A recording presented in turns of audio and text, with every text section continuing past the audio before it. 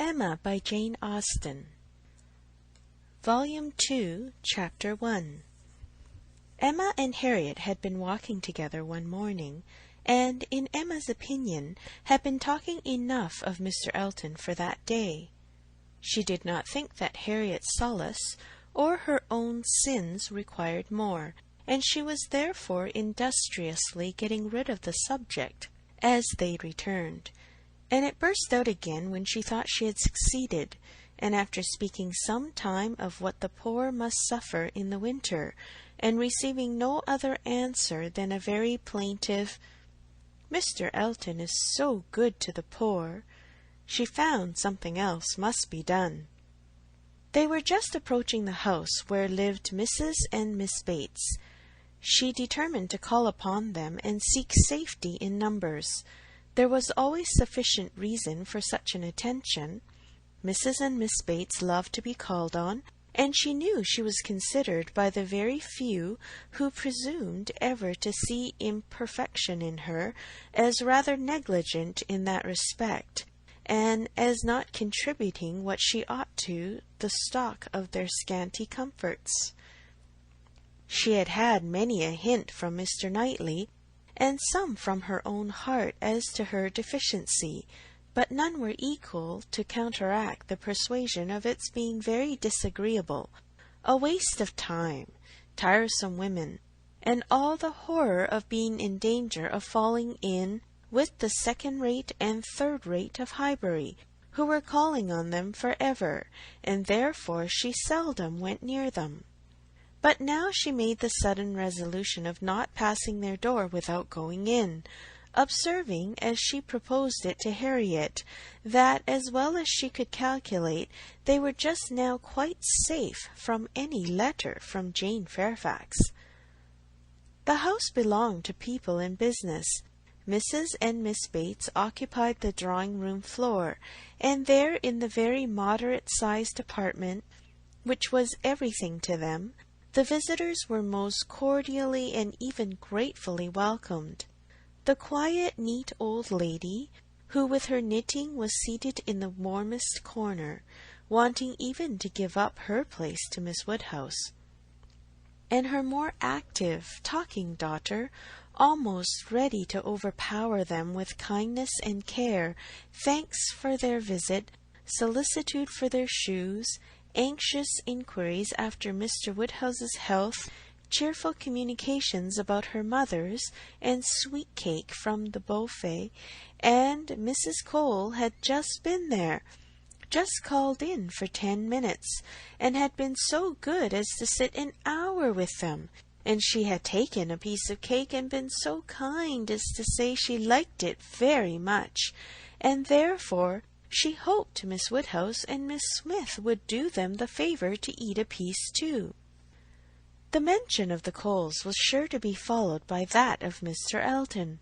There was intimacy between them, and Mr. Cole had heard from Mr. Elton since his going away. Emma knew what was coming. They must have the letter over again, and settle how long he had been gone, and how much he was engaged in company, and what a favourite he was wherever he went, and how full the master of the ceremonies ball had been, and she went through it very well, with all the interest and all the commendation that could be requisite, and always putting forward to prevent Harriet's being obliged to say a word. This she had been prepared for when she entered the house, but meant, having once talked him handsomely over, to be no farther incommoded by any troublesome topic, and to wander at large amongst all the mistresses and misses of Highbury and their card-parties. She had not been prepared to have Jane Fairfax succeed Mr. Elton, but he was actually hurried off by Miss Bates. She jumped away from him at last abruptly to the Coles to usher in a letter from her niece. "Oh, yes, Mr. Elton, I understand certainly as to dancing. Mrs. Cole was telling me that dancing at the rooms at Bath was. Mrs. Cole was so kind as to sit some time with us, talking of Jane, for as soon as she came in, she began inquiring after her. Jane is so very great a favourite there. Whenever she is with us, Mrs. Cole does not know how to show her kindness enough, and I must say that Jane deserves it as much as anybody can. And as she began inquiring after her directly, saying, I know you cannot have heard from Jane lately, because it is not her time for writing. And when I immediately said, But indeed we have. We had a letter this very morning. I do not know that I ever saw anybody more surprised. Have you, upon your honour? Said she. Well, that is quite unexpected. Do let me hear what she says. Emma's politeness was at hand directly to say with smiling interest, Have you heard from Miss Fairfax so lately? I am extremely happy. I hope she is well. Thank you, you are so kind, replied the happily deceived aunt, while eagerly hunting for the letter. Oh, here it is. I am sure it could not be far off, but I had put my huswife upon it, you see, without being aware, and so it had quite hid, but I had it in my hand so very lately that I was almost sure it must be on the table. I was reading it to Mrs. Cole, and since she went away, I was reading it again to my mother, for it is such a pleasure to her, a letter from Jane, that she can never hear it often enough. So I knew it could not be far off.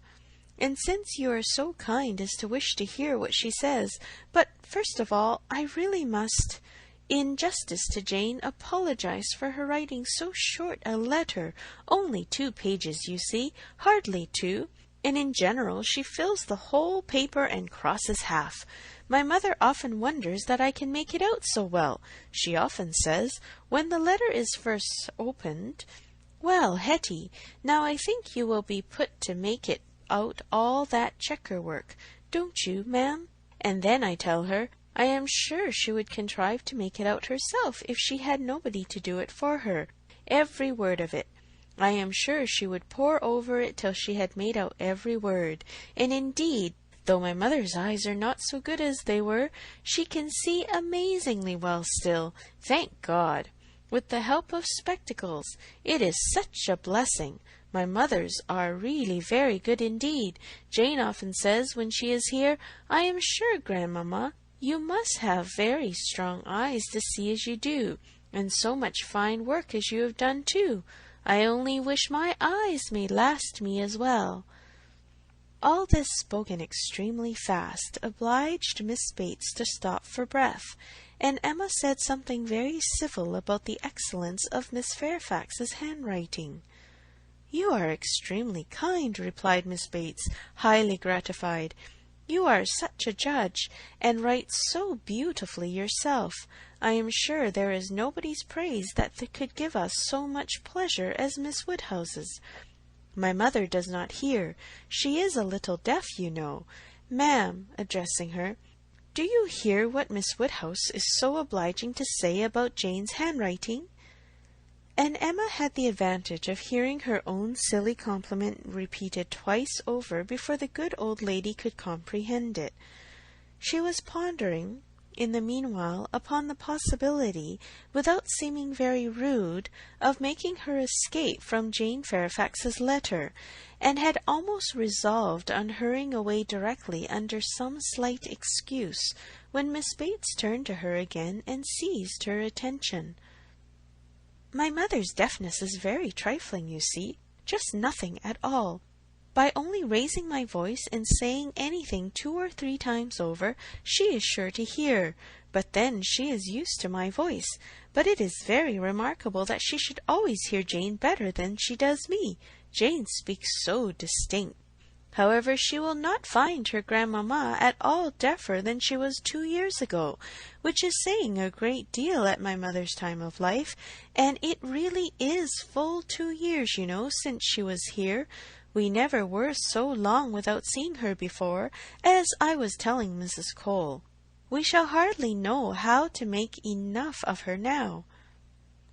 Are you expecting Miss Fairfax here soon? Oh, yes, next week. Indeed, that must be a very great pleasure. Thank you, you are very kind. Yes, next week. Everybody is so surprised, and everybody says the same obliging things. I am sure she will be as happy to see her friends at Highbury as they can be to see her. Yes, Friday or Saturday. She cannot say which, because Colonel Campbell will be wanting the carriage himself one of those days. So very good of them to send her the whole way. But they always do, you know. Oh, yes, Friday or Saturday next. That is what she writes about. That is the reason of her writing out of rule, as we call it, for in the common course we should not have heard from her before next Tuesday or Wednesday. Yes, I so imagined. I was afraid there could be little chance of my hearing anything of Miss Fairfax today. So obliging of you! No, we should not have heard if it had not been for this particular circumstances, of her being to come here so soon. My mother is so delighted, for she is to be 3 months with us at least.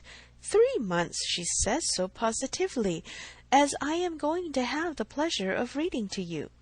The case is, you see, that the Campbells are going to Ireland. Mrs. Dixon has persuaded her father and mother to come over and see her directly. They had not intended to go over till the summer, but she is so impatient to see them again, for till she married last October she was never away from them so much as a week, which must make it very strange to be in different kingdoms. I was going to say, but however different countries, and so she wrote a very urgent letter to her mother, or her father, I declare I do not know which it was, but we shall see presently in Jane's letter, wrote to Mr. Dixon's name as well as her own, to press their coming over directly, and they would give them the meeting in Dublin, and take them back to their country seat. A beautiful place, I fancy. Jane has heard a great deal of its beauty, from Mr. Dixon, I mean. I do not know that she ever heard it from anybody else, but it was very natural, you know, that he should like to speak of his own place while he was paying his addresses, and as Jane used to be very often walking out with them, for Colonel and Mrs. Campbell were very particular about their daughters not walking out often with only Mr. Dixon, for which I do not at all blame them.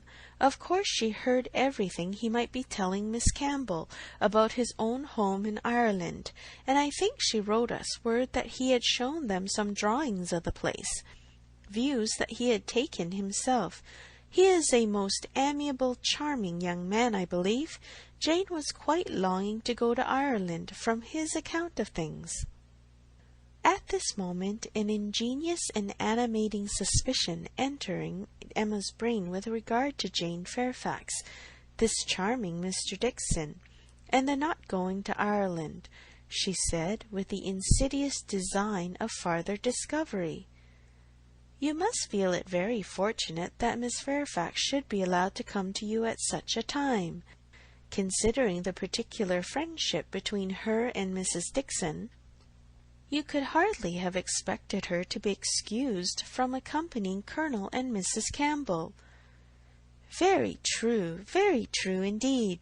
The very thing that we have always been afraid of, for we should not have liked to have her at such a distance from us, for months together, not able to come if anything was to happen.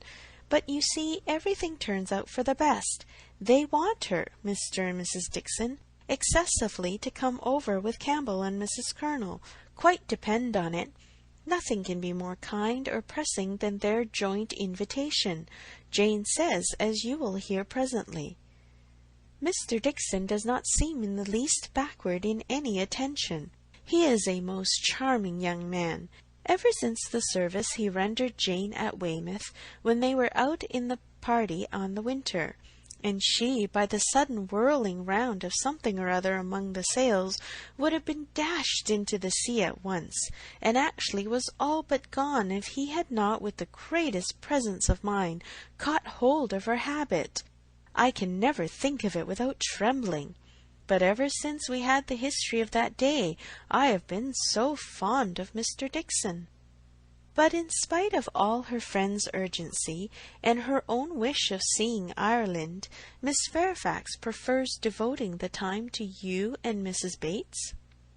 Yes, entirely her own doing, entirely her own choice, and Colonel and Mrs. Campbell think she does quite right, just what they should recommend, and indeed they particularly wish her to try her native air, as she has not been quite so well as usual lately. I am concerned to hear of it. I think they judge wisely, but Mrs. Dixon must be very disappointed. Mrs. Dixon, I understand, has no remarkable degree of personal beauty, is not by any means to be compared with Miss Fairfax. Oh, no, you are very obliging to say such things, but certainly not. There is no comparison between them. Miss Campbell always was absolutely plain, but extremely elegant and amiable. Yes, that of course. Jane caught a bad cold, poor thing, so long ago as the 7th of November, and has never been well since. A long time is not it for a cold to hang upon her. She never mentioned it before, because she would not alarm us. Just like her, so considerate. But however, she is so far from well that her kind friends, the Campbells, think she had better come home, and try an air that always agrees with her, and they have no doubt that 3 or 4 months at Highbury will entirely cure her, and it is certainly a great deal better that she should come here than go to Ireland, if she is unwell. Nobody could nurse her as we should do. It appears to me the most desirable arrangement in the world.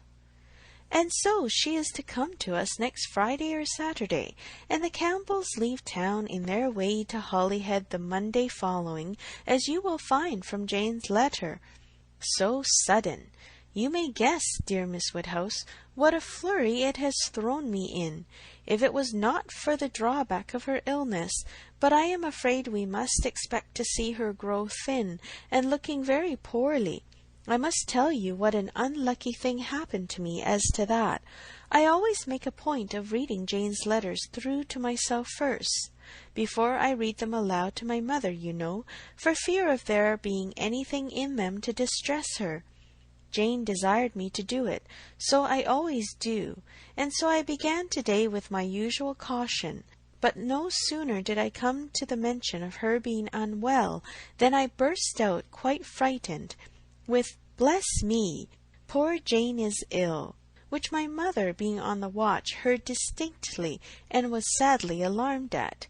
However, when I read on, I found it was not near so bad as I had fancied at first, and so I make light of it now to her, that she does not think much about it.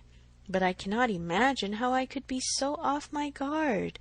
If Jane does not get well soon, we will call in Mr. Perry. The expense shall not be thought of, and though he is so liberal, so fond of Jane, that I dare say he would not mean to charge anything for attendance, we could not suffer it to be so, you know. He has a wife and family to maintain, and is not to be giving away his time. Well, now I have just given you a hint of what Jane writes about, we will turn to her letter, and I am sure she tells her own story a great deal better than I can tell it for her. "I am afraid we must be running away," said Emma, glancing at Harriet and beginning to rise. "My father will be expecting us. I had no intention. I thought I had no power of staying more than 5 minutes when I first entered the house.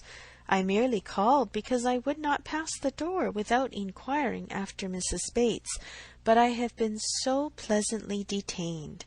Now, however, we must wish you and Mrs. Bates good morning." And not all that could be urged to detain her succeeded. She regained the street, happy in this, that though much had been forced on her against her will, though she had in fact heard the whole substance of Jane Fairfax's letter, she had been able to escape the letter itself. End of Volume 2, Chapter 1.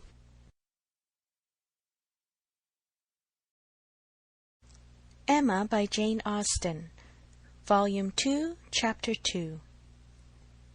Jane Fairfax was an orphan, the only child of Mrs. Bates's youngest daughter. The marriage of Lieutenant Fairfax of the Regiment of Infantry and Miss Jane Bates had had its day of fame and pleasure, hope and interest. But nothing now remained of it, save the melancholy remembrance of him dying in action abroad, of his widow sinking under consumption and grief soon afterwards, and this little girl. By birth she belonged to Highbury, and when at 3 years old, on losing her mother, she became the property, the charge, the consolation, the fondling of her grandmother and aunt. There had seemed every probability of her being permanently fixed there, of her being taught only what very limited means could command, and growing up with no advantages of connection or improvement, to be engrafted on what nature had given her in a pleasing person, good understanding, and warm-hearted, well-meaning relations. But the compassionate feelings of a friend of her father gave a change to her destiny. This was Colonel Campbell, who had very highly regarded Fairfax as an excellent officer and most deserving young man, and farther had been indebted to him for such attentions during a severe camp fever as he believed had saved his life. These were claims which he did not learn to overlook, though some years passed away from the death of poor Fairfax before his own return to England put anything in his power. When he did return, he sought out the child and took notice of her. He was a married man, with only one living child, a girl about Jane's age, and Jane became their guest, paying them long visits and growing a favourite with all. And before she was 9 years old, his daughter's great fondness for her and his own wish of being a real friend united to produce an offer from Colonel Campbell of undertaking the whole charge of her education. It was accepted, and from that period Jane had belonged to Colonel Campbell's family, and had lived with them entirely, only visiting her grandmother from time to time. The plan was that she should be brought up for educating others. The very few £100 which she inherited from her father making independence impossible. To provide for her otherwise was out of Colonel Campbell's power, for though his income, by pay and appointments, was handsome, his fortune was moderate and must be all his daughter's. But by giving her an education, he hoped to be supplying the means of respectable subsistence hereafter. Such was Jane Fairfax's history. She had fallen into good hands, known nothing but kindness from the Campbells, and been given an excellent education.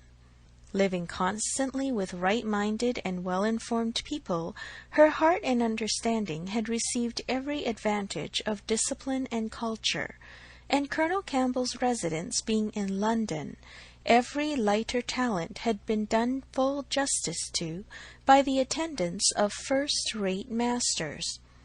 Her disposition and abilities were equally worthy of all that friendship could do, and at 18 or 19 she was, as far as such an early age can be qualified for the care of children, fully competent to the office of instruction herself. But she was too much beloved to be parted with. Neither father nor mother could promote, and the daughter could not endure it. The evil day was put off. It was easy to decide that she was still too young, and Jane remained with them, sharing, as another daughter, in all the rational pleasures of an elegant society, and a judicious mixture of home and amusement, with only the drawback of the future, the sobering suggestions of her own good understanding, to remind her that all this might soon be over. The affection of the whole family, the warm attachment of Miss Campbell in particular, was the more honourable to each party from the circumstance of Jane's decided superiority, both in beauty and acquirements. That nature had given it in feature could not be unseen by the young woman, nor could her higher powers of mind be unfelt by the parents. They continued together with unabated regard, however, till the marriage of Miss Campbell, who by that chance, that luck which so often defies anticipation in matrimonial affairs, giving attraction to what is moderate rather than to what is superior, engaged the affections of Mr. Dickson, a young man, rich and agreeable, almost as soon as they were acquainted, and was eligibly and happily settled, while Jane Fairfax had yet her bread to earn. This event had very lately taken place, too lately for anything to be yet attempted by her less fortunate friend towards entering on her path of duty, though she had now reached the age which her own judgment had fixed on for beginning. She had long resolved that 21 should be the period. With the fortitude of a devoted, she had resolved at 21 to complete the sacrifice, and retire from all the pleasures of life, of rational intercourse, equal society, peace and hope, to penance and mortification for ever. The good sense of Colonel and Mrs. Campbell could not oppose such a resolution, though their feelings did. As long as they lived, no exertions would be necessary. Their home might be hers forever, and for their own comfort they would have retained her wholly. But this would be selfishness. What must be at last had better be soon. Perhaps they began to feel it might have been kinder and wiser to have resisted the temptation of any delay, and spared her from a taste of such enjoyments of ease and leisure as must now be relinquished. Still, however, affection was glad to catch at any reasonable excuse for not hurrying on the wretched moment. She had never been quite well since the time of their daughter's marriage, and till she should have completely recovered her usual strength, they must forbid her engaging in duties, which, so far from being compatible with a weakened frame and varying spirits, seemed, under the most favourable circumstances, to require something more than human perfection of body and mind to be discharged with tolerable comfort. With regard to her not accompanying them to Ireland, her account to her aunt contained nothing but truth, though there might be some truths not told. It was her own choice to give the time of their absence to Highbury, to spend perhaps her last months of perfect liberty with those kind relations to whom she was so very dear. And the Campbells, whatever might be their motive or motives, whether single or double or treble, gave the arrangement their ready sanction, and said that they depended more on a few months spent in her native air for the recovery of her health than on anything else. Certain it was that she was to come, and that Highbury, instead of welcoming that perfect novelty which had been so long promised it, Mr. Frank Churchill, must put up for the present with Jane Fairfax, who could bring only the freshness of a 2 years' absence. Emma was sorry to have to pay civilities to a person she did not like through 3 long months, to be always doing more than she wished, and less than she ought. Why she did not like Jane Fairfax might be a difficult question to answer. Mr. Knightley had once told her it was because she saw in her the really accomplished young woman which she wanted to be thought herself. And though the accusation had been eagerly refuted at the time, there were moments of self-examination in which her conscience could not quite acquit her. But she could never get acquainted with her. She did not know how it was, but there was such coldness and reserve, such apparent indifference whether she pleased or not, and then her aunt was such an eternal talker, and she was made such a fuss with by everybody, and it had always been imagined that they were to be so intimate, because their ages were the same. Everybody had supposed they must be so fond of each other. These were her reasons. She had no better. It was a dislike so little just, every imputed fault was so magnified by fancy, that she never saw Jane Fairfax the first time after any considerable absence, without feeling that she had injured her. And now, when the due visit was paid, on her arrival after a 2 years' interval, she was particularly struck with the very appearance and manners, which for those 2 whole years she had been depreciating. Jane Fairfax was very elegant, remarkably elegant, and she had herself the highest value for elegance. Her height was pretty, just such as almost everybody would think tall, and nobody could think very tall. Her figure particularly graceful, her size a most becoming medium between thin and fat, though a slight appearance of ill health seemed to point out the likeliest evil of the two. Emma could not but feel all this, and then her face, her features, there was more beauty in them altogether than she had remembered. It was not regular, but it was very pleasing beauty. Her eyes, a deep grey with dark eyelashes and eyebrows, had never been denied their praise, but the skin, which she had been used to cavil at as wanting colour, had a clearness and delicacy which really needed no fuller bloom. It was a style of beauty, of which elegance was the reigning character, and as such she must in honour by all her principles admire it. Elegance which, whether of person or of mind, she saw so little in Highbury. There, not to be vulgar, was distinction and merit. In short, she sat during the first visit looking at Jane Fairfax with twofold complacency, the sense of pleasure and the sense of rendering justice, and was determining that she would dislike her no longer, when she took in her history, indeed her situation, as well as her beauty. When she considered what all this elegance was destined to, what she was going to sink from, how she was going to live, it seemed impossible to feel anything but compassion and respect, especially if to every well-known particular entitling her to interest were added the highly probable circumstance of an attachment to Mr. Dickson, which she had so naturally started to herself. In that case, nothing could be more pitiable or more honourable than the sacrifices she had resolved on. Emma was very willing now to acquit her of having seduced Mr. Dickson's actions from his wife, or of anything mischievous which her imagination had suggested at first. If it were love, it might be simple, single, successless love on her side alone.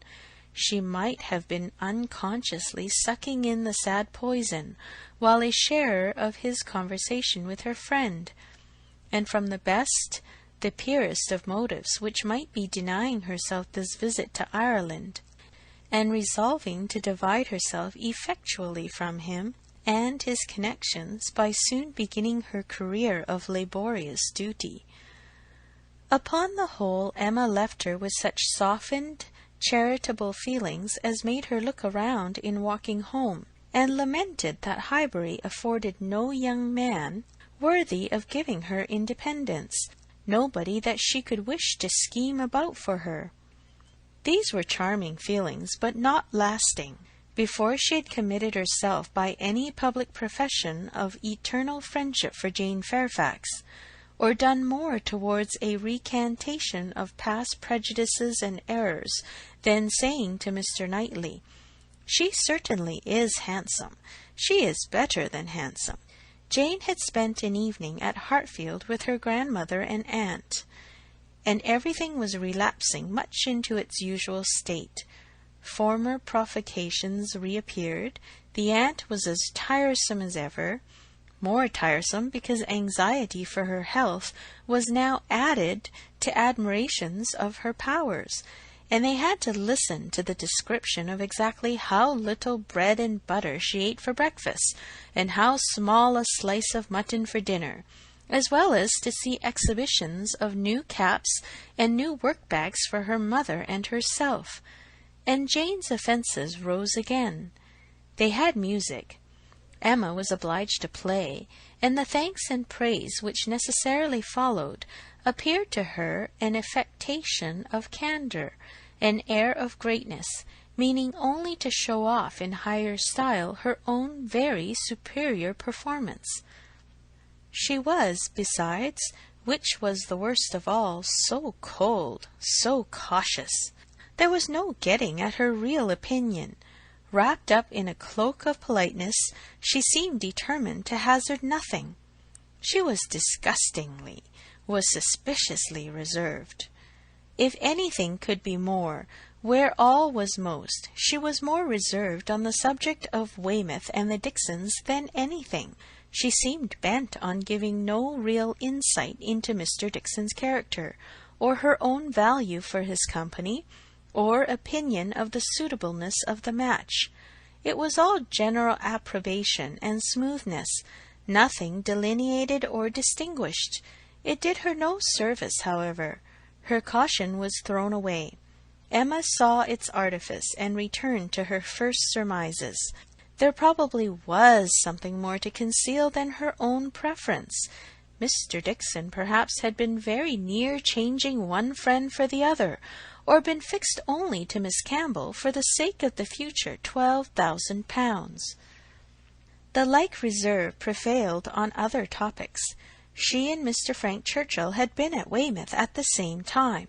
It was known that they were a little acquainted, but not a syllable of real information could Emma procure as to what he truly was. Was he handsome? She believed he was reckoned a very fine young man. Was he agreeable?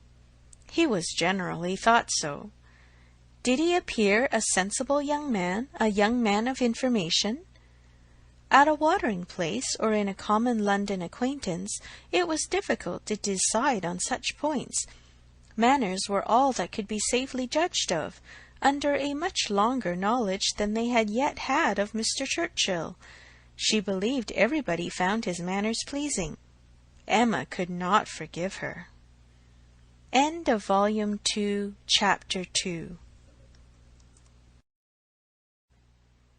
Emma by Jane Austen, Volume 2, Chapter 3.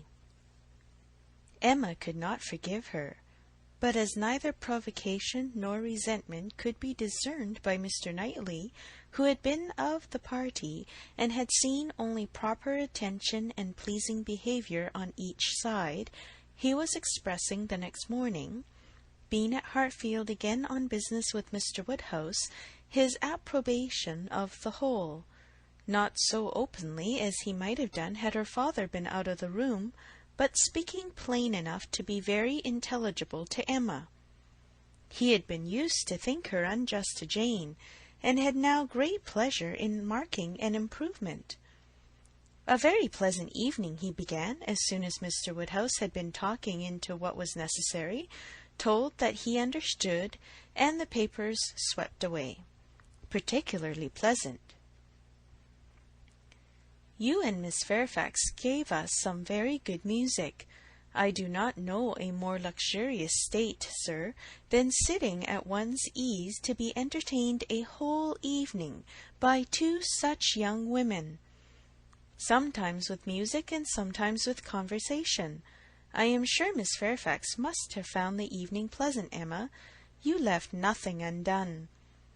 I was glad you made her play so much, for having no instrument at her grandmother's, it must have been a real indulgence. I am happy you approved, said Emma, smiling, but I hope I am not often deficient in what is due to guests at Hartfield.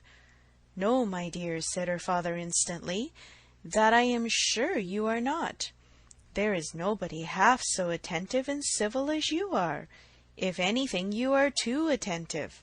The muffin last night, if it had been handed round once, I think it would have been enough.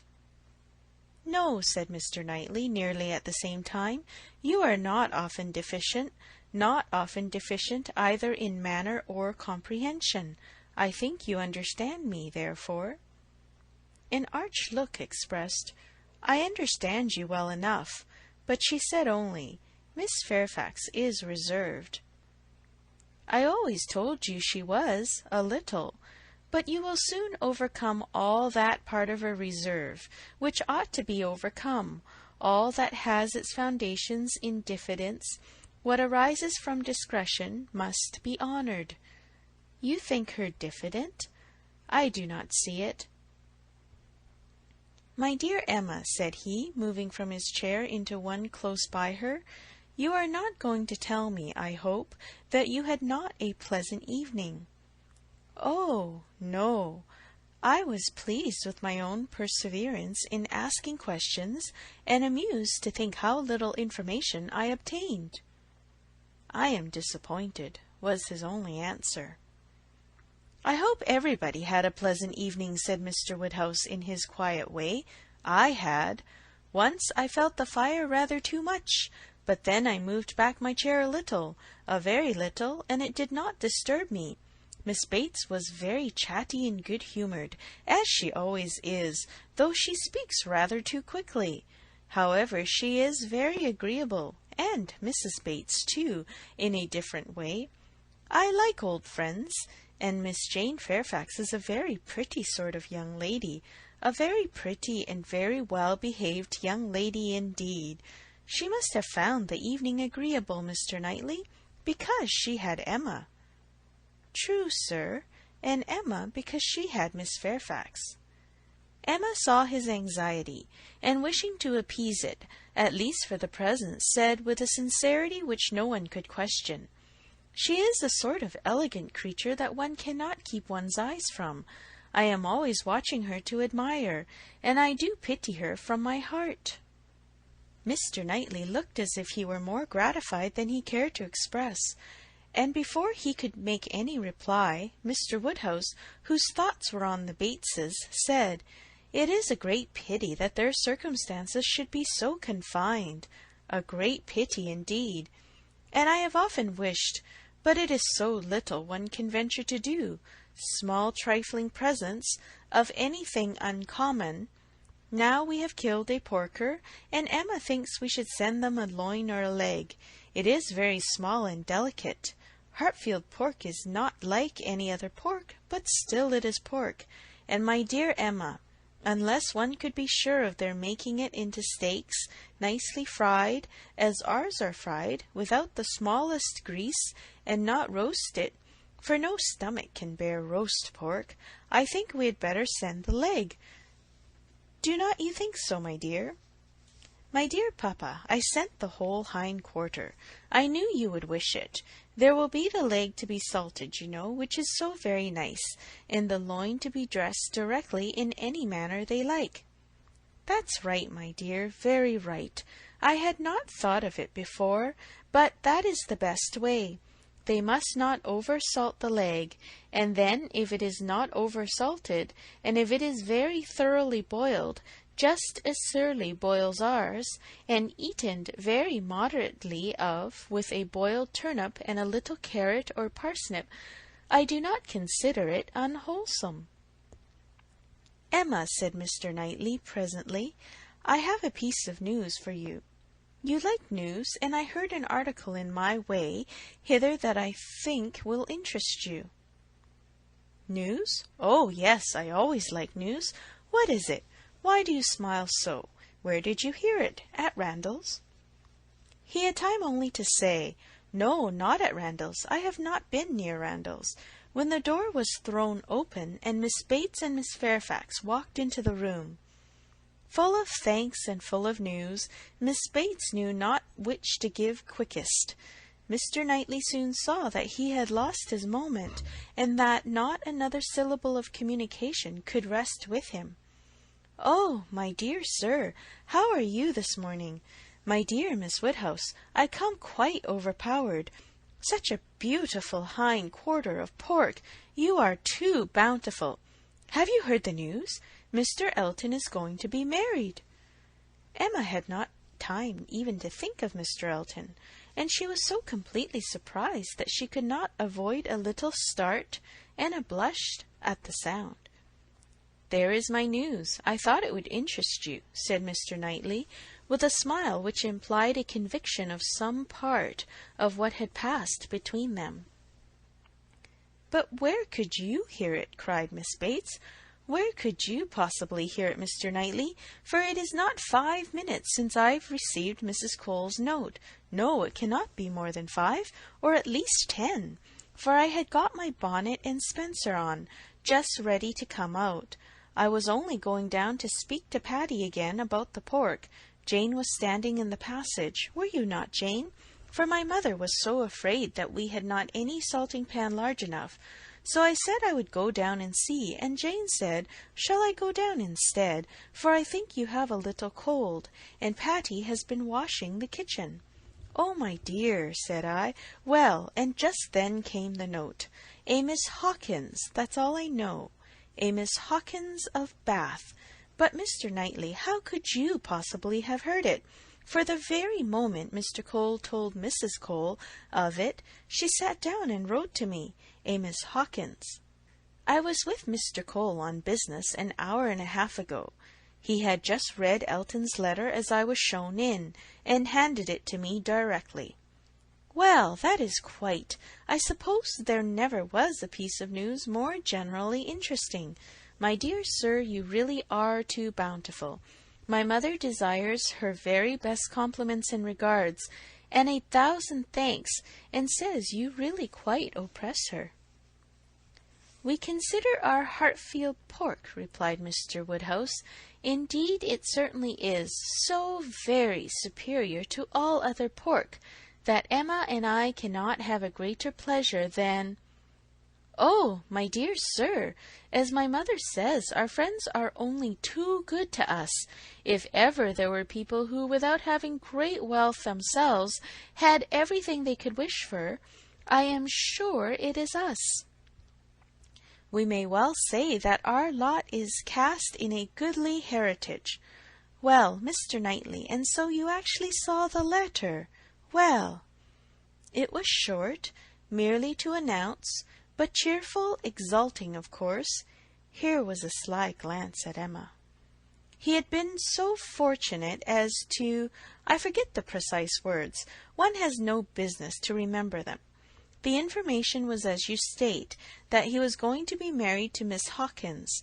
By his style, I should imagine it just settled. Said Emma, as soon as she could speak, he will have everybody's wishes for his happiness. He is very young to settle, said Mr. Woodhouse's observation. He had better not be in a hurry. He seemed to me very well off as he was. We were always glad to see him at Hartfield. A new neighbour for us all, Miss Woodhouse, said Miss Bates joyfully. My mother is so pleased. She says she cannot bear to have the poor old vicarage without a mistress. This is great news indeed. Jane, have you never seen Mr. Elton? No wonder that you have such a curiosity to see him. Jane's curiosity did not appear of that absorbing nature as wholly to occupy her. No, I have never seen Mr. Elton, she replied, starting on this appeal. Is he a tall man? Who shall answer that question? Cried Emma. My father would say yes, Mr. Knightley no, and Miss Bates and I that he is just the happy medium. When you have been here a little longer, Miss Fairfax, you will understand that Mr. Elton is the standard of perfection in Highbury, both in person and mind. Very true, Miss Woodhouse, so she will. He is the very best young man. But, my dear Jane, if you remember, I told you yesterday he was precisely the height of Mr. Perry. Miss Hawkins, I dare say, an excellent young woman. His extreme attention to my mother, wanting her to sit in the vicarage pew, that she might hear the better, for my mother is a little deaf, you know. It is not much, but she does not hear quite quick. Jane says that Colonel Campbell is a little deaf. He fancied bathing might be good for it, the warm bath, but she says it did him no lasting effect. Colonel Campbell, you know, is quite our angel, and Mr. Dixon seems a very charming young man, quite worthy of him. It is such a happiness when good people get together, and they always do. Now here will be Mr. Elton and Miss Hawkins, and there will be the Coles, such very good people, and the Perrys, I suppose there never was a happier or better couple than Mr. and Mrs. Perry. I say, sir, turning to Mr. Woodhouse, I think there are few places with such society as Highbury. I always say we are quite blessed in our neighbours. My dear sir, if there is one thing my mother loves better than another, it is pork, a roast loin of pork. As to who or what Miss Hawkins is, or how long he has been acquainted with her, said Emma, nothing, I suppose, can be known. One feels that it cannot be a very long acquaintance. He has been gone only 4 weeks. Nobody had any information to give, and after a few more wonderings, Emma said, "You are silent, Miss Fairfax, but I hope you mean to take an interest in this news. You who have been hearing and seeing so much of late on these subjects, who must have been so deep in the business of Miss Campbell's account, we shall not excuse your being indifferent about Mr. Elton and Miss Hawkins." "When I have seen Mr. Elton," replied Jane, "I dare say I shall be interested, but I believe it requires that with me, and as it is some months since Miss Campbell married, the impression may be a little worn off." "Yes, he has been gone just 4 weeks, as you observe, Miss Woodhouse," said Miss Bates. 4 weeks yesterday. A Miss Hawkins! Well, I had always rather fancied it would be some young lady hereabouts, not that I ever, Miss Coles once whispered to me, but I immediately said, no, Mr. Elton is a most worthy young man, but... In short, I do not think I am particularly quick at those sorts of discoveries. I do not pretend to it. What is before me, I see. At the same time, nobody could wonder if Mr. Elton should have aspired. Miss Woodhouse lets me chatter on so good-humouredly. She knows I would not offend for the world. How does Miss Smith do? She seems quite recovered now. Have you heard from Mrs. John Knightley lately? Oh, those dear little children! Jane, do you know I always fancy Mr. Dixon like Mr. John Knightley? I mean in person, tall and with that sort of look, and not very talkative. Quite wrong, my dear aunt. There is no likeness at all. Very odd, but one never does form a just idea of anybody beforehand. One takes up a notion and runs away with it. Mr. Dixon, you say, is not, strictly speaking, handsome. Handsome? No, far from it. Certainly plain. I told you he was plain. My dear, you said that Miss Campbell would not allow him to be plain, and that you yourself— Oh, as for me, my judgment is worth nothing. Where I have a regard, I always think a person well-looking.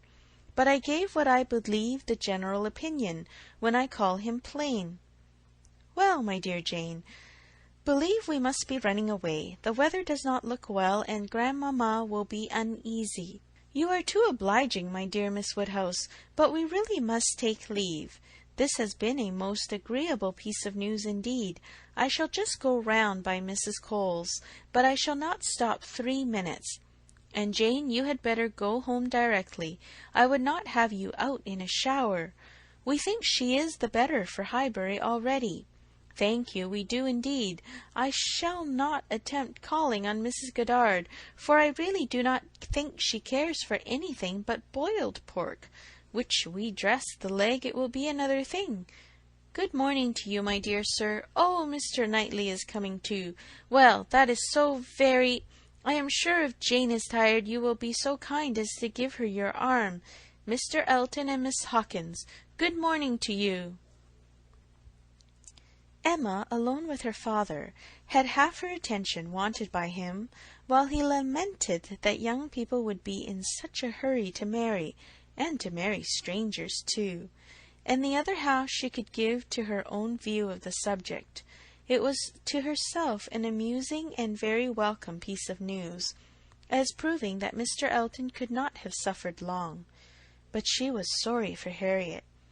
Harriet must feel it, and all that she could hope was by giving the first information herself, to save her from hearing it abruptly from others. It was now about the time that she was likely to call, if she were to meet Miss Bates in her way. And upon its beginning to rain, Emma was obliged to expect that the weather would be detaining her at Mrs. Goddard's, and that the intelligence would undoubtedly rush upon her without preparation. The shower was heavy but short, and it had not been over 5 minutes when in came Harriet, with just the heated, agitated look which hurrying thither with a full heart was likely to give, and the "Oh, Miss Woodhouse, what do you think has happened?" which instantly burst forth, had all the evidence of corresponding perturbation. As the blow was given, Emma felt that she could not now show greater kindness than in listening, and Harriet, unchecked, ran eagerly through what she had to tell. She had set out for Mrs. Goddard's half an hour ago. She had been afraid it would rain. She had been afraid it would pour down every moment, but she thought it might get to Hartfield first.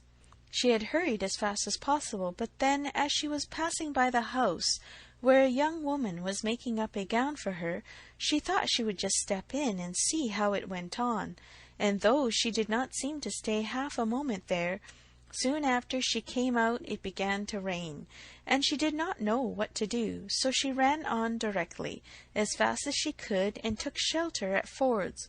Ford's was the principal woolen draper, linen draper, and haberdasher's shop united, the shop first in size and fashion in the place, and so there she had sat, without any idea of anything in the world, full 10 minutes perhaps, when all of a sudden, who should come in? To be sure it was so very odd, but they always dealt at Ford's. Who should come in but Elizabeth Martin and her brother?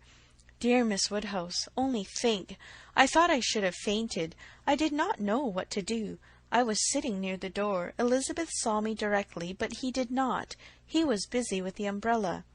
I am sure she saw me, but she looked away directly and took no notice, and they both went to quite the farther end of the shop, and I kept sitting near the door. Oh, dear! I was so miserable.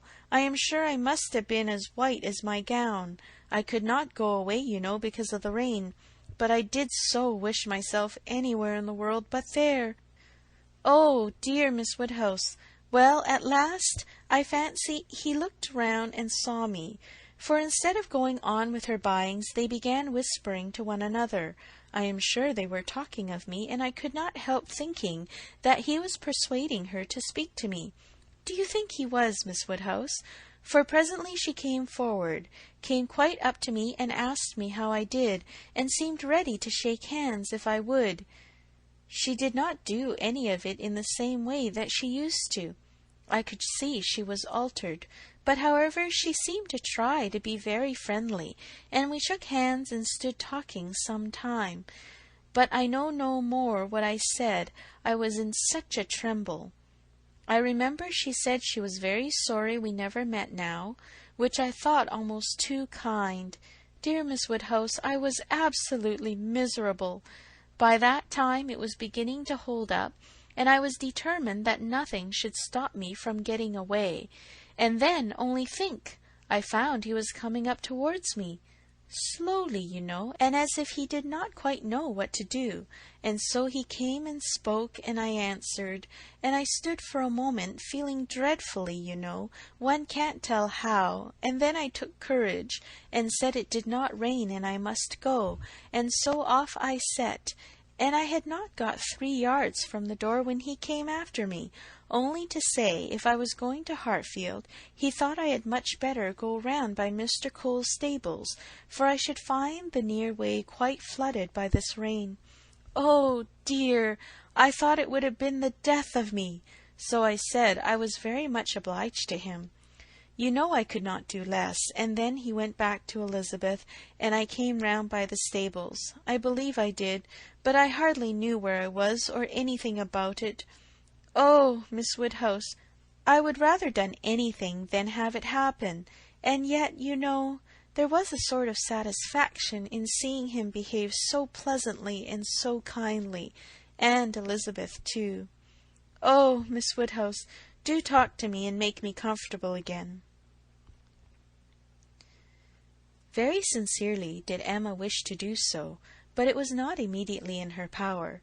She was obliged to stop and think. She was not thoroughly comfortable herself. The young man's conduct and his sister's seemed the result of real feeling, and she could not but pity them.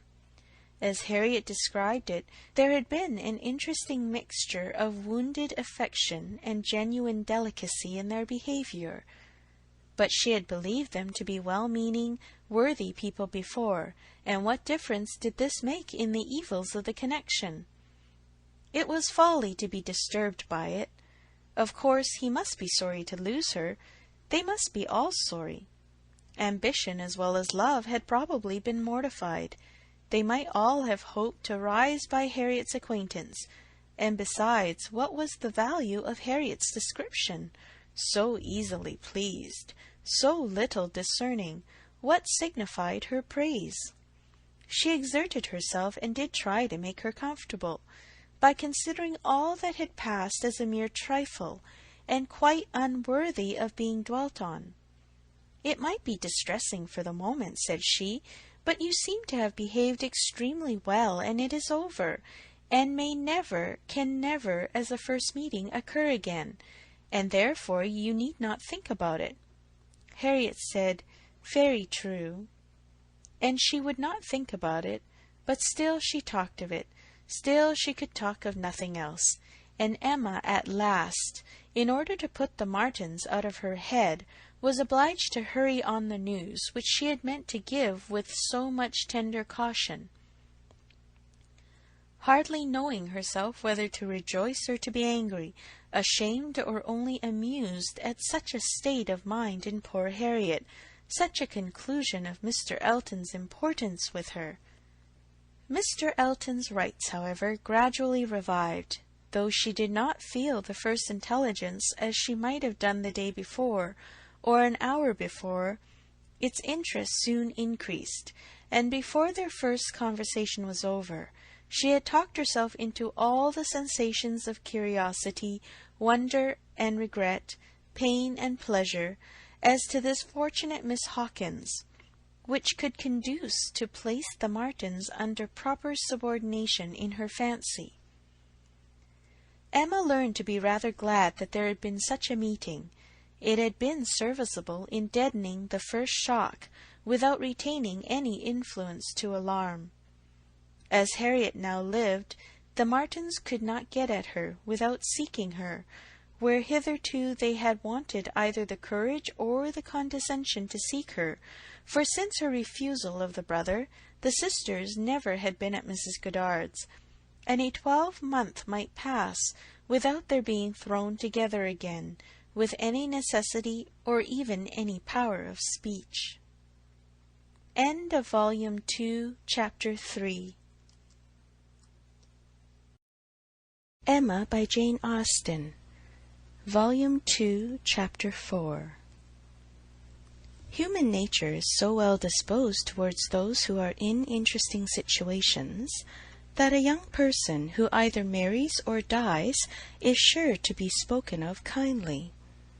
A week had not passed since Miss Hawkins' name was first mentioned in Highbury, before she was, by some means or other, discovered to have every recommendation of person and mind, to be handsome, elegant, highly accomplished, and perfectly amiable, and when Mr. Elton himself arrived to triumph in his happy prospects, and circulate the fame of her merits, there was very little more for him to do than to tell her Christian name, and say whose music she principally played. Mr. Elton returned a very happy man. He had gone away rejected and mortified, disappointed in a very sanguine hope, after a series of what appeared to him strong engagements, and not only losing the right lady, but finding himself debased to the level of a very wrong one. He had gone away deeply offended. He came back engaged to another, and to another as superior, of course, to the first, as under such circumstances what is gained always is what is lost. He came back gay and self-satisfied, eager and busy, caring nothing for Miss Woodhouse, and defying Miss Smith. The charming Augusta Hawkins, in addition to all the usual advantages of perfect beauty and merit, was in possession of an independent fortune, of so many thousands as would always be called 10, a point of some dignity, as well as some convenience. The story told well, he had not thrown himself away. He had gained a woman of £10,000 or thereabouts, and he had gained her with such delightful rapidity.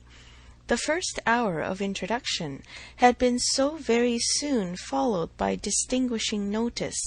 The history which he had to give Mrs. Cole of the rise and progress of the affair was so glorious, the steps so quick from the accidental rencontre to the dinner at Mr. Green's and the party at Mrs. Brown's, smiles and blushes rising in importance, with consciousness and agitation richly scattered.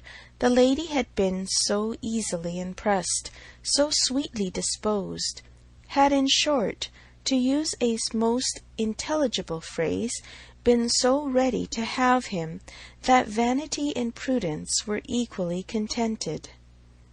He had caught both substance and shadow, both fortune and affection, and was just the happy man he ought to be, talking only of himself and his concerns, expecting to be congratulated, ready to be laughed at, and with cordial, fearless smiles, now addressing all the young ladies of the place, to whom a few weeks ago he would have been more cautiously gallant. The wedding was no distant event, as the parties had only themselves to please, and nothing but the necessary preparations to wait for, and when he set out for Bath again, there was a general expectation, which a certain glance of Mrs. Cole's did not seem to contradict, that when he next entered Highbury he would bring his bride. During his present short stay, Emma had barely seen him, but just enough to feel that the first meeting was over, and to give her the impression of his not being improved by the mixture of pique and pretence now spread over his air.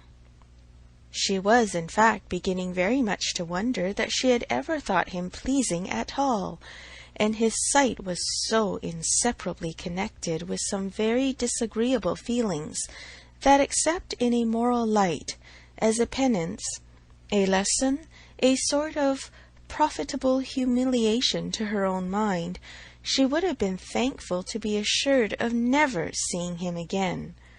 She wished him very well, but he gave her pain, and his welfare 20 miles off would administer most satisfaction. The pain of his continued residence in Highbury, however, must certainly be lessened by his marriage. Many vain solicitudes would be prevented, many awkwardnesses smoothed by it. A Mrs. Elton would be an excuse for any change of intercourse. Former intimacy might sink without remark. It would be almost beginning their life of civility again. Of the lady individually Emma thought very little. She was good enough for Mr. Elton, no doubt, accomplished enough for Highbury, handsome enough, to look plain probably by Harriet's side. As to connection, there Emma was perfectly easy, persuaded that after all his own vaunted claims and disdain of Harriet, he had done nothing. On that article truth seemed attainable. What she was must be uncertain, but who she was might be found out, and setting aside the £10,000, it did not appear that she was at all Harriet's superior. She brought no name, no blood, no alliance. Miss Hawkins was the youngest of the 2 daughters of a Bristol merchant. Of course he must be called, but as the whole of the profits of his mercantile life appeared so very moderate, it was not unfair to guess the dignity of line of trade had been very moderate also. Part of every winter she had been used to spend in Bath, but Bristol was her home. the very heart of Bristol, for though the father and mother died some years ago, an uncle remained.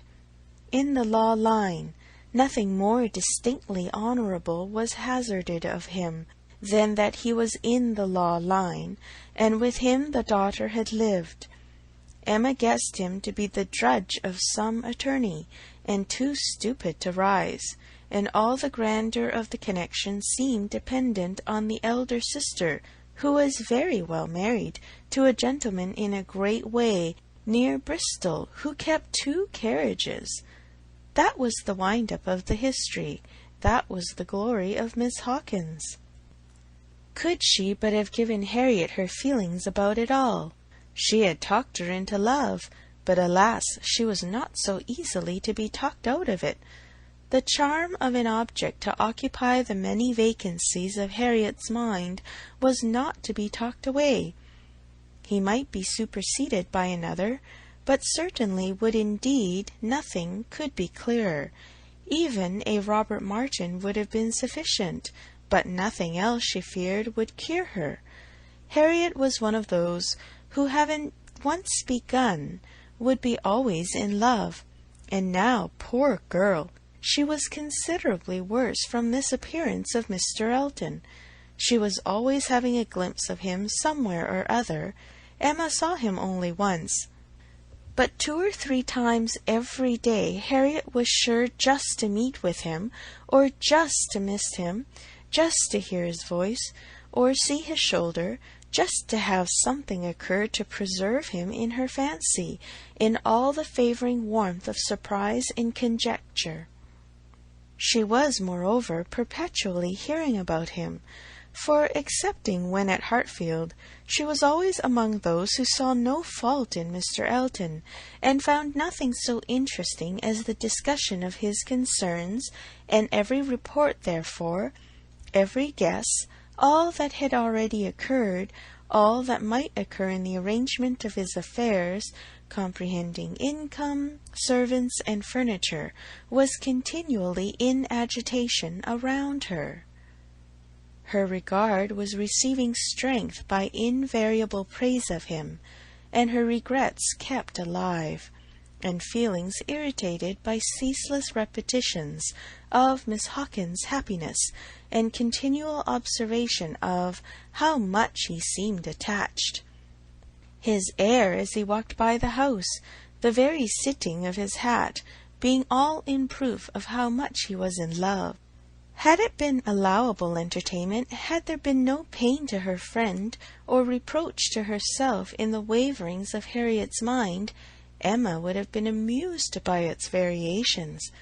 Sometimes Mr. Elton predominated, sometimes the Martins, and each was occasionally useful as a check to the other.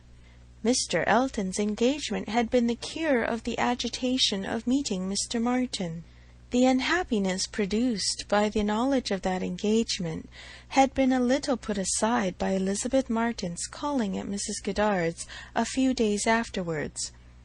Harriet had not been at home, but a note had been prepared and left for her, written in the very style to touch, a small mixture of reproach with a great deal of kindness, and till Mr. Elton himself appeared, she had been much occupied by it, continually pondering over what could be done in return, and wishing to do more than she dared to confess. But Mr. Elton in person had driven away all such cares. While he stayed, the Martins were forgotten, and on the morning of his setting off for Bath again, Emma, to dissipate some of the distress it occasioned, judged it best for her to return Elizabeth Martin's visit. How that visit was to be acknowledged, what would be necessary, and what might be safest, had been a point of some doubtful consideration. Absolute neglect of the mother and sisters, when invited to come, would be ingratitude. It might not be, and yet the danger of a renewal of the acquaintance. After much thinking, she could determine on nothing better than Harriet's returning the visit, but in a way that, if they had understanding, should convince them that it was to be only a formal acquaintance. She meant to take her in the carriage, leave her at the Abbey Mill while she drove a little further, and call for her again so soon as to allow no time for insidious applications or dangerous recurrences to the past, and give the most decided proof of what degree of intimacy was chosen for the future. She could think of nothing better, and though there was something in it which her own heart could not approve, something of ingratitude merely glossed over, it must be done, or what would become of Harriet? End of Volume 2, Chapter 4. Emma by Jane Austen. Volume 2, Chapter 5. Small heart had Harriet for visiting.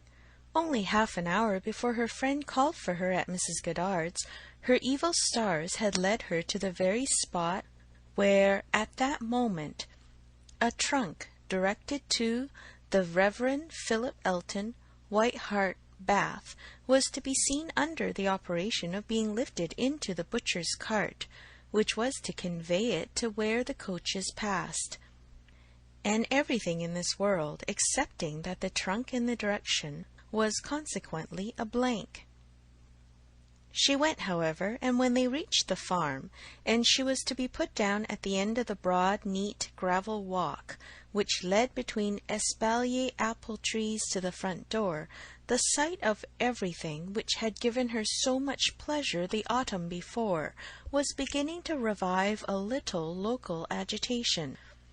And when they parted, Emma observed her to be looking around with a sort of fearful curiosity, which determined her not to allow the visit to proceed the proposed quarter of an hour.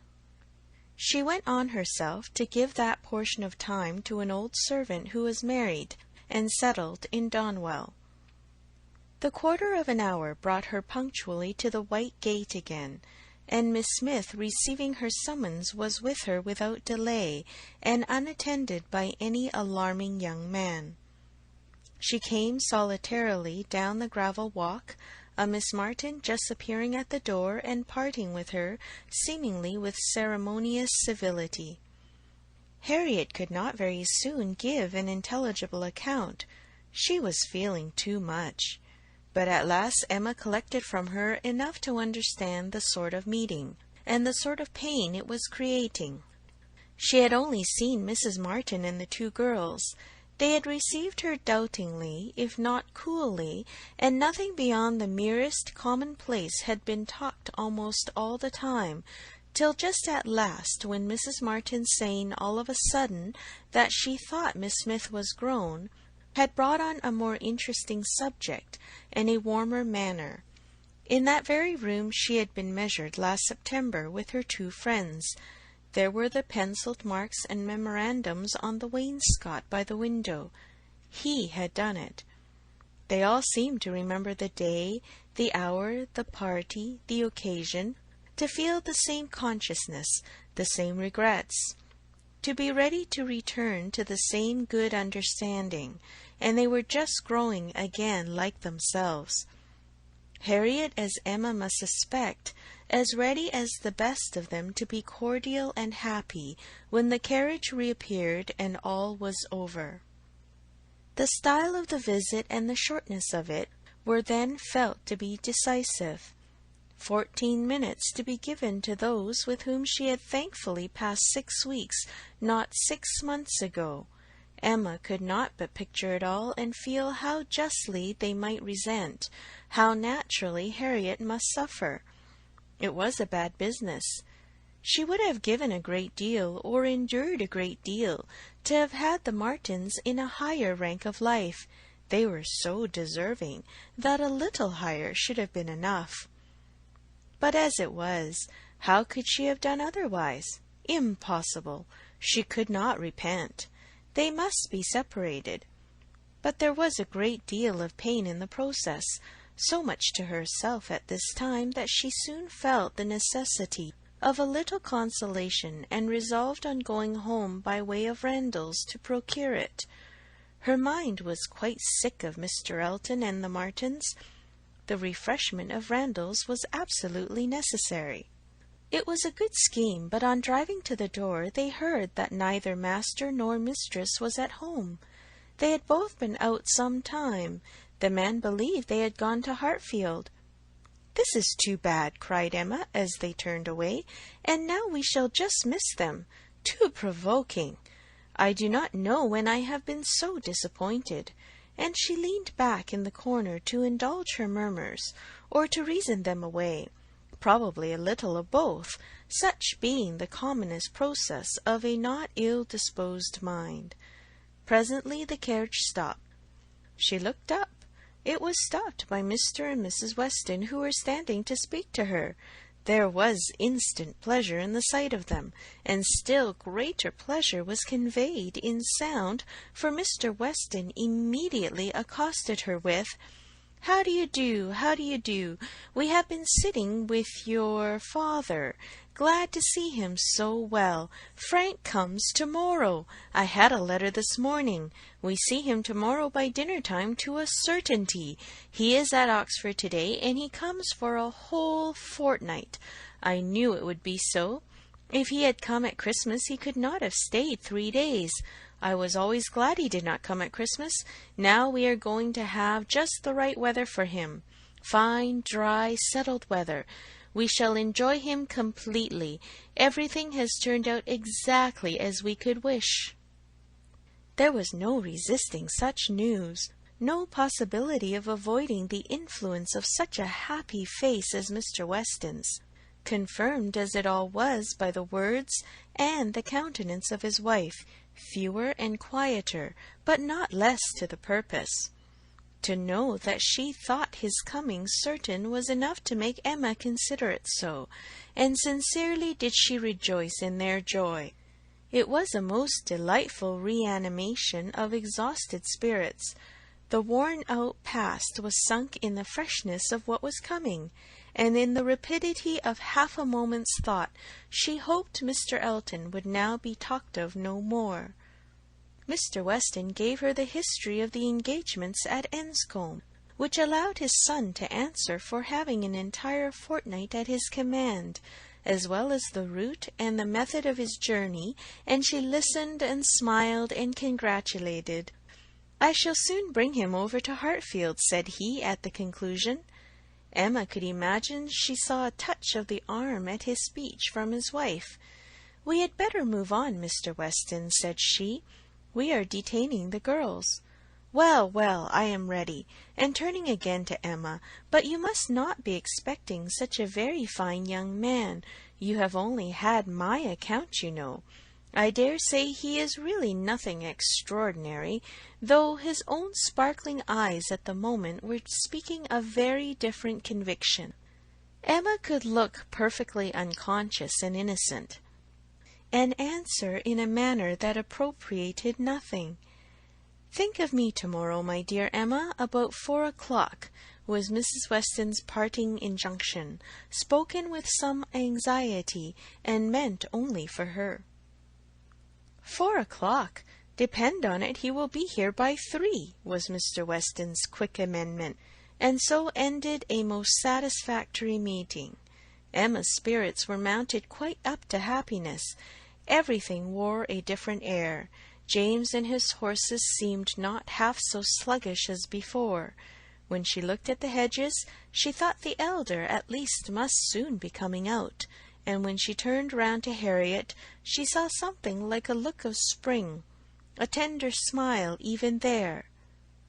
"Will Mr. Frank Churchill pass through Bath as well as Oxford?" was a question, however, which did not augur much. But neither geography nor tranquillity could come all at once, and Emma was now in a humour to resolve that they should both come in time. The morning of the interesting day arrived, and Mrs. Weston's faithful pupil did not forget either at 10 or 11 or 12 o'clock that she was to think of her at 4. "My dear, dear, anxious friend," said she, in mental soliloquy, while walking downstairs from her own room, "always over-careful for everybody's comfort but your own. I see you now in all your little fidgets, going again and again into his room to be sure that all is right. The clock struck 12 as she passed through the hall. "'Tis 12. I shall not forget to think of you 4 hours hence, and by this time tomorrow, perhaps, or a little later, I may be thinking of the possibility of their all calling here. I am sure they will bring him soon." She opened the parlor door and saw 2 gentlemen sitting with her father, Mr. Weston and his son. They had been arrived only a few minutes, and Mr. Weston had scarcely finished his explanation of Frank's being a day before his time, and her father was yet in the midst of his very civil welcome and congratulations when she appeared, to have her share of surprise, introduction, and pleasure. The Frank Churchill, so long talked of, so high in interest, was actually before her. He was presented to her, and she did not think too much had been said in his praise. He was a very good-looking young man. Height, air, address, all were unexceptionable, and his countenance had a great deal of the spirit and liveliness of his father's. He looked quick and sensible. She felt immediately that she should like him, and there was a well-bred ease of manner and a readiness to talk, which convinced her that he came intending to be acquainted with her, and that acquainted they soon must be. He had reached Randalls the evening before. She was pleased with the eagerness to arrive which had made him alter his plan, and travel earlier, later, and quicker, that he might gain half a day. "I told you yesterday," cried Mr. Weston with exultation, "I told you all that he would be here before the time named. I remembered what I used to do myself. One cannot creep upon a journey. One cannot help getting on faster than one has planned.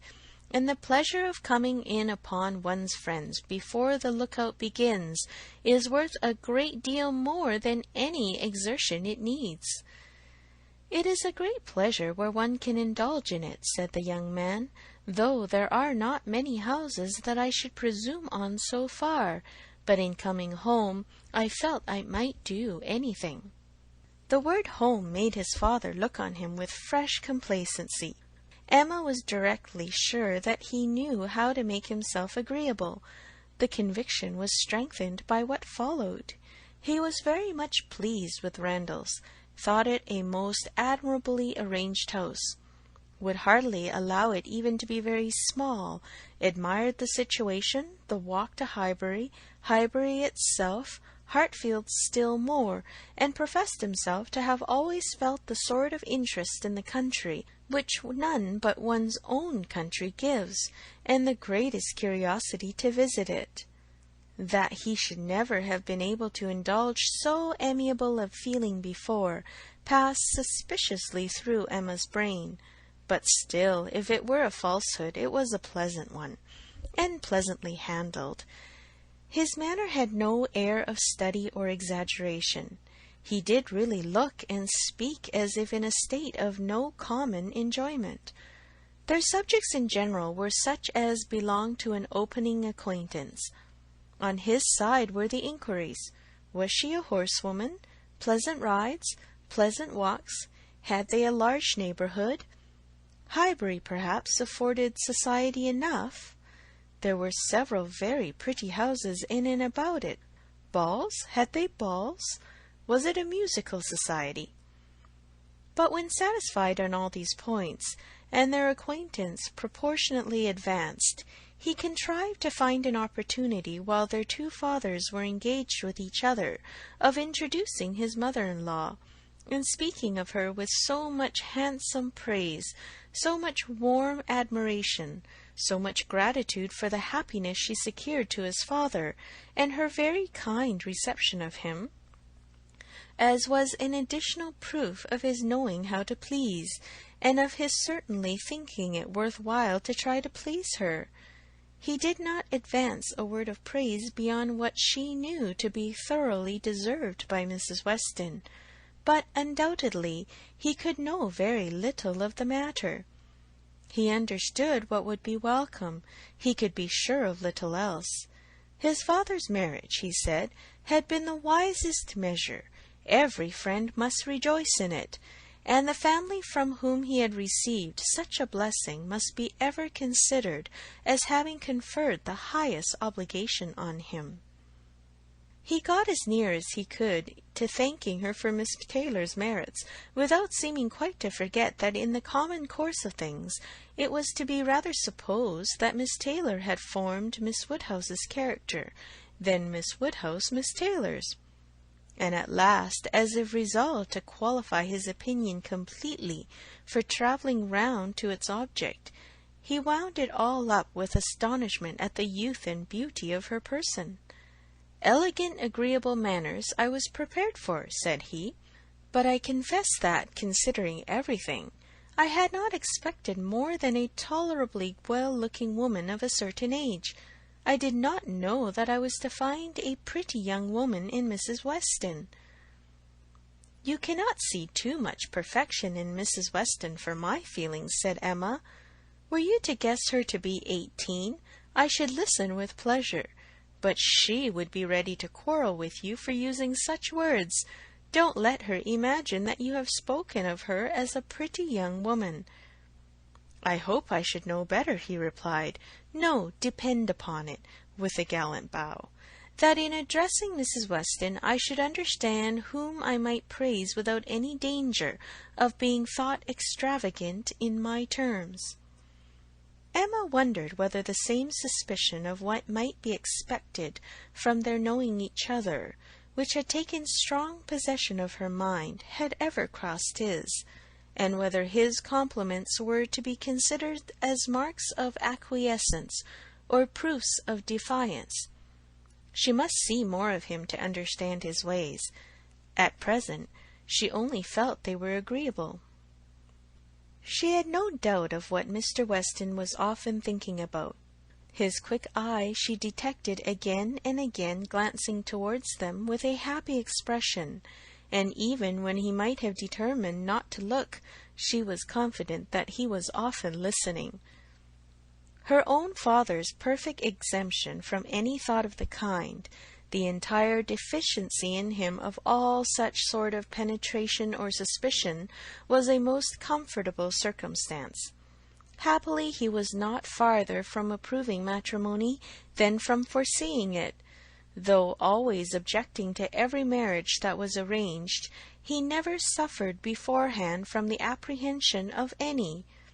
It seemed as if he could not think so ill of any two persons' understanding as to suppose they meant to marry till it were proved against them. She blessed the favouring blindness. He could now, without the drawback of a single unpleasant surmise, without a glance forward at any possible treachery in his guest, give way to all his natural kind-hearted civility in solicitous inquiries after Mr. Frank Churchill's accommodation on his journey through the sad evils of sleeping 2 nights on the road, and express every genuine unmixed anxiety to know that he had certainly escaped catching cold, which, however, he could not allow him to feel quite assured of himself till after another night. A reasonable visit paid, Mr. Weston began to move. He must be going. He had business in the Crown before his hay, and a great many errands for Mrs. Weston at Ford's, but he need not hurry anybody else. His son, too well bred to hear the hint, rose immediately also, saying, "As you are going farther on business, sir, I will take the opportunity of paying a visit which must be paid some day or other, and therefore may be paid now. I have the honour of being acquainted with a neighbour of yours," turning to Emma, "a lady residing in or near Highbury, a family of the name of Fairfax. I shall have no difficulty, I suppose, in finding the house, though Fairfax, I believe, is not the proper name. I should rather say Barnes or Bates. Do you know any family of that name?" "To be sure we do," cried his father. "Mrs. Bates. We passed her house. I saw Miss Bates at the window. True, true, you are acquainted with Miss Fairfax. I remember you knew her at Weymouth, and a fine girl she is. Call upon her by all means." "There is no necessity for my calling this morning," said the young man. "Another day would do as well. But there was that degree of acquaintance at Weymouth which—" "Oh, go to-day, go to-day. Do not defer it. What is right to be done cannot be done too soon. And besides, I must give you a hint, Frank. Any want of attention to her here should be carefully avoided. You saw her with the Campbells, when she was the equal of everybody she mixed with. But here she is with a poor old grandmother, who has barely enough to live on. If you do not call early, it will be a slight." The son looked convinced. "I have heard her speak of the acquaintance," said Emma. "She is a very elegant young woman." He agreed to it, but with so quiet a yes as inclined her almost to doubt his real concurrence. And yet there must be a very distinct sort of elegance for the fashionable world, if Jane Fairfax could be thought only ordinarily gifted with it. "If you were never particularly struck by her manners before," said she, "I think you will to-day. You will see her to advantage. See her and hear her. No, I'm afraid you will not hear her at all, for she has an aunt who never holds her tongue." "You are acquainted with Miss Jane Fairfax, sir, are you?" said Mr. Woodhouse, always the last to make his way in a conversation. "Then give me leave to assure you that you will find her a very agreeable young lady. She is staying here on a visit to her grandmamma and aunt. Very worthy people. I have known them all my life. They will be extremely glad to see you, I am sure. And one of my servants shall go with you to show you the way." "My dear sir, upon no account in the world. My father can direct me." "But your father is not going so far. He is only going to the Crown, quite on the other side of the street, and there are a great many houses. You might be very much at a loss, and it is a very dirty walk, unless you keep on the footpath. But my coachman can tell you where you had best cross the street." Mr. Frank Churchill still declined it, looking as serious as he could, and his father gave his hearty support by calling out, "My good friend, this is quite unnecessary. Frank knows a puddle of water when he sees it, and as to Mrs. Bates, he may get there from the Crown in a hop, step, and jump." They were permitted to go alone, and with a cordial nod from one and a graceful bow from the other, the two gentlemen took leave. Emma remained very well pleased from this beginning of the acquaintance, and could now engage to think of their all at Randalls any hour of the day with full confidence of their comfort. End of Volume 2, Chapter 5. Emma by Jane Austen. Volume 2, Chapter 6. The next morning brought Mr. Frank Churchill again. He came with Mrs. Weston, to whom and to Highbury he seemed to take very cordially. He had been sitting with her, it appeared, most companionably at home till her usual hour of exercise, and on being desired to choose their walk, immediately fixed on Highbury. He did not doubt there being very pleasant walks in every direction, but if left to him, he should always choose the same. Highbury, that airy, cheerful, happy-looking Highbury, would be his constant attraction. Highbury with Mrs. Weston stood for Hartfield, and she trusted to its bearing the same construction with him. They walked thither directly. Emma had hardly expected them, for Mr. Weston, who had called in for half a minute in order to hear that his son was very handsome, knew nothing of their plans, and it was an agreeable surprise to her, therefore, to perceive them walking up to the house together arm in arm. She was wanting to see him again, and especially to see him in company with Mrs. Weston, upon his behaviour, to whom her opinion of him was to depend. If he were deficient there, nothing should make amends for it. But on seeing them together, she became perfectly satisfied. It was not merely in fine words or hyperbolical compliment that he paid his duty. Nothing could be more proper or pleasing than his whole manner to her. Nothing could more agreeably denote his wish of considering her as a friend and securing her affection. And there was enough for Emma to form a reasonable judgment, as their visit included all the rest of the morning. They were all three walking about together for an hour or two, first round the shrubberies of Hartfield, and afterwards in Highbury. He was delighted with everything, admired Hartfield sufficiently for Mr. Woodhouse's year, and when their going farther was resolved on, confessed his wish to be made acquainted with the whole village, and found matter of commendation and interest much oftener than Emma could have supposed. Some of the objects of his curiosity spoke very amiable feelings.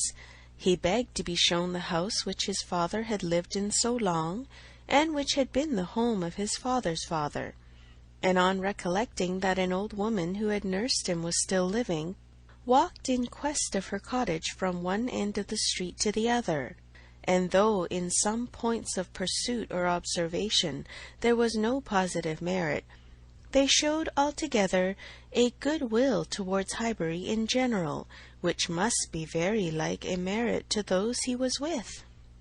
Emma watched and decided that with such feelings as were now shown, it could not be fairly supposed that he had been ever voluntarily absenting himself, that he had not been acting a part, or making a parade of insincere professions, and that Mr. Knightley certainly had not done him justice.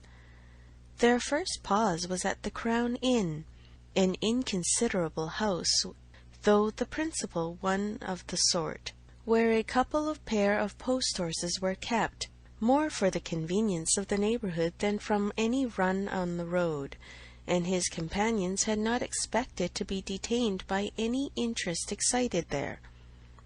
But in passing it, they gave the history of the large room visibly added.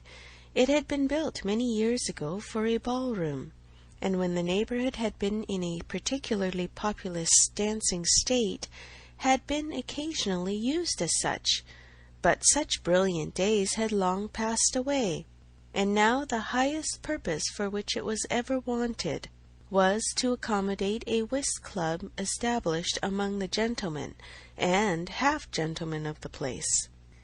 He was immediately interested. Its character as a ballroom caught him, and instead of passing on, he stopped for several minutes at the two superior sashed windows which were open, to look in and contemplate its capabilities and lament that its original purposes should have ceased. He saw no fault in the room. He would acknowledge none which they suggested. No, it was long enough, broad enough, handsome enough. It would hold the very number for comfort. They ought to have balls there at least every fortnight through the winter. Why had not Miss Woodhouse revived the former good old days of the room? She, who could do anything in Highbury. The want of proper families in the place, and the conviction that none beyond the place and its immediate environs could be tempted to attend were mentioned, but he was not satisfied. He could not be persuaded that so many good-looking houses as he saw around him could not furnish members enough for such a meeting, and even when particulars were given and families described, he was still unwilling to admit that the inconvenience of such a mixture would be anything, or that there would be the smallest difficulty in everybody's returning into their proper place the next morning. He argued like a young man very much bent on dancing, and Emma was rather surprised to see the constitution of the Weston prevail so decidedly against the habits of the Churchills. He seemed to have all the life and spirit, cheerful feelings, and social inclinations of his father, and nothing of the pride or reserve of Enscombe. Of pride, indeed, there was, perhaps, scarcely enough. His indifference to a confusion of rank bordered too much on inelegance of mind. He could be no judge, however, of the evils he was holding cheap. It was but an effusion of lively spirits. At last he was persuaded to move on from the front of the Crown, and being now almost facing the house where the Bateses lodged, Emma recollected his intended visit the day before, and asked him if he had paid it.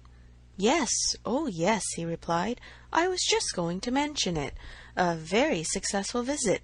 I saw all the three ladies, and felt very much obliged to you for your preparatory hint. If the talking ant had taken me quite by surprise, would have been the death of me. As it was, I was only betrayed into paying a most unreasonable visit.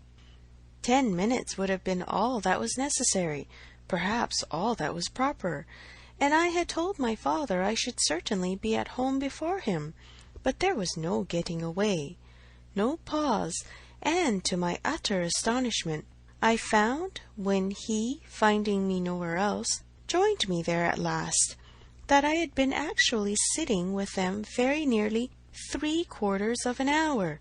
The good lady had not given me the possibility of escape before. And how do you think Miss Fairfax looking? Ill, very ill. That is, if a young lady can ever be allowed to look ill. But the expression is hardly admissible, Mrs. Weston, is it? Ladies can never look ill. And seriously, Miss Fairfax is naturally so pale as almost always to give the appearance of ill health, a most deplorable want of complexion." Emma would not agree to this, and began a warm defence of Miss Fairfax's complexion. It was certainly never brilliant, but she would not allow it to have a sickly hue in general, and there was a softness and delicacy in her skin which gave peculiar elegance to the character of her face. He listened with all due deference, acknowledged that he had heard many people say the same, but yet he must confess that to him nothing could make amends for the want of the fine glow of health. Where features were indifferent, a fine complexion gave beauty to them all, and where they were good, the effect was, fortunately he need not attempt to describe what the effect was. "Well," said Emma, "there is no disputing about taste. At least you admire her except her complexion." He shook his head and laughed. "I cannot separate Miss Fairfax and her complexion." "Did you see her often at Weymouth? Were you often in the same society?" At this moment they were approaching Ford's, and he hastily exclaimed, "Ha! This must be the very shop that everybody attends every day of their lives, as my father informs me. He comes to Highbury himself, he says, 6 days out of the 7, and always business at Ford's. If it be not inconvenient to you, pray let us go in, that I may prove myself to belong to the place, to be a true citizen of Highbury. I must buy something at Ford's. It will be taking out my freedom. I dare say they sell gloves." "Oh, yes, gloves and everything. I do admire your patriotism. You will be adored in Highbury. You were very popular before you came, because you were Mr. Weston's son. But lay out half a guinea at Ford's, and your popularity will stand upon your own virtues." They went in, and while the sleek, well-tied parcels of men's beavers and York tan were bringing down and displaying on the counter, he said, "But I beg your pardon, Miss Woodhouse, you were speaking to me. You were saying something at the very moment of this burst of my amour patriae. Do not let me lose it. I assure you the utmost stretch of public fame would not make me amends for the loss of any happiness in private life. I merely asked whether you had known much of Miss Fairfax and her party at Weymouth. And now that I understand your question, I must pronounce it to be a very unfair one. It is always the lady's right to decide on the degree of acquaintance. Miss Fairfax must already have given her account. I shall not commit myself by claiming more than she may choose to herself. Upon my word, you answer as discreetly as she could do herself. but her account of everything leaves so much to be guessed. She is so very reserved, so very unwilling to give the least information about anybody, that I really think you may say what you like of your acquaintance with her." "May I indeed? Then I will speak the truth, and nothing suits me so well. I met her frequently at Weymouth. I had known the Campbells a little in town, and at Weymouth they were very much in the same set. Colonel Campbell is a very agreeable man, and Mrs. Campbell a friendly, warm-hearted woman. I like them all. You do know Miss Fairfax's situation in life, I conclude, what she is destined to be?" "Yes," rather hesitatingly, "I believe I do." "You get upon delicate subjects, Emma," said Mrs. Weston, smiling. "Remember that I am here. Mr. Frank Churchill hardly knows what to say when you speak of Miss Fairfax's situation in life. I will move a little farther off." "I certainly do forget to think of her," said Emma, "as having ever been anything but my friend, and my dearest friend." He looked as if he fully understood and honoured such a sentiment. When the gloves were bought and they had quitted the shop again, "Did you ever hear the young lady we were speaking of play?" said Frank Churchill. "Ever hear her?" repeated Emma. "You forget how much she belongs to Highbury. I have heard her every year of our lives since we both began. She plays charmingly." "You think so, do you?" "I wanted the opinion of someone who could really judge. She appeared to me to play well, that is, with considerable taste, but I know nothing of the matter myself. I am excessively fond of music, but without the smallest skill or right of judging of anybody's performance. I have been used to hear hers admired, and I remember one proof of her being thought to play well. A man, a very musical man, and in love with another woman, engaged to her, on the point of marriage, would yet never ask that other woman to sit down to the instrument, if the lady in question could sit down instead, never seemed to like to hear one if he could hear the other. That, I thought, in a man of known musical talent, was some proof." "Proof indeed," said Emma, highly amused. "Mr. Dixon is very musical, is he? We shall know more about them all in half an hour, from you, than Miss Fairfax would have vouchsafed in half a year." Yes, Mr. Dixon and Miss Campbell were the persons, and I thought it a very strong proof. Certainly very strong it was. To own the truth, a great deal stronger than, if I had been Miss Campbell, would have been at all agreeable to me. I could not excuse a man's having more music than love, more ear than eye, a more acute sensibility to fine sounds than to my feelings. How did Miss Campbell appear to like it? It was her very particular friend, you know. "Poor comfort," said Emma, laughing. "One would rather have a stranger preferred than one's very particular friend. With a stranger it might not recur again, but the misery of having a very particular friend always at hand, to do everything better than one does oneself. Poor Mrs. Dixon! Well, I am glad she is gone to settle in Ireland." "You are right. It was not very flattering to Miss Campbell, but she really did not seem to feel it. So much the better, or so much the worse, I do not know which. But be it sweetness or be it stupidity in her, quickness of friendship, or dullness of feeling, there was one person, I think, who must have felt it, Miss Fairfax herself. She must have felt the improper and dangerous distinction. As to that, I do not— Oh, do not imagine that I expect an account of Miss Fairfax being, I guess, but herself. But if she continued to play whenever she was asked by Mr. Dixon, one may guess what one chooses." There appeared such a perfectly good understanding among them all. He began rather quickly, but checking himself, added, "However, it is impossible for me to say on what terms they really were, how it might all be behind the scenes. I can only say that there was smoothness outwardly, but you, who have known Miss Fairfax from a child, must be a better judge of her character, and of how she is likely to conduct herself in critical situations, than I can be. I have known her from a child, undoubtedly. We have been children and women together, and it is natural to suppose that we should be intimate, that we should have taken to each other whenever she visited her friends. But we never did. I hardly know how it has happened. A little, perhaps, from that wickedness on my side, which was prone to take disgust towards a girl so idolized and so cried up as she always was by her aunt and grandmother, and all their set. And then her reserve. I never could attach myself to anyone so completely reserved. "It is a most repulsive quality indeed," said he. "Oftentimes very convenient, no doubt, but never pleasing. There is safety in reserve, but no attraction.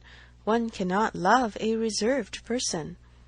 Not till the reserve ceases towards oneself, and then the attraction may be greater. But I must be more in want of a friend or an agreeable companion than I have yet been, to take the trouble of conquering anybody's reserve to procure one. Intimacy between Miss Fairfax and me is quite out of the question. I have no reason to think ill of her, not the least, except that such extreme and perpetual cautiousness of word and manner, such a dread of giving a distinct idea about anybody, is apt to suggest suspicions of there being something to conceal." He perfectly agreed with her, and after walking together so long and thinking so much alike, Emma felt herself so well acquainted with him that she could hardly believe it to be only their second meeting. He was not exactly what she had expected. Less of the man of the world in some of his notions, less of the spoiled child of fortune, therefore better than she had expected. His ideas seemed moderate, his feelings warmer. She was particularly struck by his manner of considering Mr. Elton's house, which, as well as the church, he would go and look at, and would not join them in finding much fault with. No, he could not believe it a bad house. Not such a house of a man was to be pitied for having. If it were to be shared with the woman he loved, he could not think any man to be pitied for having that house. There must be ample room in it for very real comfort. The man must be a blockhead who wanted more. Mrs. Weston laughed and said he did not know what he was talking about. Used only to large houses himself, and without ever thinking how many advantages and accommodations were attached to its size, he could be no judge of the privations inevitably belonging to a small one. But Emma, in her own mind, determined that he did know what he was talking about, and that he showed a very amiable inclination to settle early in life, and to marry from worthy motives. He might not be aware of the inroads on domestic peace, to be occasioned by no housekeeper's room or a bad butler's pantry, but no doubt he did perfectly feel that Enscombe could not make him happy, and that whenever he were attached, he would willingly give up much of wealth to be allowed an early establishment. End of Volume 2, Chapter 6. Emma by Jane Austen, Volume 2, Chapter 7. Emma's very good opinion of Frank Churchill was a little shaken the following day, by hearing that he was gone off to London, merely to have his hair cut. A sudden freak seemed to have seized him at breakfast, and he had sent for a chaise and set off, intending to return to dinner, but with no more important view that appeared than having his hair cut. There was certainly no harm in his travelling 16 miles twice over on such an errand, but there was an air of foppery and nonsense in it which she could not approve. It did not accord with the rationality of plan, the moderation in expense, or even the unselfish warmth of heart, which she had believed himself to discern in him yesterday. Vanity, extravagance, love of change, restlessness of temper, which must be doing something, good or bad, heedlessness as to the pleasure of his father and Mrs. Weston, indifferent as to how his conduct might appear in general, he became liable to all these charges. His father only called him a coxcomb, and thought it a very good story, but that Mrs. Weston did not like it was clear enough, by her passing it over as quickly as possible, and making no other comment than that all young people would have their little whims. With the exception of this little blot, Emma found that his visit hitherto had given her friend only good ideas of him. Mrs. Weston was very ready to say how attentive and pleasant a companion he made himself, how much she saw to like in his disposition altogether. He appeared to have a very open temper, certainly a very cheerful and lively one. She could observe nothing wrong in his notions. A great deal decidedly right. He spoke of his uncle with warm regard, was fond of talking of him, said he would be the best man in the world if he were left to himself, and though there was no being attached to the aunt, he acknowledged her kindness with gratitude, and seemed to mean always to speak of her with respect. This was all very promising, and but for such an unfortunate fancy for having his hair cut, there was nothing to denote him unworthy of the distinguished honour which her imagination had given him.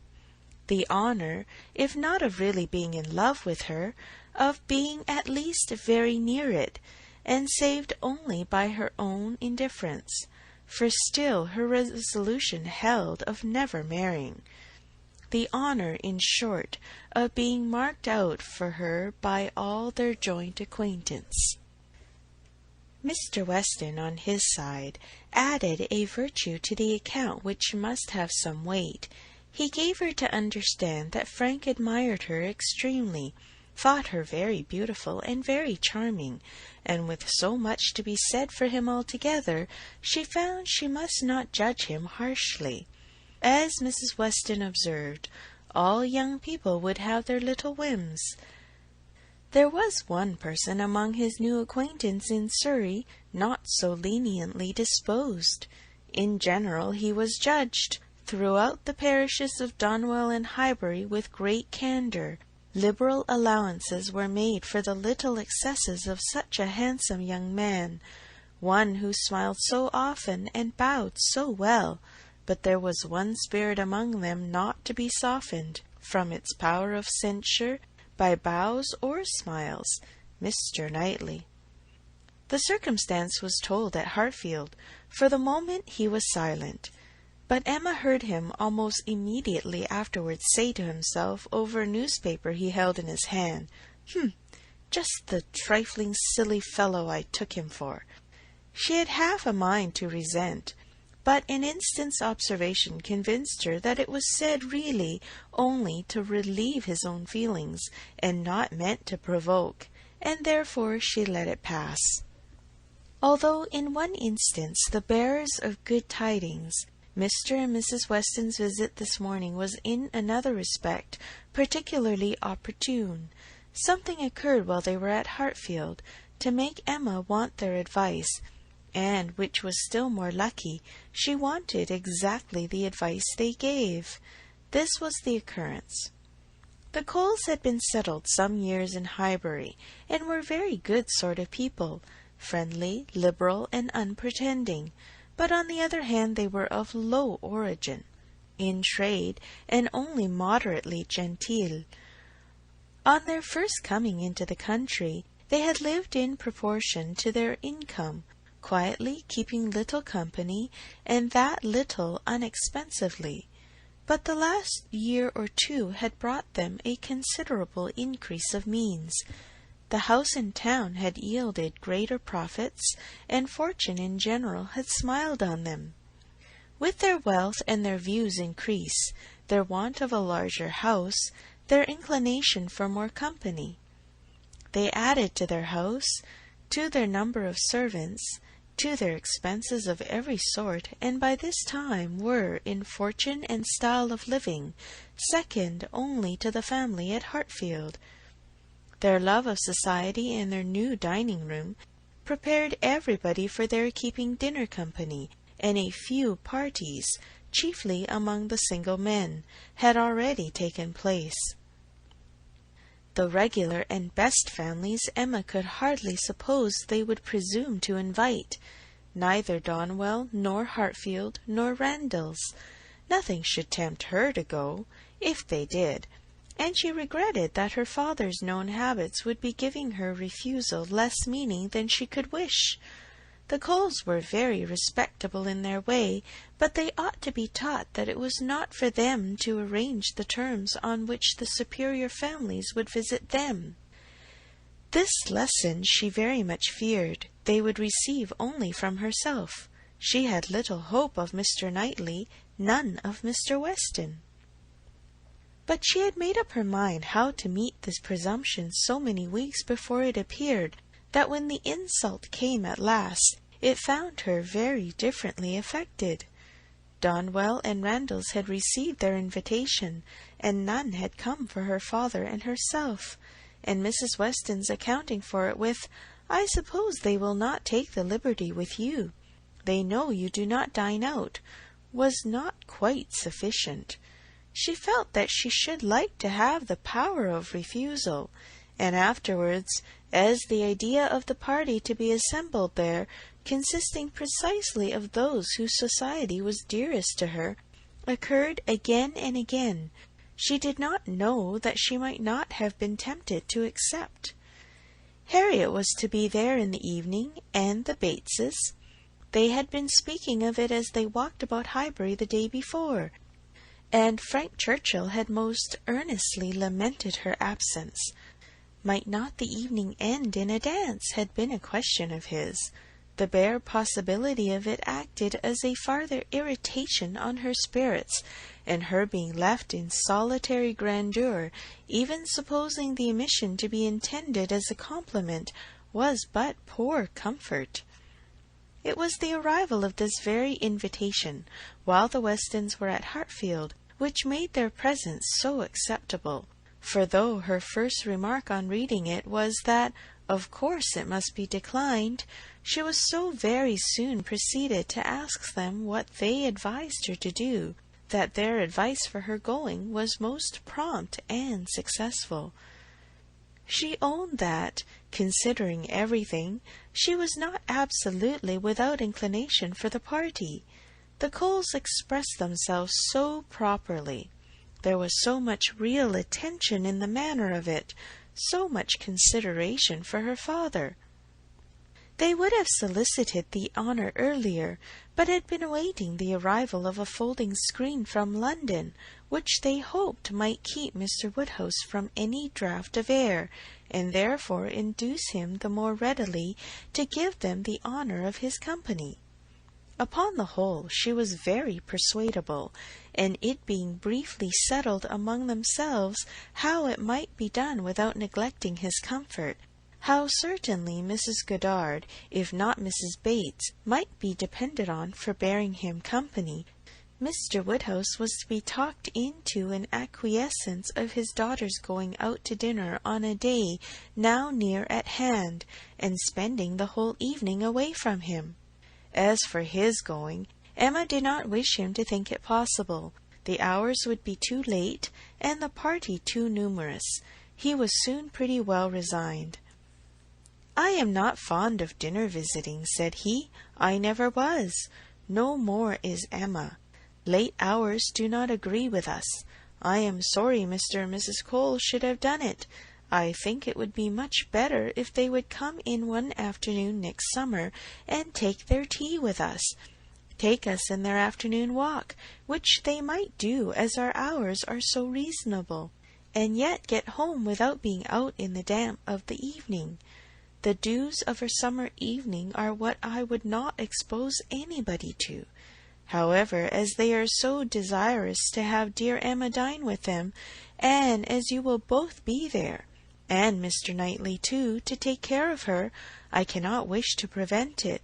providing the weather be what it ought, neither damp, nor cold, nor windy. Then, turning to Mrs. Weston, with a look of gentle reproach, "Ah, Miss Taylor, if you had not married, you would have stayed at home with me."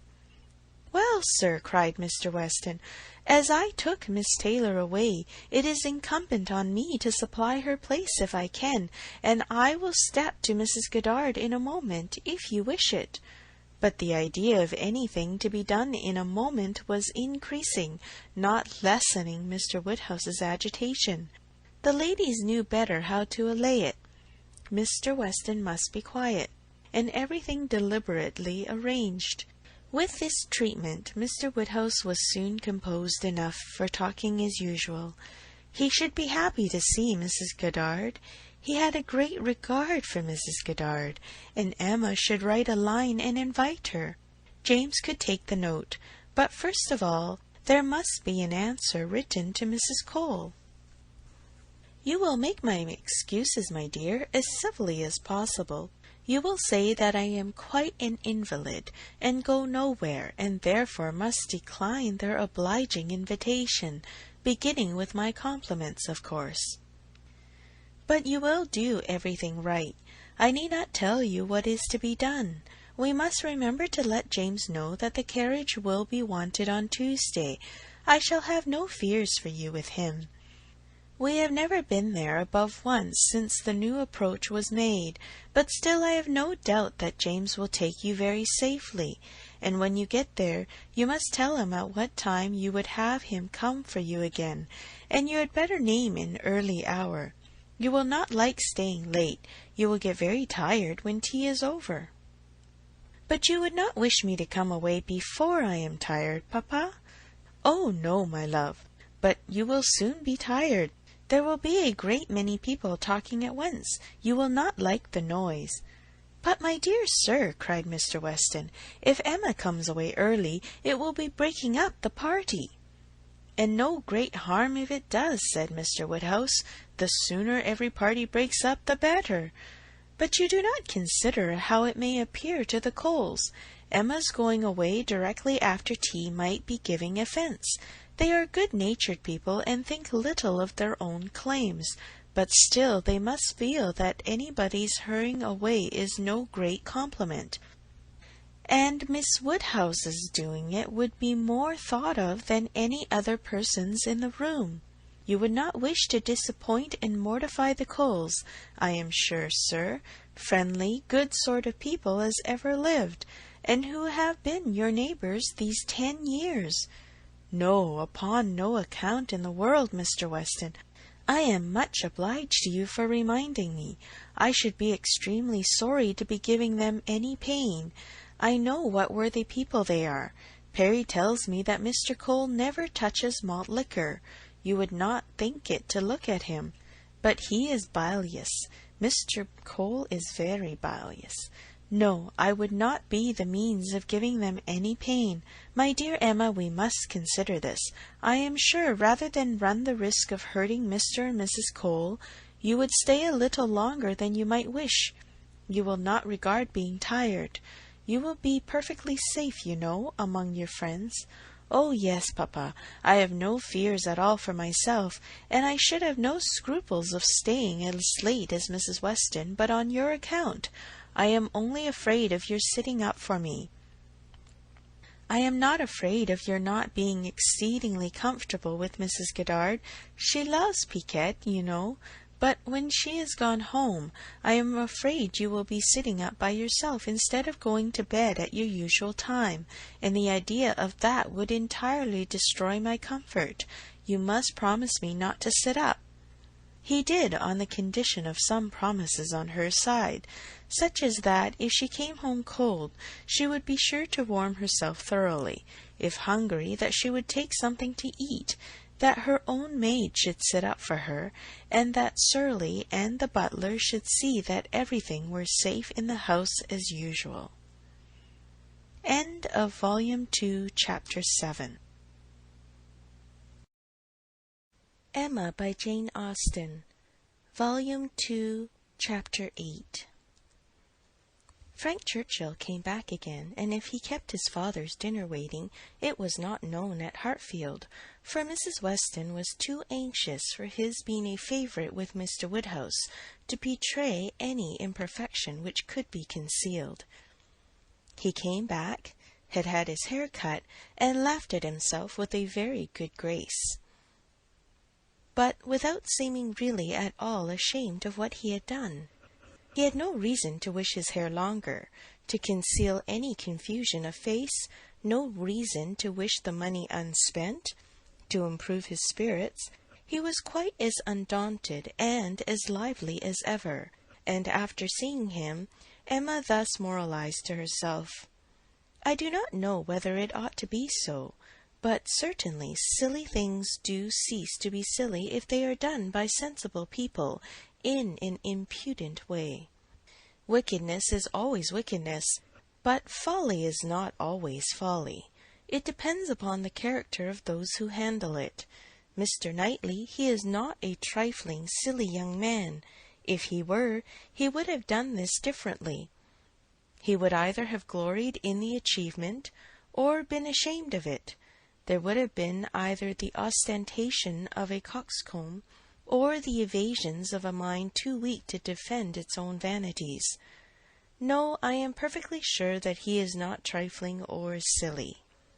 With Tuesday came the agreeable prospect of seeing him again, and for a longer time than hitherto, of judging of his general manners, and by inference of the meaning of his manners towards herself, of guessing how soon it might be necessary for her to throw coldness into her air, and of fancying what the observations of all those might be who were now seeing them together for the first time. She meant to be very happy, in spite of the scene being laid at Mr. Cole's, and without being able to forget that among the failings of Mr. Elton, even in the days of his favour, none had disturbed her more than his propensity to dine with Mr. Cole. Her father's comfort was amply secured, Mrs. Bates as well as Mrs. Goddard being able to come, and her last pleasing duty before she left the house was to pay her respects to them as they sat together after dinner. And while her father was fondly noticing the beauty of her dress, to make the two ladies all the amends in her power by helping them to large slices of cake and full glasses of wine, for whatever unwilling self-denial his care of their constitution might have obliged them to practice during the meal, she had provided a plentiful dinner for them. She wished she could know that they had been allowed to eat it. She followed another carriage to Mr. Cole's door, and was pleased to see that it was Mr. Knightley's, for Mr. Knightley, keeping no horses, having little spare money, and a great deal of health, activity, and independence, was too apt, in Emma's opinion, to get about as he could, and not use his carriage so often as became the owner of Donwell Abbey. She had an opportunity now of speaking her approbation while warm from her heart, for he stopped to hand her out. "This is coming as you should do," said she, "like a gentleman. I am quite glad to see you." He thanked her, observing, "How lucky that we should arrive at the same moment, for if we had met first in the drawing-room, I doubt whether you would have discerned me to be more of a gentleman than usual. You might not have distinguished how I came, by my look or manner." "Yes, I should. I am sure I should. There is always a look of consciousness or bustle when people come in a way which they know to be beneath them. You think you carry it off very well, I dare say, but with you it is a sort of bravado, an air of affected unconcern. I always observe it whenever I meet you under those circumstances. Now you have nothing to try for. You are not afraid of being supposed ashamed. You are not striving to look taller than anybody else. Now I shall really be very happy to walk into the same room with you." "Nonsensical girl," was his reply, but not at all in anger. Emma had as much reason to be satisfied with the rest of the party as with Mr. Knightley. She was received with a cordial respect which could not but please, and given all the consequence she could wish for. When the Westons arrived, the kindest looks of love, the strongest of admiration were for her, from both husband and wife.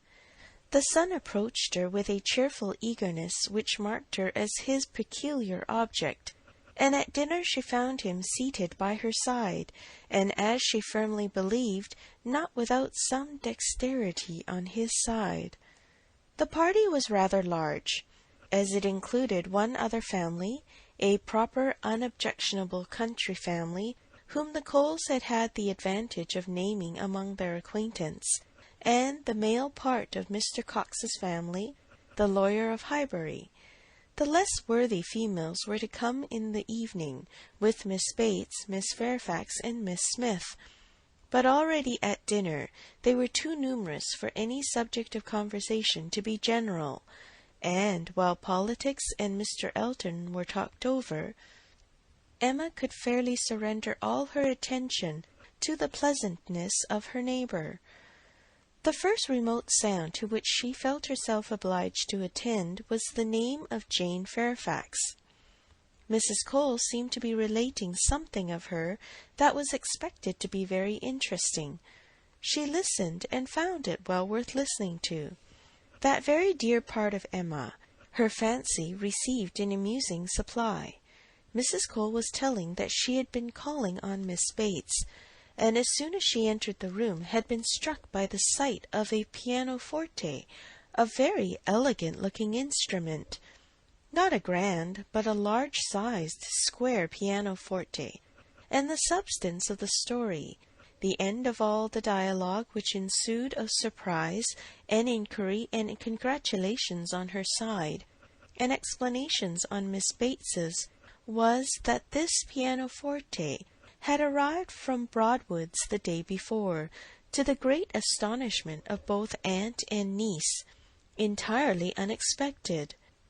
That at first, by Miss Bates' account, Jane herself was quite at a loss, quite bewildered to think who could possibly have ordered it, but now they were both perfectly satisfied that it could be from only one quarter. Of course it must be from Colonel Campbell. One can suppose nothing else, added Mrs. Cole, and I was only surprised that there could ever have been a doubt. But Jane, it seems, had a letter from them very lately, and not a word was said about it. She knows their way best, but I should not consider their silence as any reason for their not meaning to make the present. They might choose to surprise her. Mrs. Cole had many to agree with her. Everybody who spoke on the subject was equally convinced that it must come from Colonel Campbell, and equally rejoiced that such a present had been made, and there were enough ready to speak to allow Emma to think her own way, and still listen to Mrs. Cole. I declare, I do not know when I have heard anything that has given me more satisfaction. It always has quite hurt me that Jane Fairfax, who plays so delightfully, should not have an instrument. It seemed quite a shame, especially considering how many houses there are where fine instruments are absolutely thrown away. This is like giving ourselves a slap, to be sure, and it was but yesterday I was telling Mr. Cole, I really was ashamed to look at our new grand pianoforte in the drawing-room, while I do not know one note from another, and our little girls, who are but just beginning, perhaps may never make anything of it, and there is poor Jane Fairfax, who is mistress of music, has not anything of the nature of an instrument, not even the pitifullest old spinet in the world, to amuse herself with. I was saying this to Mr. Cole but yesterday, and he quite agreed with me, only he is so particularly fond of music that he could not help indulging himself in the purchase, hoping that some of our good neighbours might be so obliging occasionally to put it to better use than we can. And that really is the reason why the instrument was bought, or else I am sure we ought to be ashamed of it. We are in great hopes that Miss Woodhouse may be prevailed with to try it this evening. Miss Woodhouse made the proper acquiescence, and finding that nothing more was to be entrapped from any communication of Mrs. Cole's, turned to Frank Churchill. "Why do you smile?" said she. "Nay, why do you?" "Me? I suppose I smile for pleasure at Colonel Campbell's being so rich and so liberal. It is a handsome present." "Very." "I rather wonder that it was never made before." "Perhaps Miss Fairfax has never been staying here so long before." "Or that he did not give her the use of their own instrument, which must now be shut up in London, untouched by anybody. That is a grand pianoforte, and he might think it too large for Mrs. Bates's house. You may say what you choose, but your countenance testifies that your thoughts on this subject are very much like mine." "I do not know. I rather believe that you are giving me more credit for acuteness than I deserve. I smile because you smile, and shall probably suspect whatever I find you suspect. But at present I do not see what there is to question. If Colonel Campbell is not the person, who can be?" "What do you say to Mrs. Dixon?" "Mrs. Dixon? Very true indeed. I had not thought of Mrs. Dixon. She must know as well as her father how acceptable an instrument would be, and perhaps the mode of it, the mystery, the surprise, is more like a young woman's scheme than an elderly man's. It is Mrs. Dixon, I dare say. I told you that your suspicions would guide mine." "If so, you must extend your suspicions, and comprehend Mr. Dixon in them." "Mr. Dixon? Very well. Yes, I immediately perceive that it must be the joint present of Mr. and Mrs. Dixon. We were speaking the other day, you know, of his being so warm an admirer of her performance." "Yes, and what you told me on that head confirmed an idea which I had entertained before. I do not mean to reflect upon the good intentions of either Mr. Dixon or Miss Fairfax, but I cannot help suspecting either that, after making his proposals to her friend, he had the misfortune to fall in love with her, or that he became conscious of a little attachment on her side. One might guess 20 things without guessing exactly the right, but I am sure there must be a particular cause for her choosing to come to Highbury instead of going with the Campbells to Ireland. Here she must be leading a life of privation and penance. There it would have been all enjoyment. As to the pretence of trying her native air, I look upon that as a mere excuse. In the summer it might have passed, but what can anybody's native air do for them in the months of January, February, and March? Good fires and carriages would be much more to the purpose in most cases of delicate health, and I dare say in hers. I do not require you to adopt all my suspicions, though you make so noble a profession of doing it, but I honestly tell you what they are. And, upon my word, they have an air of great probability. Mr. Dixon's preference of her music to her friends, I can answer for being very decided. And then he saved her life. Did you ever hear of that? A water party, and by some accident she was falling overboard. He caught her. He did. I was there, one of the party. Were you really? Well, but you observed nothing, of course, for it seems to be a new idea to you. If I had been there, I think I should have made some discoveries. I dare say you would, but I, simple I, saw nothing but the fact that Miss Fairfax was nearly dashed from the vessel, and that Mr. Dixon caught her. It was the work of a moment, and though the consequent shock and alarm was very great and much more durable, indeed I believe it was half an hour before any of us were comfortable again, yet that was too general a sensation for anything of peculiar anxiety to be observable. I do not mean to say, however, that you might not have made discoveries. The conversation was here interrupted. They were called on to share in the awkwardness of a rather long interval between the courses, and obliged to be as formal and as orderly as the others. But when the table was again safely covered, when every corner dish was placed exactly right, and occupation and ease were generally restored, Emma said, "The arrival of this pianoforte is decisive with me. I wanted to know a little more, and this tells me quite enough. Depend upon it, we shall soon hear that it is a present from Mr. and Mrs. Dickson. And if the Dicksons should absolutely deny all knowledge of it, we must conclude it is to come from the Campbells." "No, I am sure it is not from the Campbells. Miss Fairfax knows it is not from the Campbells, or they would have been guessed at first. She would not have been puzzled had she dared fix on them. I may not have convinced you, perhaps, but I am perfectly convinced myself that Mr. Dickson is a principal in the business." "Indeed, you injure me if you suppose me unconvinced. Your reasonings carry my judgment along with them entirely. At first, while I supposed you satisfied that Colonel Campbell was the giver, I saw it only as paternal kindness, and thought it the most natural thing in the world. But when you mentioned Mrs. Dickson, I felt how much more probable that it should be the tribute of warm female friendship, and now I can see it in no other light than as an offering of love." There was no occasion to press the matter further. The conviction seemed real. He looked as if he felt it. She said no more, other subjects took their turn, and the rest of the dinner passed away. The dessert succeeded, the children came in, and were talked to and admired amid the usual rate of conversation. A few clever things said, a few downright silly, but by much the larger proportion, neither the one nor the other, nothing worse than everyday remarks, dull repetitions, old news, and heavy jokes.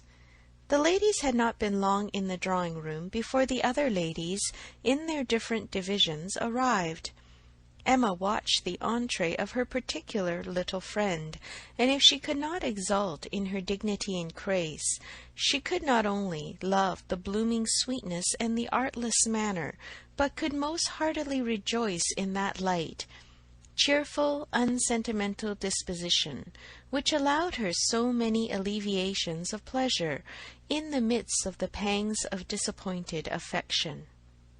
There she sat, and who would have guessed how many tears she had been lately shedding? To be in company nicely dressed herself, and seeing others nicely dressed, to sit and smile and look pretty, and say nothing, was enough for the happiness of the present hour. Jane Fairfax did look and move superior, but Emma suspected she might have been glad to change feelings with Harriet, very glad to have purchased the mortification of having loved, yes, of having loved even Mr. Elton in vain, by the surrender of all the dangerous pleasure of knowing herself beloved by the husband of her friend. In so large a party it was not necessary that Emma should approach her.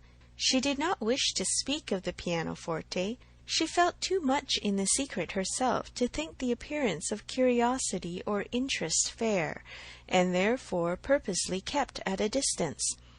But by the others the subject was almost immediately introduced, and she saw the blush of consciousness with which congratulations were received, the blush of guilt which accompanied the name of "my excellent friend Colonel Campbell." Mrs. Weston, kind-hearted and musical, was particularly interested by the circumstance, and Emma could not help being amused at her perseverance in dwelling on the subject, and having so much to ask, and to say as to tone, touch, and pedal, totally unsuspicious of that wish of saying as little about it as possible, which she plainly read in the fair heroine's countenance. They were soon joined by some of the gentlemen, and the very first of the early was Frank Churchill. In he walked, the first and the handsomest, and after paying his compliments en passant to Miss Bates and her niece, made his way directly to the opposite side of the circle, where sat Miss Woodhouse, and till he could find a seat by her, would not sit at all. Emma divined what everybody present must be thinking. She was his object, and everybody must perceive it. She introduced him to her friend Miss Smith, and at convenient moments afterwards heard what each thought of the other. He had never seen so lovely a face, and was delighted with her naivete, and she, only to be sure it was paying him too great a compliment, but she did think there was some looks a little like Mr. Elton. Emma restrained her indignation, and only turned from her in silence. Smiles of intelligence passed between her and the gentleman on first glancing towards Miss Fairfax, but it was most imprudent to avoid speech. He told her that he had been impatient to leave the dining-room, hated sitting long, was always the first to move when he could, that his father, Mr. Knightley, Mr. Cox, and Mr. Cole were left very busy over parish business, that as long as he had stayed, however, it had been pleasant enough, as he had found them in general a set of gentlemanlike sensible men, and spoke so handsomely of Highbury altogether, thought it so abundant in agreeable families, that Emma began to feel she had been used to despise the place rather too much. She questioned him as to the society in Yorkshire, the extent of the neighbourhood about Enscombe, and the sort, and could make out from his answers that, as far as Enscombe was concerned, there was very little going on, that their visitings were among a range of great families, none very near, and that even when days were fixed, and invitations accepted, it was an even chance that Mrs. Churchill was not in health and spirits for going, that they made a point of visiting no fresh person, and that, though he had his separate engagements, it was not without difficulty, without considerable address at times, that he could get away, or introduce an acquaintance for a night. She saw that Enscombe could not satisfy, and that Highbury, taken at its best, might reasonably please a young man who had more retirement at home than he liked. His importance at Enscombe was very evident. He did not boast, but it naturally betrayed itself that he had persuaded his aunt where his uncle could do nothing, and on her laughing and noticing it, he owned that he believed, excepting 1 or 2 points, he could with time persuade her to anything. One of those points on which his influence had failed he then mentioned. He had wanted very much to go abroad, had been very eager indeed to be allowed to travel, but she would not hear of it. This had happened the year before. Now, he said, he was beginning to have no longer the same wish. The unpersuadable point which he did not mention, Emma guessed to be good behaviour to his father. "I have made a most wretched discovery," said he, after a short pause. "I have been here a week to-morrow, half my time. I never knew days fly by so fast. A week to-morrow, and I have hardly begun to enjoy myself, but just got acquainted with Mrs. Weston and others. I hate the recollection." "Perhaps you may now begin to regret that you spent 1 whole day out of so few in having your hair cut." "No," said he, smiling, "that is no subject of regret at all. I have no pleasure in seeing my friends, unless I can believe myself fit to be seen." The rest of the gentlemen being now in the room, Emma found herself obliged to turn from him for a few minutes, and listen to Mr. Cole. When Mr. Cole had moved away, and her attention could be restored as before, she saw Frank Churchill looking intently across the room at Miss Fairfax, who was sitting exactly opposite. "What is the matter?" said she. He started. "Thank you for rousing me," he replied. "I believe I have been very rude, but really Miss Fairfax has done her hair in so odd a way, so very odd a way, that I cannot keep my eyes from her. I never saw anything so outré. Those curls! This must be a fancy of her own. I see nobody else looking like her. I must go and ask her whether it is an Irish fashion. Shall I? Yes, I will. I declare I will, and you shall see how she takes it, whether she colours." He was gone immediately, and Emma soon saw him standing before Miss Fairfax and talking to her. but as to its effects on the young lady, as he had improvidently placed himself exactly between them, exactly in front of Miss Fairfax, she could absolutely distinguish nothing. Before he could return to his chair, it was taken by Mrs. Weston. "This is the luxury of a large party," said she. "One can get near everybody and say everything. My dear Emma, I am longing to talk to you. I have been making discoveries and forming plans, just like yourself, and I must tell them while the idea is fresh. Do you know how Miss Bates and her niece came here?" "How? They were invited, were not they?" "Oh, yes, but how they were conveyed hither, the manner of their coming." "They walked, I conclude. How else could they come?" "Very true. Well, a little while ago it occurred to me how very sad it would be to have Jane Fairfax walking home again, late at night, and cold as the nights are now, and as I looked at her, though I never saw her appear to more advantage, it struck me that she was heated, and would therefore be particularly liable to take cold. Poor girl! I could not bear the idea of it, so as soon as Mr. Weston came into the room, and I could get at him, I spoke to him about the carriage. You may guess how readily he came into my wishes, and having his approbation, I made my way directly to Miss Bates, to assure her that the carriage would be at her service before it took us home, for I thought it would be making her comfortable at once. Good soul, she was as grateful as possible, you may be sure. Nobody was ever so fortunate as herself, but with many, many thanks, there was no occasion to trouble us, for Mr. Knightley's carriage had brought and was to take them home again.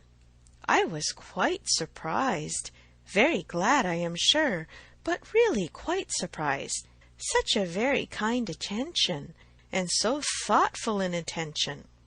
The sort of thing that so few men would think of, and in short, from knowing his usual ways, I am very much inclined to think that it was for their accommodation the carriage was used at all.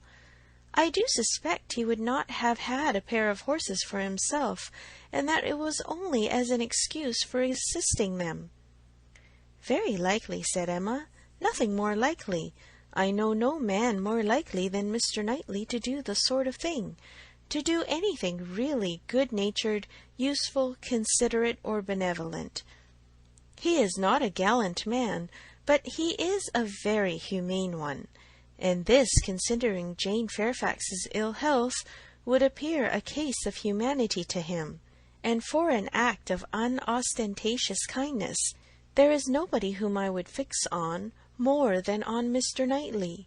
I know he had horses to-day, for we arrived together, and I laughed at him about it, but he said not a word that could betray." "Well," said Mrs. Weston, smiling, "you give him credit for more simple, disinterested benevolence in this instance than I do, for while Miss Bates was speaking, a suspicion darted into my head, and I have never been able to get it out again. The more I think of it, the more probable it appears. In short, I have made a match between Mr. Knightley and Jane Fairfax. See the consequence of keeping you company. What do you say to it?" "Mr. Knightley and Jane Fairfax!" exclaimed Emma. "Dear Mrs. Weston, how could you think of such a thing? Mr. Knightley! Mr. Knightley must not marry. You would not have little Henry cut out from Donwell. Oh, no, no, Henry must have Donwell. I cannot at all consent to Mr. Knightley's marrying, and I am sure it is not at all likely. I am amazed that you should think of such a thing." "My dear Emma, I have told you what led me to think of it.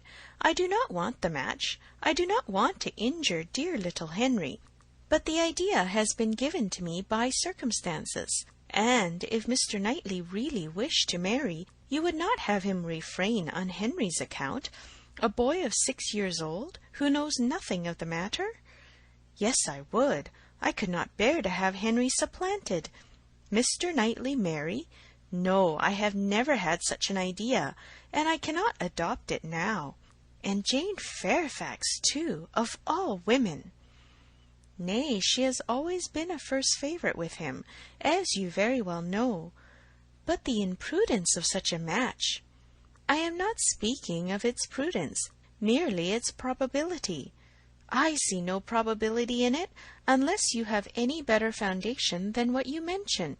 His good nature, his humanity, as I tell you, would be quite enough to account for the horses. He has a great regard for the Bateses, you know, independent of Jane Fairfax, and is always glad to show them attention. My dear Mrs. Weston, do not take to matchmaking. You do it very ill. Jane Fairfax, mistress of the Abbey? Oh, no, no. Every feeling revolts. For his own sake, I would not have him do so mad a thing. Imprudent, if you please, but not mad. Excepting inequality of fortune, and perhaps a little disparity of age, I can see nothing unsuitable. But Mr. Knightley does not want to marry. I am sure he has not the least idea of it. Do not put it into his head. Why should he marry? He is as happy as possible by himself, with his farm and his sheep and his library and all the parish to manage, and he is extremely fond of his brother's children. He has no occasion to marry, either to fill up his time or his heart. My dear Emma, as long as he thinks so, it is so, but if he really loves Jane Fairfax— Nonsense! He does not care about Jane Fairfax. In the way of love, I am sure he does not. He would do any good to her or her family, but— Well, said Mrs. Weston, laughing, perhaps the greatest good he could do them would be to give Jane such a respectable home. If it would be good to her, I am sure it would be evil to himself, a very shameful and degrading connection. How would he bear to have Miss Bates belonging to him? To have her haunting the Abbey, and thanking him all day long for his great kindness in marrying Jane, so very kind and obliging, but he always has been such a very kind neighbour, and then fly off through half a sentence to her mother's old petticoat. Not that it was such a very old petticoat either, for still it would last a great while, and indeed she must thankfully say that their petticoats were all very strong. For shame, Emma, do not mimic her. You divert me against my conscience, and upon my word I do not think Mr. Knightley would be much disturbed by Miss Bates. Little things do not irritate him. She might talk on, and if he wanted to say anything himself, he would only talk louder and drown her voice. But the question is not whether it would be a bad connection for him, but whether he wishes it. And I think he does. I have heard him speak, and so must you, so very highly of Jane Fairfax. The interest he takes in her, his anxiety about her health, his concern that she should have no happier prospect. I have heard him express himself so warmly on those points, such an admirer of her performance on the pianoforte and of her voice. I have heard him say that he could listen to her forever. Oh, and I had almost forgotten one idea that occurred to me. This pianoforte that has been sent here by somebody, though we have all been so well satisfied to consider it a present from the Campbells, may it not be from Mr. Knightley? I cannot help suspecting him. I think he is just the person to do it, even without being in love. Then it can be no argument to prove that he is in love, but I do not think it is at all a likely thing for him to do. Mr. Knightley does nothing mysteriously. I have heard him lamenting her having no instrument repeatedly, oftener than I should suppose such a circumstance would, in the common course of things, occur to him. Very well, and if he had intended to give her one, he would have told her so. There might be scruples of delicacy, my dear Emma. I have a very strong notion that it comes from him. I am sure he was particularly silent when Mrs. Cole told us of it at dinner. You take up an idea, Mrs. Weston, and run away with it, as you have many a time reproached me with doing. I see no sign of attachment. I believe nothing of the pianoforte, and proof only shall convince me that Mr. Knightley has any thought of marrying Jane Fairfax. They combated the point some time longer in the same way, Emma rather gaining ground over the mind of her friend, for Mrs. Weston was the most used of the two to yield, till a little bustle in the room showed them that tea was over and the instrument in preparation, and at the same moment Mr. Cole approaching to entreat Miss Woodhouse would do them the honour of trying it. Frank Churchill, of whom in the eagerness of her conversation with Mrs. Weston she had been seeing nothing, except that he had found a seat by Miss Fairfax, followed Mr. Cole to add his very pressing entreaties, and as in every respect it suited Emma best to lead, she gave a very proper compliance. She knew the limitations of her own powers too well to attempt more than she could perform with credit. She wanted neither taste nor spirit in the little things which are generally acceptable, and could accompany her own voice well. One accompaniment to her song took her agreeably by surprise, a second slightly but correctly taken by Frank Churchill. Her pardon was duly begged at the close of the song, and everything usual followed. He was accused of having a delightful voice, and a perfect knowledge of music, which was properly denied, and that he knew nothing of the matter, and had no voice at all, roundly asserted. They sang together once more, and Emma would then resign her place to Miss Fairfax, whose performance, both vocal and instrumental, she could never attempt to conceal from herself, was infinitely superior to her own. With mixed feelings, she seated herself at a little distance from the numbers round the instrument to listen. Frank Churchill sang again. They had sung together once or twice, it appeared, at Weymouth, but the sight of Mr. Knightley among the most attentive soon drew away half Emma's mind, and she fell into a train of thinking on the subject of Mrs. Weston's suspicions, to which the sweet sounds of the united voices gave only momentary interruptions. Her objections to Mr. Knightley's marrying did not in the least subside. She could see nothing but evil in it. It would be a great disappointment to Mr. John Knightley, consequently to Isabella, a real injury to the children, a most mortifying change and material loss to them all, a very great deduction from her father's daily comfort, and as to herself, she could not at all endure the idea of Jane Fairfax at Donwell Abbey, a Mrs. Knightley for them all to give way to. No, Mr. Knightley must never marry. Little Henry must remain the heir of Donwell. Presently Mr. Knightley looked back, and came and sat down by her. They talked at first only of the performance. His admiration was certainly very warm, yet she thought, but for Mrs. Weston, it would not have struck her.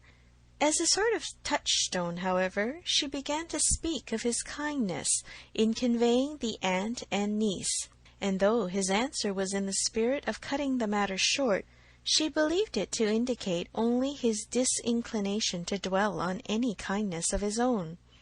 "I often feel concerned," said she, "that I dare not make our carriage more useful on such occasions. It is not that I am without the wish, but you know how impossible my father would deem it that James should put to for such a purpose." "Quite out of the question," he replied, "but you must often wish it, I am sure." And he smiled with such seeming pleasure at the conviction that she must proceed another step. "This present from the Campbells," said she, "this pianoforte is very kindly given." "Yes," he replied, and without the smallest apparent embarrassment, "but they would have done better had they given her notice of it. Surprises are such foolish things. The pleasure is not enhanced, and the inconvenience is often considerable. I should have expected better judgment in Colonel Campbell." From that moment Emma could have taken her oath that Mr. Knightley had had no concern in giving the instrument, but whether he were entirely free from peculiar attachment, whether there were no actual preference, remained a little longer doubtful. Towards the end of Jane's second song, her voice grew thick. "That will do," said he, when it was finished, thinking aloud. You have sung quite enough for one evening. Now be quiet." Another song, however, was soon begged for. One more they would not fatigue Miss Fairfax on any account, and would only ask for one more. And Frank Churchill was heard to say, "I think you could manage this without effort. The first part is very trifling. The strength of the song falls on the second." Mr. Knightley grew angry. "That fellow," said he indignantly, "thinks of nothing but showing off his own voice. This must not be." And touching Miss Bates, who at that moment passed near, "Miss Bates, are you mad to let your niece sing herself hoarse in this manner? Go and interfere. They have no mercy on her."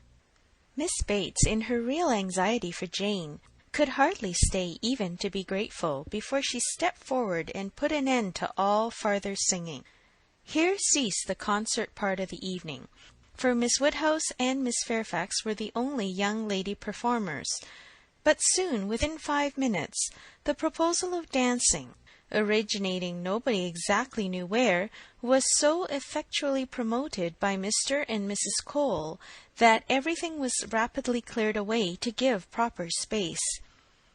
Mrs. Weston, capital in her country dances, was seated and beginning an irresistible waltz, and Frank Churchill, coming up with most becoming gallantry to Emma, had secured her hand and led her up to the top. While waiting till the other young people could pair themselves off, Emma found time, in spite of the compliments she was receiving on her voice and her taste, to look about and see what became of Mr. Knightley. This would be a trial. He was no dancer in general. If he were to be very alert in engaging Jane Fairfax now, it might augur something. There was no immediate appearance. No, he was talking to Mrs. Cole. Emma had no longer an alarm for Henry. His interest was yet safe, and she led off the dance with genuine spirit and enjoyment. Not more than 5 couples could be mustered, but the rarity and the suddenness of it made it very delightful, and she found herself well matched in a partner. They were a couple worth looking at. 2 dances, unfortunately, were all that could be allowed. It was growing late, and Miss Bates became anxious to get home on her mother's account. After some attempts, therefore, to be permitted to begin again, they were obliged to thank Mrs. Weston, look sorrowful, and have done. "Perhaps it is as well," said Frank Churchill, as he attended Emma to her carriage. "I must have asked Miss Fairfax, and her languid dancing would not have agreed with me after yours." End of Volume 2, Chapter 8. Emma by Jane Austen. Volume 2, Chapter 9. Emma did not repent her condescension in going to the Coles. The visit afforded her many pleasant recollections the next day, and all that she might be supposed to have lost on the side of dignified seclusion must be amply repaid in the splendor of popularity. She must have delighted the Coles, worthy people who deserved to be made happy, and left a name behind her that would not die away soon. Perfect happiness, even in memory, is not common, and there were 2 points on which she was not quite easy. She doubted whether she had not transgressed the duty of woman by woman in betraying her suspicions of Jane Fairfax's feelings to Frank Churchill. It was hardly right, but it had been so strong an idea that it would escape her, and his submission to all that she told was a compliment to her penetration, which made it difficult for her to be quite certain that she ought to have held her tongue. The other circumstance of regret related also to Jane Fairfax, and there she had no doubt. She did unequivocally regret the inferiority of her own playing and singing. She did most heartily grieve over the idleness of her childhood, and sat down and practised vigorously an hour and a half. She was then interrupted by Harriet's coming in, and if Harriet's praise could have satisfied her, she might soon have been comforted. "Oh, if I could but play as well as you and Miss Fairfax!" "Don't class us together, Harriet. My playing is no more like hers than a lamp is like sunshine. Oh dear, I think you play the best of the two. I think you play quite as well as she does. I am sure I had much rather hear you. Everybody last night said how well you played." Those who knew anything about it must have felt the difference. The truth, Harriet, that my playing is just good enough to be praised, but Jane Fairfax's is much beyond it. Well, I shall always think that you play quite as well as she does, or that if there is any difference, nobody would ever find it out. Mr. Cole said how much taste you had, and Mr. Frank Churchill talked a great deal about your taste, and that he valued taste much more than execution. Ah, but Jane Fairfax has them both, Harriet. Are you sure? I saw she had execution, but I did not know she had any taste. Nobody talked about it, and I hate Italian singing. There is no understanding a word of it. Besides, if she does play so very well, you know, it is no more than she is obliged to do, because she will have to teach. The Coxes were wondering last night whether she would get into any great family. How did you think the Coxes looked? Just as they always do, very vulgar. They told me something, said Harriet rather hesitatingly, but it is nothing of any consequence. Emma was obliged to ask what they had told her, though fearful of its producing Mr. Elton. They told me that Mr. Martin dined with them last Saturday. Oh! He came to their father upon some business, and he asked him to stay for dinner. Oh! They talked a great deal about him, especially Anne Cox. I do not know what she meant, but she asked me if I thought I should go and stay there again next summer. She meant to be impertinently curious, just as such an Anne Cox should be. She said he was very agreeable the day he dined there. He sat by her at dinner. Miss Nash thinks either of the Coxes would be very glad to marry him. Very likely. I think they are, without exception, the most vulgar girls in Highbury. Harriet had business at Ford's. Emma thought it most prudent to go with her.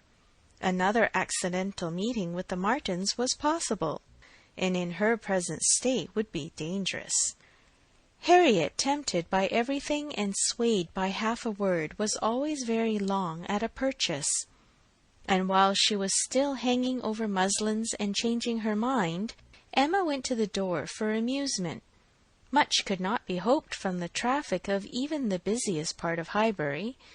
Mr. Perry walking hastily by, Mr. William Cox letting himself in at the office door, Mr. Cole's carriage horses returning from exercise, or a stray letter-boy on an obstinate mule, were the liveliest objects she could presume to expect.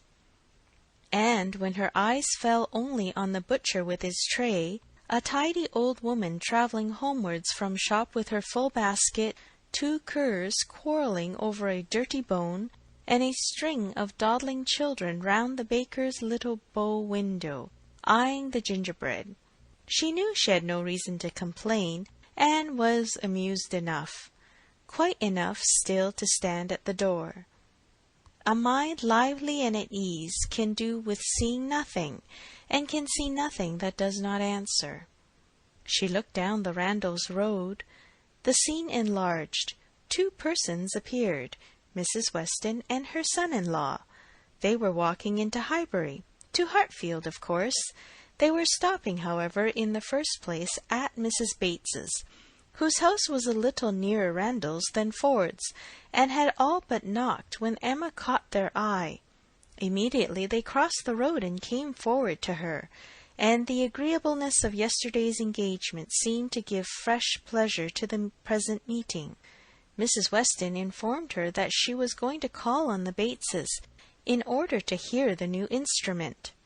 "For my companion tells me," said she, "that I absolutely promised Miss Bates last night that I would come this morning. I was not aware of it myself. I did not know that I had fixed a day. But as he says I did, I am going now." "And while Mrs. Weston pays her visit, I may be allowed, I hope," said Frank Churchill, "to join your party and wait for her at Hartfield, if you are going home." Mrs. Weston was disappointed. "I thought you meant to go with me. They would be very much pleased." "Me? I should be quite in the way, but perhaps I may be equally in the way here. Miss Woodhouse looks as if she did not want me. My aunt always sends me off when she is shopping. She says I fidget her to death, and Miss Woodhouse looks as if she could almost say the same. What am I to do?" "I am here on no business of my own," said Emma. "I am only waiting for my friend. She will probably have soon done, and then we shall go home. But you had better go with Mrs. Weston and hear the instrument." "Well, if you advise it. But," with a smile, "if Colonel Campbell should have employed a careless friend, and if it should prove to have an indifferent tone, what shall I say? I shall be no support to Mrs. Weston. She might do very well by herself. A disagreeable truth would be palatable through her lips, but I am the wretchedest being in the world at a civil falsehood." "I do not believe any such thing," replied Emma. "I am persuaded that you can be as insincere as your neighbours when it is necessary.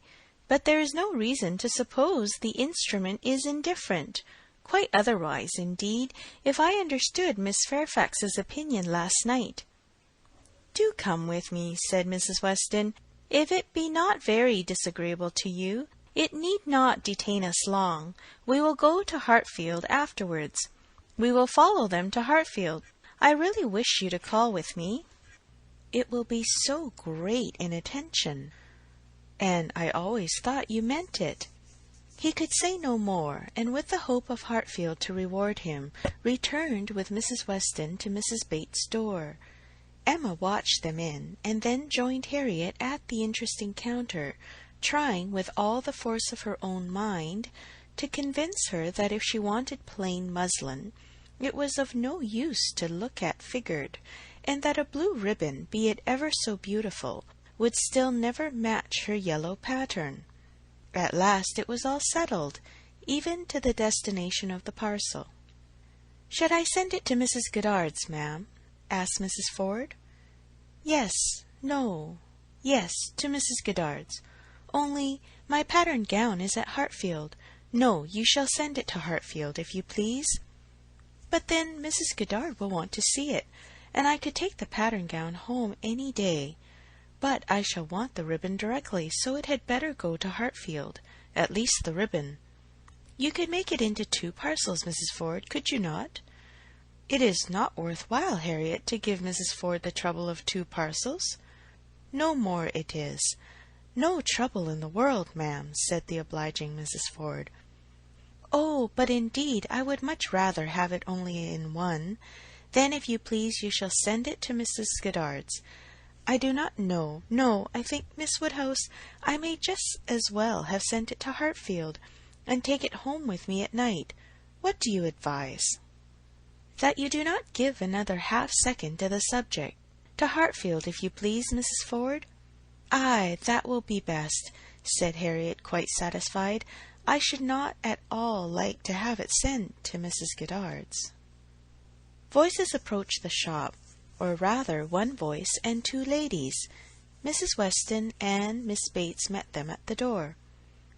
"My dear Miss Woodhouse," said the latter, "I am just run across to entreat the favour of you to come and sit down with us a little while, and give us your opinion on our new instrument. You and Miss Smith. How do you do, Miss Smith?" "Very well, I thank you, and I begged Mrs. Weston to come with me, that I might be sure of succeeding. I hope Mrs. Bates and Miss Fairfax are—" "Very well. I am much obliged to you.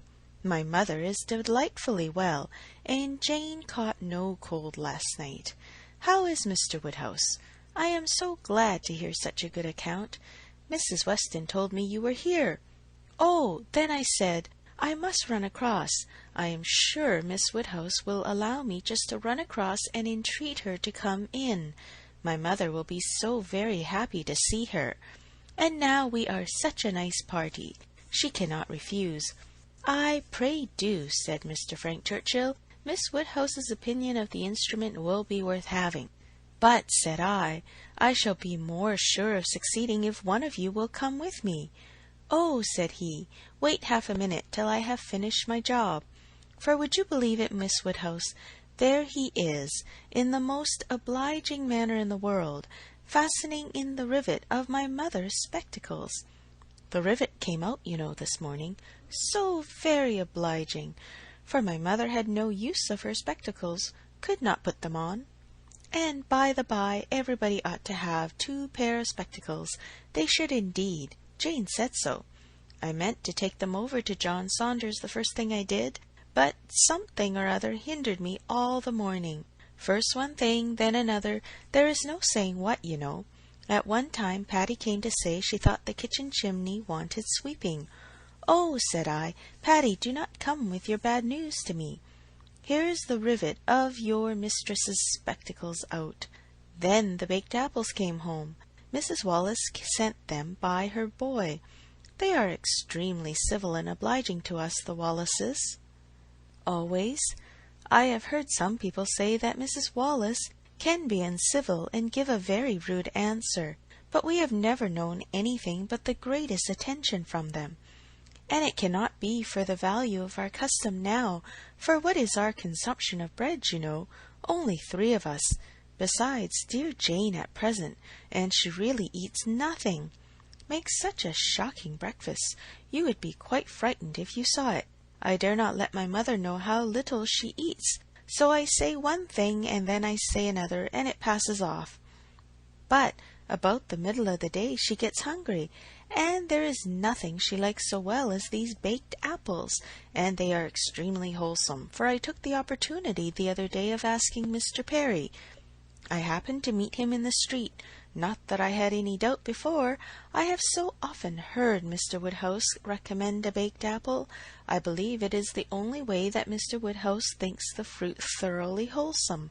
We have apple dumplings, however, very often. Patty makes an excellent apple dumpling. Well, Mrs. Weston, you have prevailed, I hope, and these ladies will oblige us. Emma would be very happy to wait on Mrs. Bates, and they did at last move out of the shop with no farther delay from Miss Bates than, "How do you do, Mrs. Ford? I beg your pardon. I did not see you before. I hear you have a charming collection of new ribbons from town. Jane came back delighted yesterday. Thank ye. The gloves do very well, only a little too large about the wrist, but Jane is taking them in. What was I talking of?" said she, beginning again when they were all in the street. Emma wondered on what of all the medley she would fix. "I declare I cannot recollect what I was talking of. Oh, my mother's spectacles! So very obliging of Mr. Frank Churchill. Oh," said he, "I do think I can fasten the rivet. I like a job of this kind excessively, which you know showed him to be so very. Indeed, I must say that, much as I had heard of him before and much as I had expected, he very far exceeds anything. I do congratulate you, Mrs. Weston, most warmly. He seems everything the fondest parent could. Oh," said he, "I can fasten the rivet. I like a job of that sort excessively. I shall never forget his manner, and when I brought out the baked apples from the closet, and hoped our friends would be so very obliging as to take some. Oh," said he directly, "there is nothing in the way of fruit half so good, and these are the finest looking home-baked apples I ever saw in my life.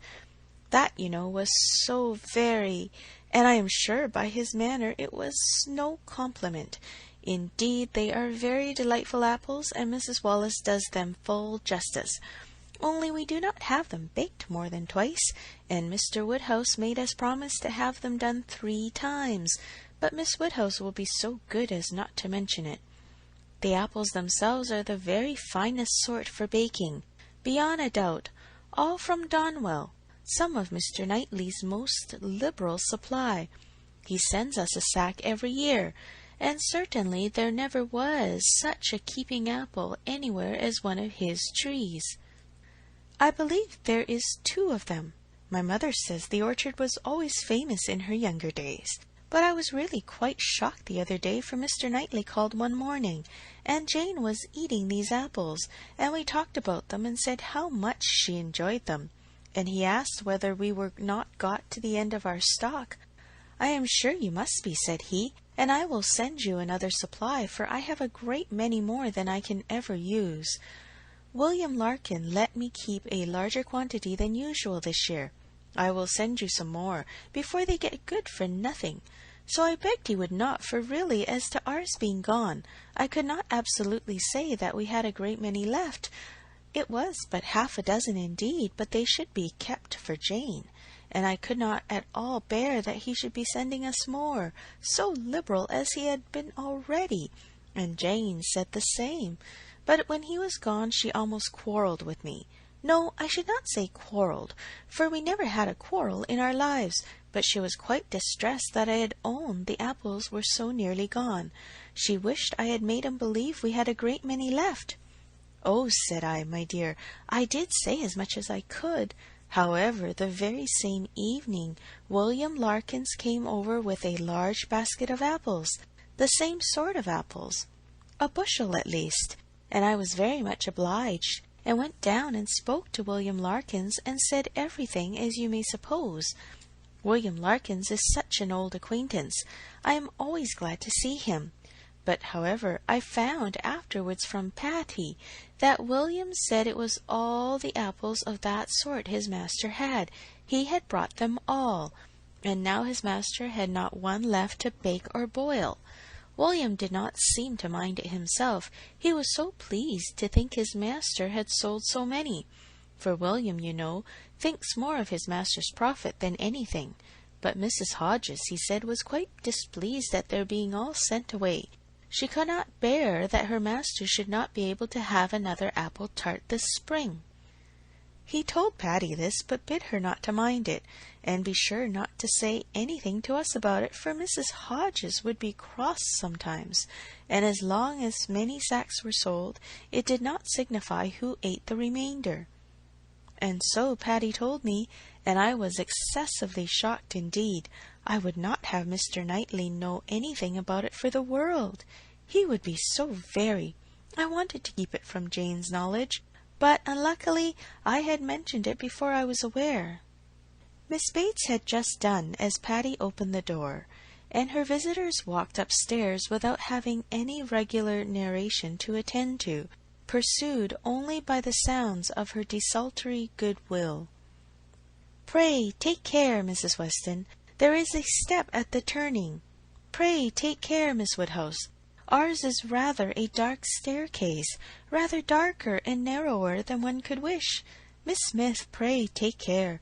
Miss Woodhouse, I am quite concerned. I am sure you hit your foot. Miss Smith, the step at the turning." End of Volume 2, Chapter 9. Emma by Jane Austen. Volume 2, Chapter 10. The appearance of the little sitting-room as they entered was tranquillity itself. Mrs. Bates, deprived of her usual employment, slumbering on one side of the fire, Frank Churchill at a table near her, most steadily occupied about her spectacles, and Jane Fairfax standing with her back to them, intent on her pianoforte. Busy as he was, however, the young man was yet able to show a most happy countenance on seeing Emma again.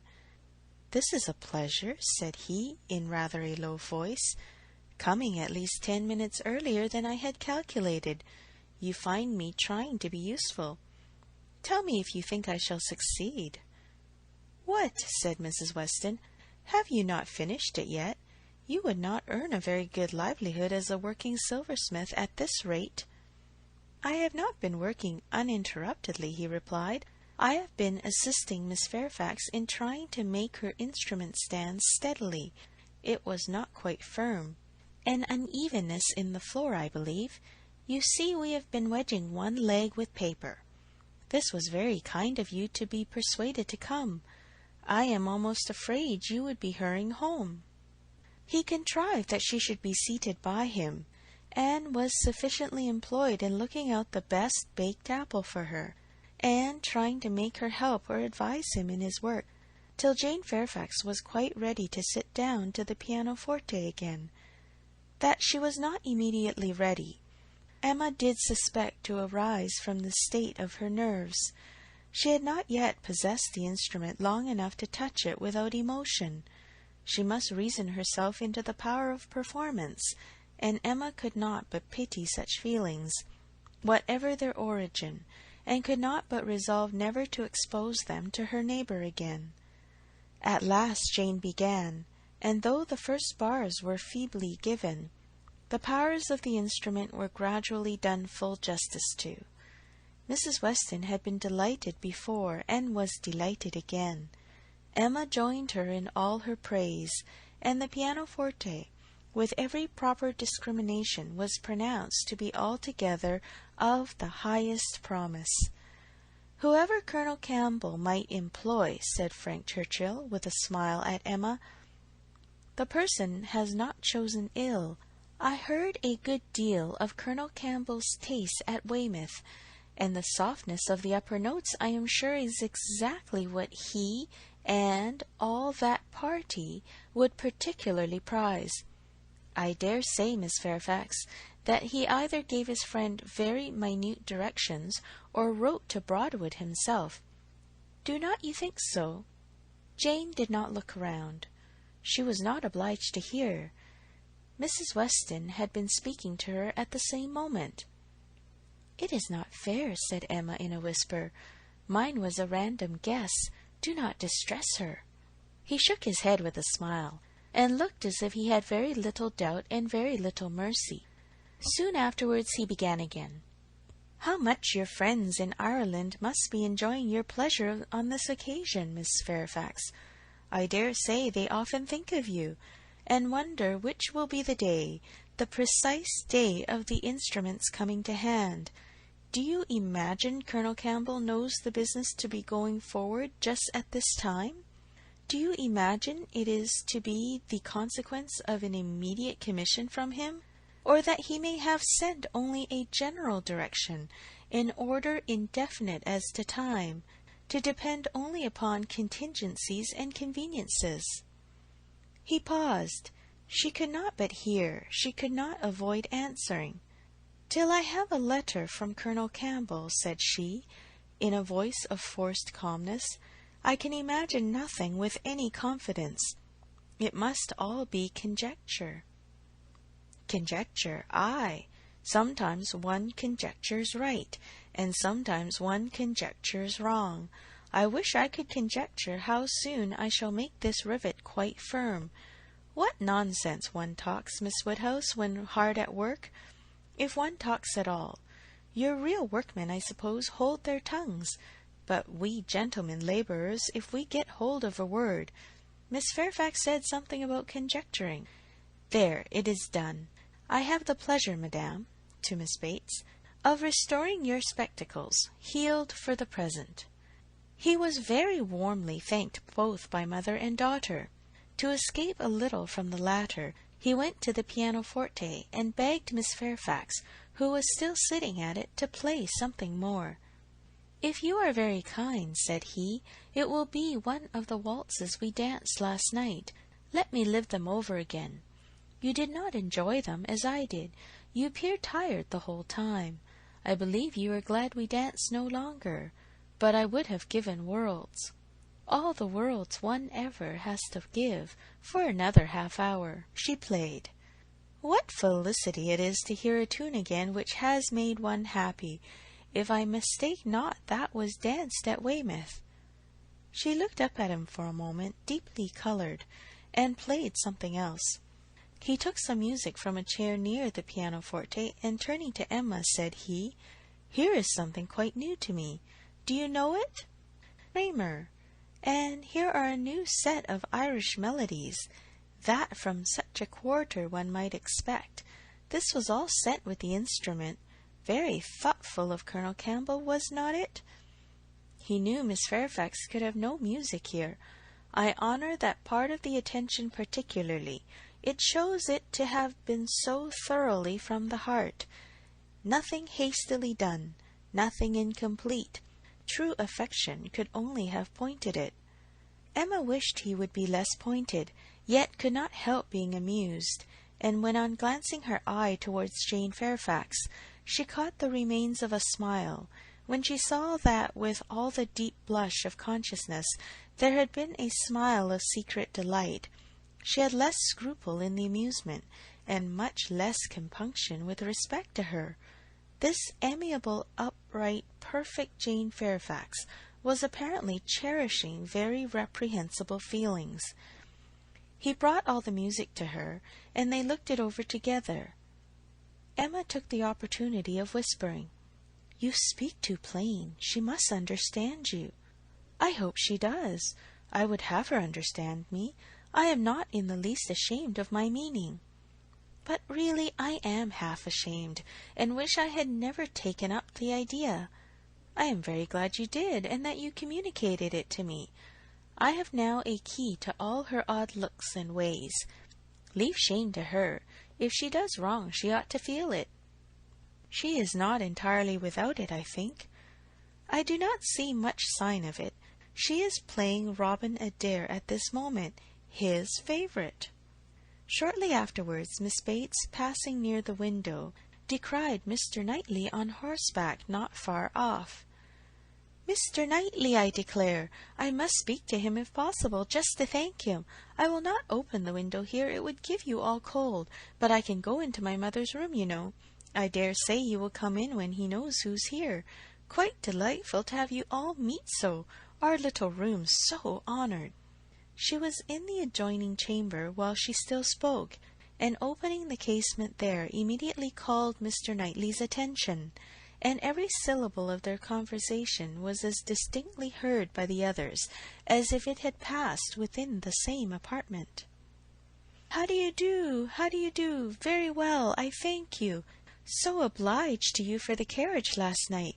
We were just in time. My mother just ready for us. Pray come in, do come in. You will find some friends here." So began Miss Bates, and Mr. Knightley seemed determined to be heard in his turn, for most resolutely and commandingly did he say, "How is your niece, Miss Bates? I want to inquire after you all, but particularly your niece. How is Miss Fairfax? I hope she caught no cold last night. How is she to-day? Tell me how Miss Fairfax is." And Miss Bates was obliged to give a direct answer before he would hear her in anything else. The listeners were amused, and Mrs. Weston gave Emma a look of particular meaning, but Emma still shook her head in steady scepticism. "So obliged to you, so very much obliged to you for the carriage," resumed Miss Bates. He cut her short with, "I am going to Kingston. Can I do anything for you?" "Oh, dear Kingston, are you? Mrs. Cole was saying the other day she wanted something from Kingston." "Mrs. Cole has servants to send. Can I do anything for you?" "No, thank you, but do come in. Who do you think is here? Miss Woodhouse and Miss Smith, so kind as to call to hear the new pianoforte. Do put up your horse at the Crown and come in." "Well," said he in a deliberating manner, "for 5 minutes, perhaps. And here is Mrs. Weston and Mr. Frank Churchill, too. Quite delightful. So many friends." "No, not now, I thank you. I could not stay 2 minutes. I must get on to Kingston as fast as I can." "Oh, do come in. They will be so very happy to see you. No, no, your room is full enough. I will call another day and hear the pianoforte." "Well, I am so sorry. Oh, Mr. Knightley, what a delightful party last night. How extremely pleasant. Did you ever see such dancing? Was not it delightful? Miss Woodhouse and Mr. Frank Churchill. I never saw anything equal to it." "Oh, very delightful indeed. I can say nothing less, for I suppose Miss Woodhouse and Mr. Frank Churchill are hearing everything that passes. And," raising his voice still more, "I do not see why Miss Fairfax should not be mentioned too. I think Miss Fairfax dances very well, and Mrs. Weston is the very best country dance player, without exception. Now, if your friends have any gratitude, they will say something pretty loud about you and me in return, but I cannot stay to hear it. Oh, Mr. Knightley, one moment more. Something of consequence. So shocked. Jane and I are both so shocked about the apples. What is the matter now? To think of your sending us all your store apples. You said you had a great many, and now you have not one left. We really are so shocked. Mrs. Hodges may well be angry. William Larkins mentioned it here. You should not have done it. Indeed, you should not. Ah, he is off. He never can bear to be thanked. But I thought he would have stayed now, and it would have been a pity not to mention. Well, I have not been able to succeed. Mr. Knightley cannot stop. He is going to Kingston. He asked me if he could do anything. Yes, said Jane, we heard his kind offers. We heard everything. Oh, yes, my dear, I dare say you might, because you know the door was open, and the window was open, and Mr. Knightley spoke loud. You must have heard everything, to be sure. Can I do anything for you at Kingston? Said he. So I just mentioned. Oh, Miss Woodhouse, must you be going? You seem but just come. Oh, so very obliging of you. Emma found it really time to be at home. The visit had already lasted long, and on examining watches, so much of the morning was perceived to be gone, that Mrs. Weston and her companion, taking leave also, could allow themselves only to walk with the two young ladies to Hartfield gates before they set off for Randalls. End of Volume 2, Chapter 10. Volume 2, Chapter 11. It may be possible to do without dancing entirely. Instances have been known of young people passing many, many months successively without being at any ball of any description, and no material injury accrue either to body or mind. But when a beginning is made, when the felicities of rapid motion have once been, though slightly, felt, it must be a very heavy set that does not ask for more. Frank Churchill had danced once at Highbury, and longed to dance again, and the last half-hour of an evening which Mr. Woodhouse was persuaded to spend with his daughter at Randalls was passed by the two young people in schemes on the subject.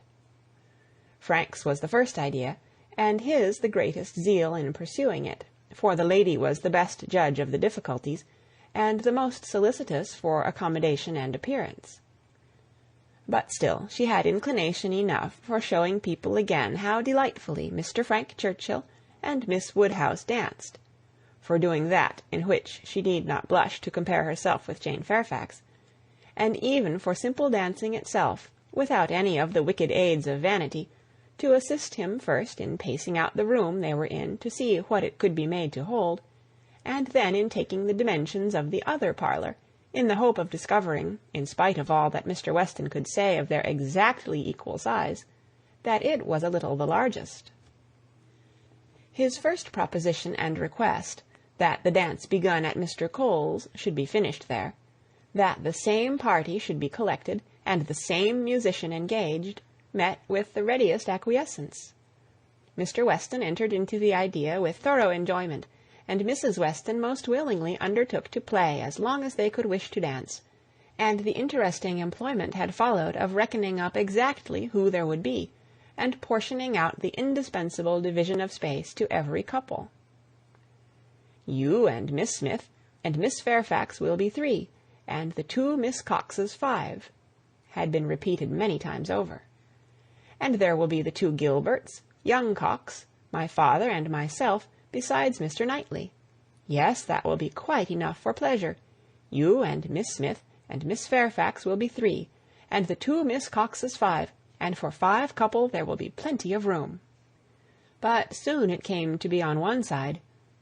But will there be good room for 5 couple? I really do not think there will. On another. And after all, 5 couple are not enough to make it worth while to stand up. 5 couple are nothing, when one thinks seriously about it. It will not do to invite 5 couple. It can be allowable only as the thought of the moment. Somebody said that Miss Gilbert was expected at her brother's, and must be invited with the rest. Somebody else believed Mrs. Gilbert would have danced the other evening, if she had been asked. A word was put in for a second young Cox, and at last Mr. Weston naming one family of cousins who must be included, and another of very old acquaintance who could not be left out, it became a certainty that the 5 couple would be at least 10, and a very interesting speculation in what possible manner they could be disposed of. The doors of the 2 rooms were just opposite each other. Might not they use both rooms, and dance across the passage? It seemed the best scheme, and yet it was not so good but that many of them wanted a better. Emma said it would be awkward. Mrs. Weston was in distress about the supper, and Mr. Woodhouse opposed it earnestly on the score of health. It made him so very unhappy indeed that it could not be persevered in. "Oh, no," said he. "It would be the extreme of imprudence. I could not bear it for Emma. Emma is not strong. She would catch a dreadful cold. So would poor little Harriet. So you would all. Mrs. Weston, you would be quite laid up.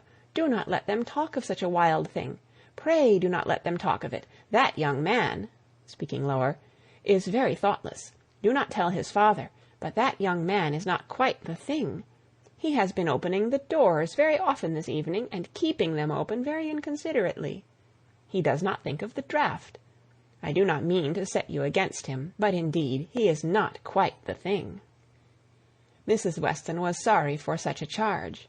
She knew the importance of it, and said everything in her power to do it away. Every door was now closed, the passage plan given up, and the first scheme of dancing only in the room they were in resorted to again, and with such good will on Frank Churchill's part, that the space which a quarter of an hour before had been deemed barely sufficient for 5 couple, was now endeavoured to be made out quite enough for 10. "We were too magnificent," said he. "We allowed unnecessary room. 10 couple may stand here very well." Emma demurred. It would be a crowd, a sad crowd, and what could be worse than dancing without space to turn in? "Very true," he gravely replied. "It was very bad." But still he went on measuring, and still he ended with, "I think there will be very tolerable room for 10 couple." "No, no," said she, "you are quite unreasonable. It would be dreadful to be standing so close. Nothing can be farther from pleasure than to be dancing in a crowd, and a crowd in a little room." "There is no denying it," he replied. "I agree with you exactly. A crowd in a little room. Miss Woodhouse, you have the art of giving pictures in a few words. Exquisite, quite exquisite. Still, however, having proceeded so far, one is unwilling to give the matter up. It would be a disappointment to my father, and altogether, I do not know that. I am rather of opinion that 10 couple might stand here very well." Emma perceived that the nature of his gallantry was a little self-willed, and that he would rather oppose than lose the pleasure of dancing with her, but she took the compliment, and forgave the rest. Had she intended ever to marry him, it might have been worth while to pause and consider, and try to understand the value of his preference, and the character of his temper, but for all the purposes of their acquaintance he was quite amiable enough. Before the middle of the next day he was at Hartfield, and he entered the room with such an agreeable smile as certified the continuance of the scheme. It soon appeared that he came to announce an improvement. "Well, Miss Woodhouse," he almost immediately began, "your inclination for dancing has not been quite frightened away, I hope, by the terrors of my father's little rooms. I bring a new proposal on the subject, a thought of my father's, which waits only your approbation to be acted upon. May I hope for the honour of your hand for the first 2 dances of this little projected ball, to be given, not at Randall's, but at the Crown Inn?" "The Crown?" "Yes, if you and Mr. Woodhouse see no objection, and I trust you cannot, my father hopes his friends will be so kind as to visit him there. Better accommodations he can promise them, and not a less grateful welcome than at Randall's. It is his own idea. Mrs. Weston sees no objection to it, providing you are satisfied. This is what we all feel. Oh, you were perfectly right. 10 couple in either of the Randalls' rooms would have been insufferable, dreadful. I felt how right you were the whole time, but was too anxious for securing anything to like to yield. Is not it a good exchange? You consent? I hope you consent." "It appears to me a plan that nobody can object to, if Mr. and Mrs. Weston do not.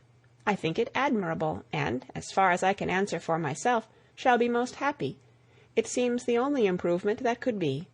Papa, do you not think it an excellent improvement?" She was obliged to repeat and explain it, before it was fully comprehended, and then, being quite new, farther representations were necessary to make it acceptable. No, he thought it very far from an improvement, a very bad plan, much worse than the other. A room at an inn was always damp and dangerous, never properly aired or fit to be inhabited. If they must dance, they had better dance at Randalls. He had never been in the room at the Crown in his life, did not know the people who kept it by sight. Oh, no, a very bad plan. They would catch worse colds at the Crown than anywhere. "I was going to observe, sir," said Frank Churchill, "that one of the great recommendations of this change would be the very little danger of anybody's catching cold. So much less danger at the Crown than at Randalls. Mr. Perry might have reason to regret the alteration, but nobody else could." "Sir," said Mr. Woodhouse, rather warmly, "you are very much mistaken if you suppose Mr. Perry to be that sort of character. Mr. Perry is extremely concerned when any of us are ill. But I do not understand how the room at the Crown can be safer for you than your father's house. From the very circumstance of its being larger, sir, we shall have no occasion to open the windows at all, not once the whole evening, and it is that dreadful habit of opening the windows, letting in cold air upon heated bodies, which, as you well know, sir, does the mischief." "Open the windows? But surely, Mr. Churchill, nobody would think of opening the windows at Randalls. Nobody could be so imprudent. I never heard of such a thing. Dancing with open windows. I am sure neither your father nor Mrs. Weston, poor Miss Taylor that was, would suffer it." "Ah, sir, but a thoughtless young person will sometimes step behind a window curtain and throw up a sash without its being suspected. I have often known it done myself." "Have you indeed, sir? Bless me, I never could have supposed it. But I live out of the world, and am often astonished at what I hear. However, this does make a difference, and perhaps when we come to talk it over. But these sort of things require a good deal of consideration. One cannot resolve upon them in a hurry. If Mr. and Mrs. Weston will be so obliging as to call here one morning, we may talk it over, and see what can be done." "But, unfortunately, sir, my time is so limited." "Oh," interrupted Emma, "there will be plenty of time for talking everything over. There is no hurry at all. If it can be contrived to be at the Crown, papa, it will be very convenient for the horses. They will be so near their own stable." "So they will, my dear. That is a great thing. Not that James ever complains, but it is right to spare our horses when we can. If I could be sure of the rooms being thoroughly aired. But is Mrs. Stokes to be trusted? I doubt it. I do not know her, even by sight." "I can answer for everything of that nature, sir, because it will be under Mrs. Weston's care. Mrs. Weston undertakes to direct the whole." "There, papa, now you must be satisfied. Our own dear Mrs. Weston, who is carefulness itself. Do not you remember what Mr. Perry said so many years ago when I had the measles? If Miss Taylor undertakes to wrap Miss Emma up, you need not have any fears, sir. How often have I heard you speak of it as such a compliment to her?"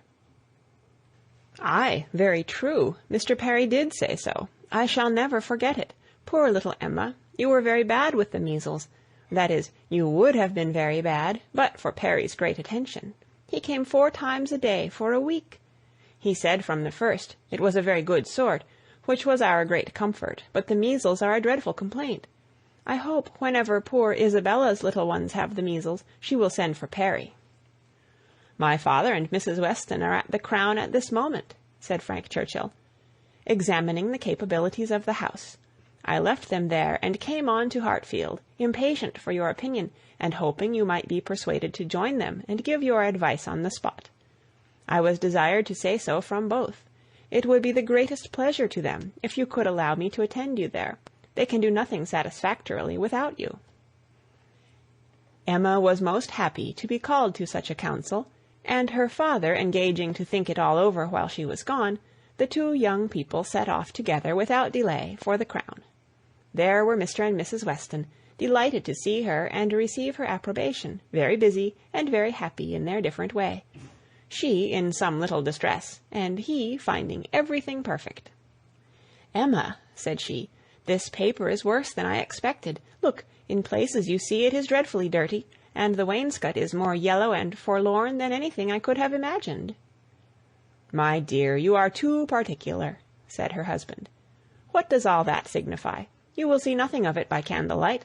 It will be as clean as Randall's by candlelight. We never see anything of it on our club nights."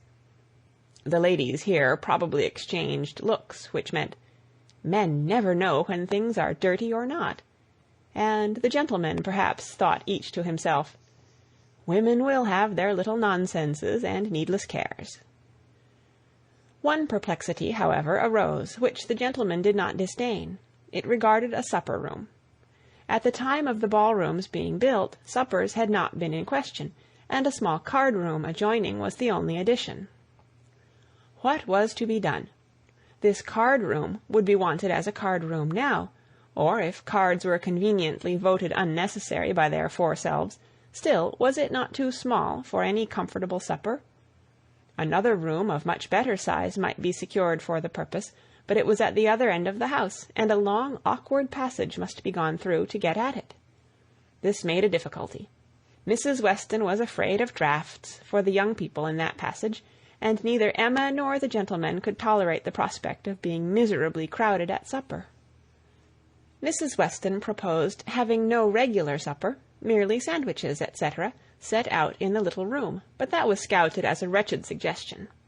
A private dance, without sitting down to supper, was pronounced an infamous fraud upon the rights of men and women, and Mrs. Weston must not speak of it again. She then took another line of expediency, and, looking into the doubtful room, observed, "I do not think it is so very small. We shall not be many, you know." And Mr. Weston, at the same time, walking briskly with long steps through the passage, was calling out, "You talk a great deal of the length of this passage, my dear. It is a mere nothing after all, and not the least draught from the stairs." "I wish," said Mrs. Weston, "one could know which arrangement our guests in general would like best. To do what would be most generally pleasing must be our object. If one could but tell what that would be." "Yes, very true," cried Frank, "very true. You want your neighbours' opinions. I do not wonder at you. If one could ascertain what the chief of them, the Coles, for instance. They are not far off. Shall I call upon them? Or Miss Bates? She is still nearer. And I do not know whether Miss Bates is not as likely to understand the inclinations of the rest of the people as anybody. I think we do want a larger council. Suppose I go and invite Miss Bates to join us?" "Well, if you please," said Mrs. Weston, rather hesitating, "if you think she will be of any use." "You will get nothing to the purpose from Miss Bates," said Emma. "She will be all delight and gratitude, but she will tell you nothing. She will not even listen to your questions. I see no advantage in consulting Miss Bates." "But she is so amusing, so extremely amusing. I am very fond of hearing Miss Bates talk. And I need not bring the whole family, you know." Here Mr. Weston joined them, and on hearing what was proposed, gave it his decided approbation. "Aye, do, Frank, go and fetch Miss Bates, and let us end the matter at once. She will enjoy the scheme, I am sure, and I do not know a properer person for showing us how to do away difficulties. Fetch Miss Bates. We are growing a little too nice. She is a standing lesson of how to be happy. But fetch them both. Invite them both." "But, sir, can the old lady—" "The old lady? No, the young lady, to be sure. I shall think you a great blockhead, Frank, if you bring the aunt without the niece." "Oh, I beg your pardon, sir. I did not immediately recollect. Undoubtedly, if you wish it, I will endeavour to persuade them both." And away he ran. Long before he reappeared, attending the short, neat, brisk-moving aunt and her elegant niece, Mrs. Weston, like a sweet-tempered woman and a good wife, had examined the passage again, and found the evils of it much less than she had supposed before, indeed very trifling, and here ended the difficulties of decision. All the rest, in speculation at least, was perfectly smooth. All the minor arrangements of table and chair, lights and music, tea and supper, made themselves, or were left as mere trifles to be settled at any time between Mrs. Weston and Mrs. Stokes. Everybody invited was certainly to come. Frank had already written to Enscombe to propose staying a few days beyond his fortnight, which could not possibly be refused, and a delightful dance it was to be. Most cordially, when Miss Bates arrived, did she agree that it must. As a counsellor she was not wanted, but as an approver, a much safer character, she was truly welcome. Her approbation, at once general and minute, warm and incessant, could not but please, and for another half-hour they were all walking to and fro between the different rooms, some suggesting, some attending, and all in happy enjoyment of the future. The party did not break up without Emma's being positively secured for the first 2 dances by the hero of the evening, nor without her overhearing Mr. Weston whisper to his wife, "He has asked her, my dear. That's right. I knew he would."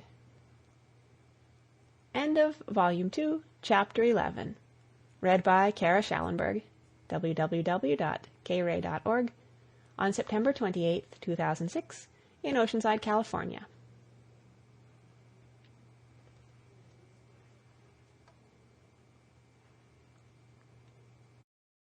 Emma by Jane Austen, Volume 2, Chapter 12.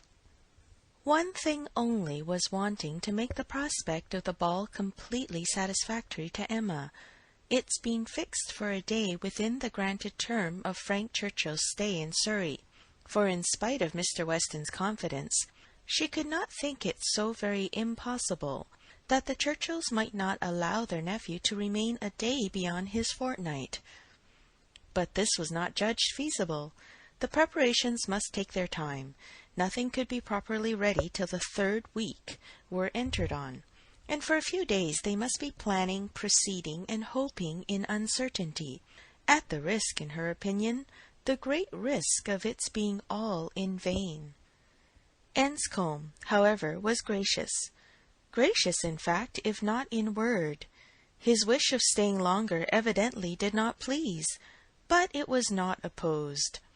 All was safe and prosperous, and as the removal of one solicitude generally makes way for another, Emma, being now certain of her ball, began to adopt as the next vexation Mr. Knightley's provoking indifference about it, either because he did not dance himself, or because the plan had been formed without his being consulted. He seemed resolved that it should not interest him, determined against its exciting any present curiosity, or affording him any future amusement. To her voluntary communications, Emma could get no more approving reply than, "Very well. If the Westons think it worth while to be at all this trouble for a few hours of noisy entertainment, I have nothing to say against it, but that they shall not choose pleasures for me. Oh, yes, I must be there. I could not refuse, and I will keep as much awake as I can, but I would rather be at home, looking over William Larkins's week's account. Much rather, I confess. Pleasure in seeing dancing. Not I, indeed. I never look at it. I do not know who does. Fine dancing, I believe, like virtue, must be its own reward. Those who are standing by are usually thinking of something very different." This Emma felt was aimed at her, and it made her quite angry. It was not in compliment to Jane Fairfax, however, that he was so indifferent, or so indignant. He was not guided by her feelings in reprobating the ball, for she enjoyed the thought of it to an extraordinary degree. It made her animated, open-hearted. She voluntarily said, "I hope nothing may happen to prevent the ball. What a disappointment it would be! I do look forward to it, I own, with very great pleasure." It was not to oblige Jane Fairfax, therefore, that he would have preferred the society of William Larkins. No, she was more and more convinced that Mrs. Weston was quite mistaken in that surmise. There was a great deal of friendly and of compassionate attachment on his side, but no love. Alas, there was soon no leisure for quarrelling with Mr. Knightley. 2 days of joyful security were immediately followed by the overthrow of everything. A letter arrived from Mr. Churchill to urge his nephew's instant return. Mrs. Churchill was unwell, far too unwell to do without him. She had been in a very suffering state, so said her husband, when writing to her nephew 2 days before, though from her usual unwillingness to give pain, and constant habit of never thinking of herself, she had not mentioned it. But now she was too ill to trifle, and must entreat him to set off for Enscombe without delay. The substance of this letter was forwarded to Emma, in a note from Mrs. Weston instantly. As to his going, it was inevitable. He must be gone within a few hours, though without feeling any real alarm for his aunt, to lessen his repugnance. He knew her illnesses. They never occurred but for her own convenience. Mrs. Weston added, that he could only allow himself time to hurry to Highbury after breakfast, and take leave of the few friends there, whom he could suppose to feel any interest in him, and that he might be expected at Hartfield very soon. This wretched note was the finale of Emma's breakfast. When once it had been read, there was no doing anything but lament and exclaim, the loss of the ball, the loss of the young man, and all that the young man might be feeling. It was too wretched. Such a delightful evening as it would have been. Everybody so happy, and she and her partner the happiest. I said it would be so, was the only consolation. Her father's feelings were quite distinct. He thought principally of Mrs. Churchill's illness, and wanted to know how she was treated. But as for the ball, it was shocking to have dear Emma disappointed. But they would all be safer at home. Emma was ready for her visitor some time before he appeared, but if this reflected at all upon his impatience, his sorrowful look and total want of spirits, when he did come, might redeem him. He felt the going away almost too much to speak of it. His dejection was most evident.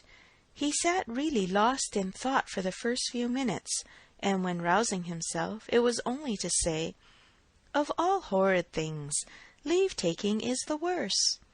This will not be your only visit to Randalls." "Ah," shaking his head, "the uncertainty of when I may be able to return. I shall try for it with a zeal. It will be the object of all my thoughts and cares. And if my uncle and aunt go to town this spring, but I am afraid they did not stir last spring, I am afraid it is a custom gone for ever. Our poor ball must be quite given up. Ah, that ball! Why did we wait for anything? Why not seize the pleasure at once? How often is happiness destroyed by preparation, foolish preparation? You told us it would be so. Oh, Miss Woodhouse, why are you always so right? Indeed, I am very sorry to be right in this instance. I would much rather have been merry than wise. If I can come again, we are still to have our ball. My father depends on it. Do not forget your engagement." Emma looked graciously. "Such a fortnight as it has been," he continued, "every day more precious and more delightful than the day before, every day making me less fit to bear any other place. Happy those who can remain at Highbury." "As you do us such ample justice now," said Emma, laughing, "I will venture to ask whether you did not come a little doubtfully at first. Do not we rather surpass your expectations? I am sure we do. I am sure you did not much expect to like us. You would not have been so long in coming if you had had a pleasant idea of Highbury."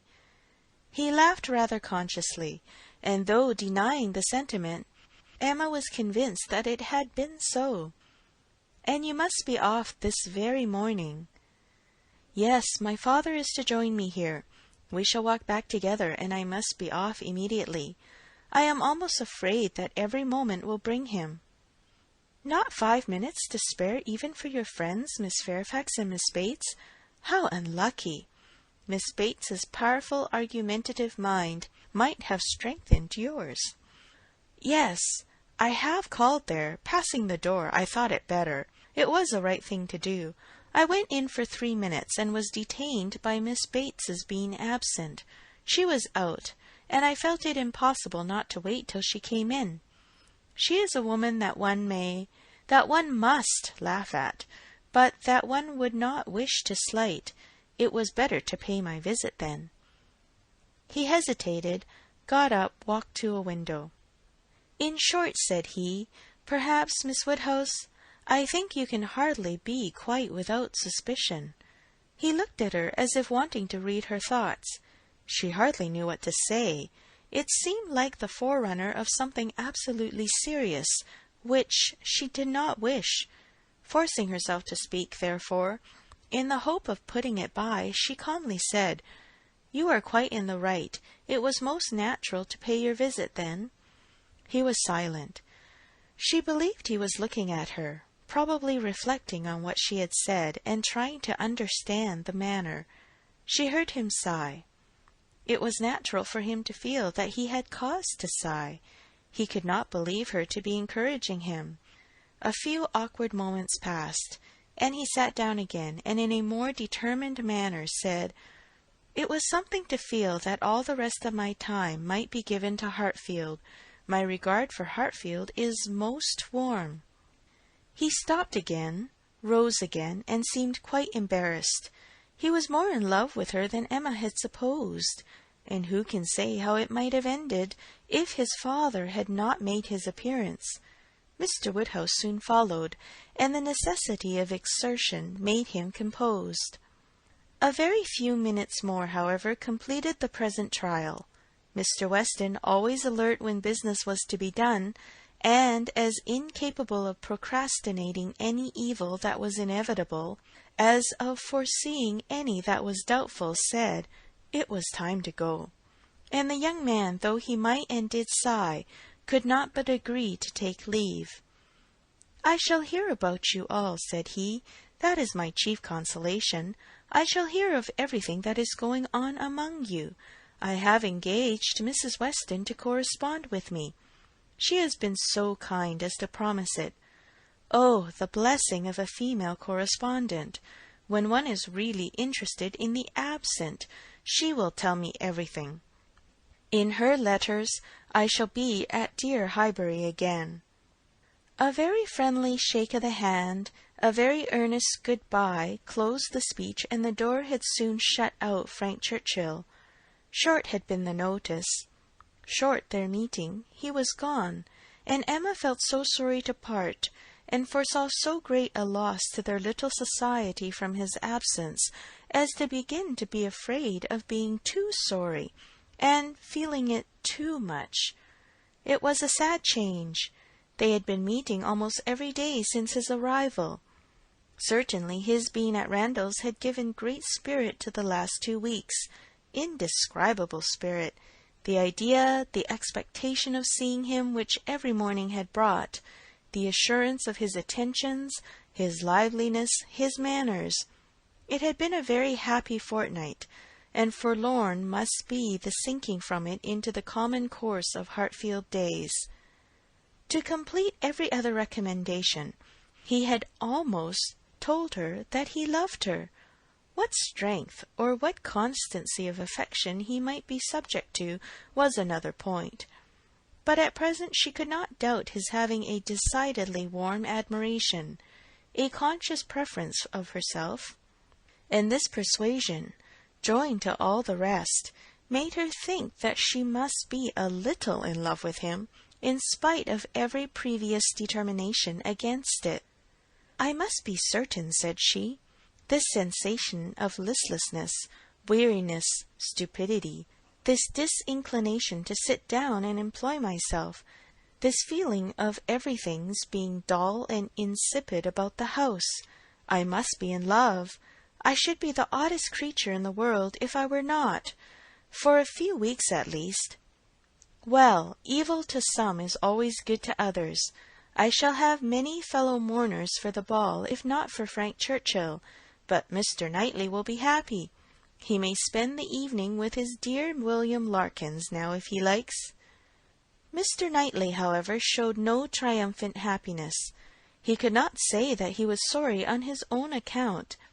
His very cheerful look would have contradicted him if he had, but he said, and very steadily, that he was sorry for the disappointment of the others, and with considerable kindness added, "You, Emma, who have so few opportunities of dancing, you are really out of luck. You are very much out of luck." It was some days before she saw Jane Fairfax, to judge of her honest regret in this woeful change, but when they did meet, her composure was odious. She had been particularly unwell, however, suffering from headache to a degree which made her aunt declare that had the ball taken place, she did not think Jane could have attended it, and it was charity to impute some of her unbecoming indifference to the languor of ill health. End of Volume 2, Chapter 12. Emma by Jane Austen, Volume 2, Chapter 13. Emma continued to entertain no doubt of her being in love. Her ideas only varied as to the how much. At first she thought it was a good deal, and afterwards but little. She had great pleasure in hearing Frank Churchill talked of, and, for his sake, greater pleasure than ever in seeing Mr. and Mrs. Weston. She was very often thinking of him, and quite impatient for a letter, that she might know how he was. How were his spirits? How was his aunt? And what was the chance of his coming to Randalls again this spring? But, on the other hand, she could not admit herself to be unhappy, nor, after the first morning, to be less disposed for employment than usual. She was still busy and cheerful, and, pleasing as he was, she could yet imagine him to have faults. And farther, though thinking of him so much, and, as she sat drawing or working, forming 1,000 amusing schemes for the progress and close of their attachment, fancying interesting dialogues, and inventing elegant letters, the conclusion of every imaginary declaration on his side was that she refused him. Their affection was always to subside into friendship. Everything tender and charming was to mark their parting, but still they were to part. When she became sensible of this, it struck her that she could not be very much in love, for in spite of her previous and fixed determination never to quit her father, never to marry, a strong attachment certainly must produce more of a struggle than she could foresee in her own feelings. "I do not find myself making any use of the word sacrifice," said she. "In not one of all my clever replies, my delicate negatives, is there any allusion to making a sacrifice. I do suspect that he is not really necessary to my happiness. So much the better. I certainly will not persuade myself to feel more than I do. I am quite enough in love. I should be sorry to be more." Upon the whole, she was equally contented with her view of his feelings. He is undoubtedly very much in love. Everything denotes it. Very much in love indeed. And when he comes again, if his affection continue, I will be on my guard not to encourage it. It would be most inexcusable to do otherwise, as my own mind is quite made up. Not that I imagine he can think I have been encouraging him hitherto. No, if he had believed me at all to share his feelings, he would not have been so wretched. Could he have thought himself encouraged, his looks and language at parting would have been different. Still, however, I must be on my guard. This is in the supposition of his attachment continuing what it is now, but I do not know that I expect it will. I do not look upon him to be quite that sort of man. I do not altogether build upon his steadiness or constancy. His feelings are warm, but I can imagine them rather changeable. Every consideration of the subject, in short, makes me thankful that my happiness is not more deeply involved. I shall do very well again after a little while, and then it will be a good thing over. For they say everybody is in love once in their lives, and I shall have been let off easily. When his letter to Mrs. Weston arrived, Emma had the perusal of it, and she read it with a degree of pleasure and admiration, which made her at first shake her head over her own sensations, and think she had undervalued their strength. It was a long, well-written letter, giving the particulars of his journey and of his feelings, expressing all the affection, gratitude, and respect which was natural and honorable, and describing everything exterior and local that could be supposed attractive, with spirit and precision. No suspicious flourishes now of apology or concern. It was the language of real feeling towards Mrs. Weston, and the transition from Highbury to Enscombe, the contrast between the places in some of the first blessings of social life, was just enough to touch on to show how keenly it was felt, and how much more might have been said but for the restraints of propriety. The charm of her own name was not wanting. Miss Woodhouse appeared more than once, and never without a something of pleasing connection, either a compliment to her taste, or remembrance of what she had said, and in the very last time of its meeting her eye, unadorned as it was by any such broad wreath of gallantry, she yet could discern the effect of her influence and acknowledge the greatest compliment perhaps of all conveyed. Compressed into the very lowest vacant corner were these words: "I had not a spare moment on Tuesday, as you know, for Miss Woodhouse's beautiful little friend. Pray make my excuses, and add yours to her." This Emma could not doubt was all for herself. Harriet was remembered only from being her friend. His information and prospects as to Enscombe were neither worse nor better than had been anticipated.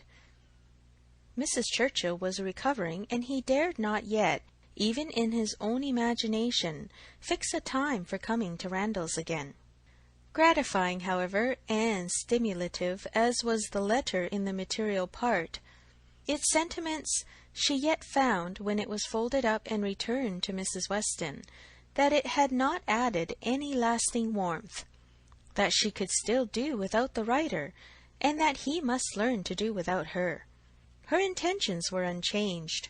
Her resolution of refusal only grew more interesting by the addition of a scheme for his subsequent consolation and happiness. His recollection of Harriet, and the words which clothed it, "the beautiful little friend," suggested to her the idea of Harriet's succeeding her in his affections. Was it possible? No. Harriet undoubtedly was greatly his inferior in understanding, but he had been very much struck with the loveliness of her face, and the warm simplicity of her manner, and all the probabilities of circumstance and connection were in her favour. For Harriet it would be advantageous and delightful indeed. "I must not dwell upon it," said she. "I must not think of it.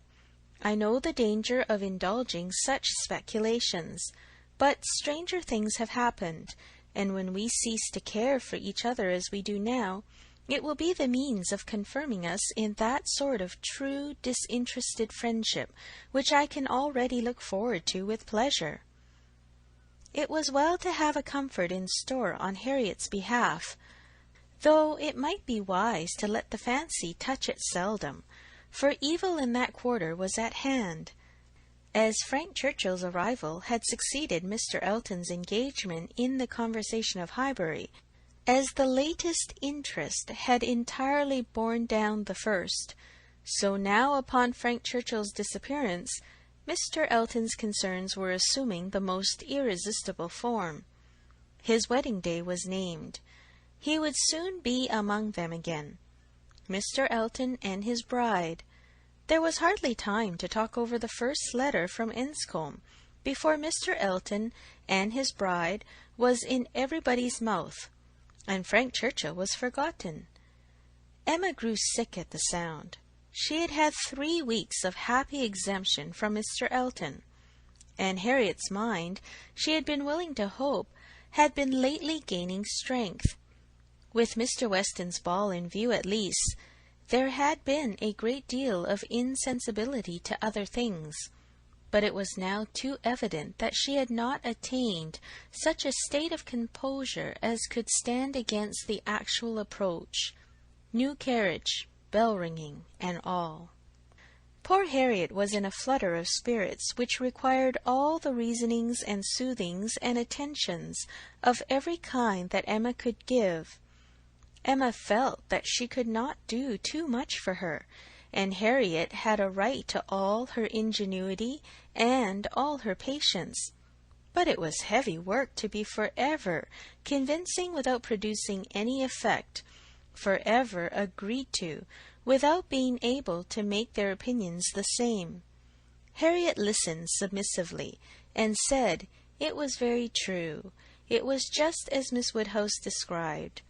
It was not worth while to think about them, and she would not think about them any longer. But no change of subject could avail, and the next half-hour saw her as anxious and restless about the Eltons as before. At last Emma attacked her on another ground. "Your allowing yourself to be so occupied and so unhappy about Mr. Elton's marrying Harriet is the strongest reproach you can make me. You could not give me a greater reproof for the mistake I fell into. It was all my doing, I know. I have not forgiven it, I assure you. Deceived myself, I did very miserably deceive you, and it will be a painful reflection to me forever. Do not imagine me in danger of forgetting it." Harriet felt too much to utter more than a few words of eager exclamation. Emma continued, "I have not said, exert yourself, Harriet, for my sake. Think less, talk less of Mr. Elton for my sake, because for your own sake, rather, I would wish it to be done, for the sake of what is more important than my comfort, a habit of self-command in you, a consideration of what is your duty, an attention to propriety, an endeavour to avoid the suspicions of others, to save your health and credit, and restore your tranquillity. These are the motives which I have been pressing on you. They are very important, and sorry I am that you cannot feel them sufficiently to act upon them. My being saved from pain is a very secondary consideration. I want you to save yourself from greater pain. Perhaps I may sometimes have felt that Harriet would not forget what was due, or rather what would be kind by me." This appeal to her affections did more than all the rest.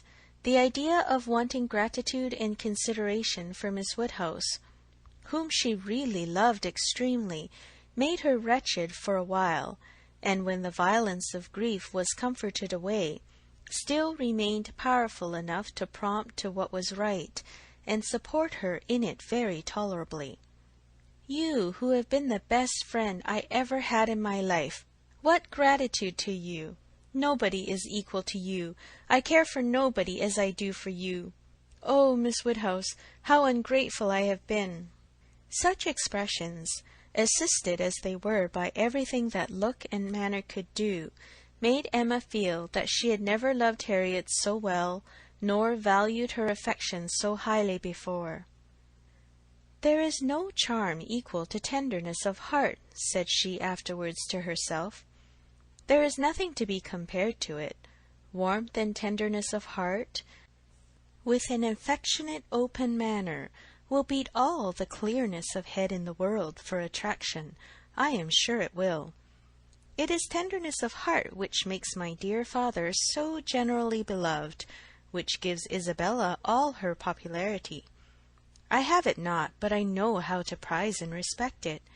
Harriet is my superior in all the charm and all the felicity it gives. Dear Harriet, I would not change you for the clearest-headed, longest-sighted, best-judging female breathing. Oh, the coldness of Jane Fairfax! Harriet is worth 100 such, and for a wife, a sensible man's wife, it is invaluable. I mention no names, but happy the man who changes Emma for Harriet. End of chapter 13. Emma by Jane Austen, Volume 2, Chapter 14. Mrs. Elton was first seen at church, but though devotion might be interrupted, curiosity could not be satisfied by a bride in a pew, and it must be left for the visits in form, which were then to be paid, to settle whether she were very pretty indeed, or only rather pretty, or not pretty at all. Emma had feelings, less of curiosity than of pride or propriety, to make her resolve on not being the last to pay her respects, and she made a point of Harriet's going with her, that the worst of the business might be gone through as soon as possible. She could not enter the house again, could not be in the same room to which she had with such vain artifice retreated 3 months ago, to lace up her boot, without recollecting.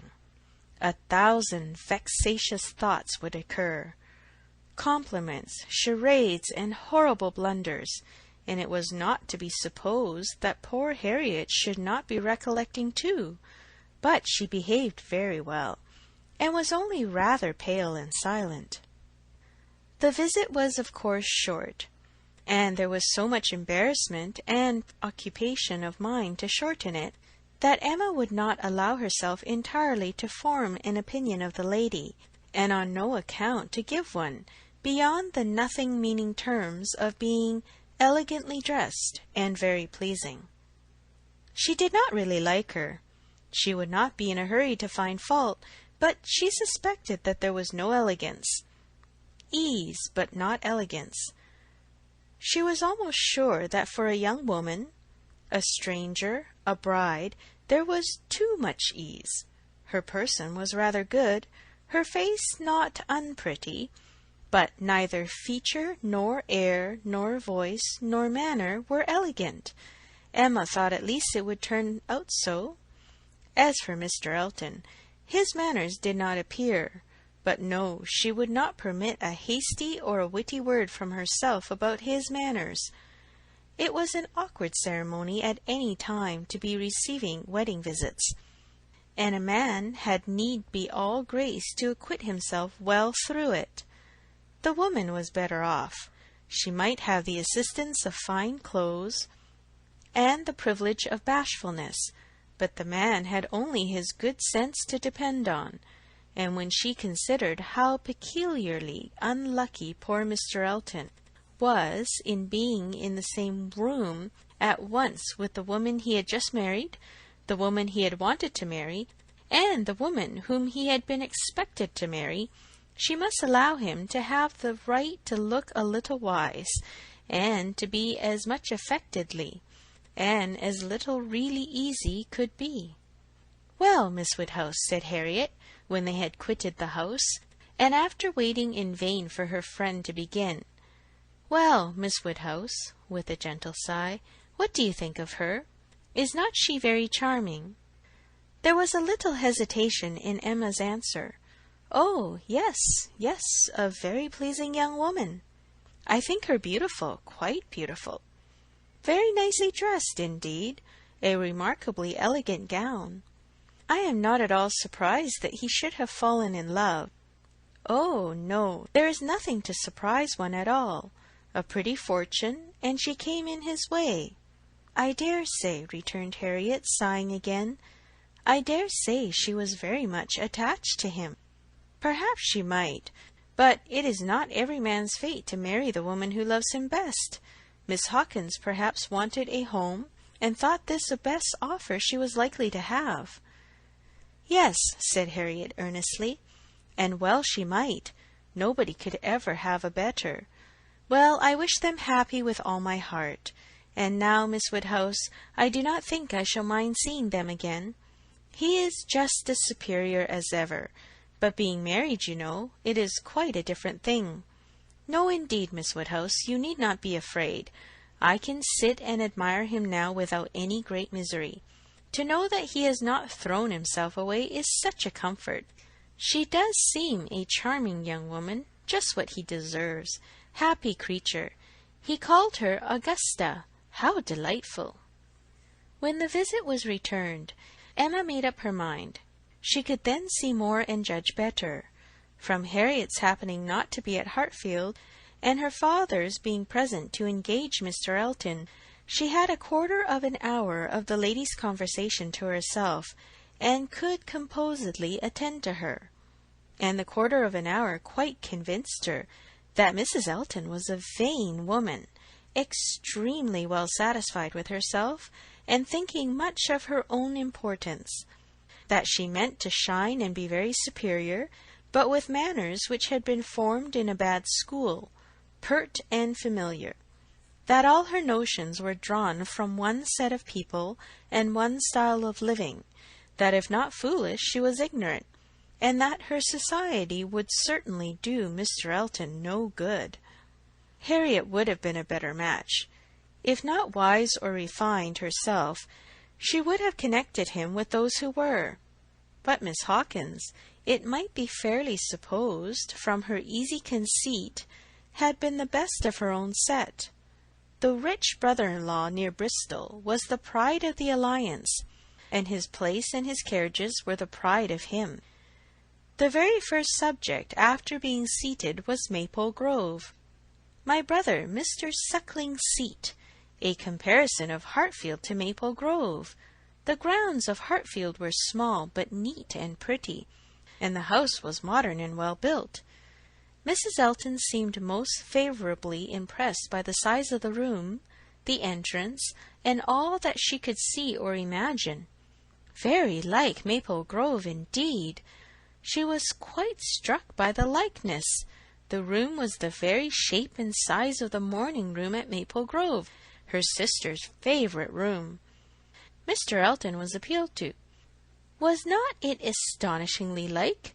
She could really almost fancy herself at Maple Grove. And the staircase.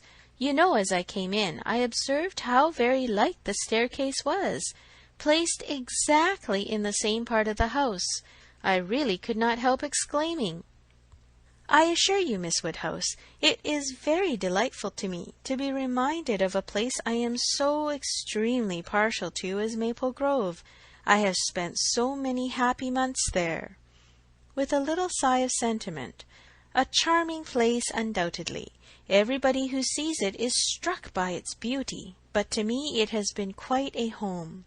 Whenever you are transplanted, like me, Miss Woodhouse, you will understand how very delightful it is to meet with anything at all, like what one has left behind.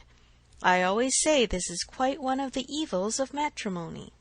Emma made as slight a reply as she could, but it was fully sufficient for Mrs. Elton, who only wanted to be talking herself. So extremely like Maple Grove, and it is not merely the house. The grounds, I assure you, as far as I could observe, are strikingly like. The laurels at Maple Grove are in the same profusion as here, and stand very much in the same way, just across the lawn. And I had a glimpse of a fine large tree, with a bench around it, which put me so exactly in mind.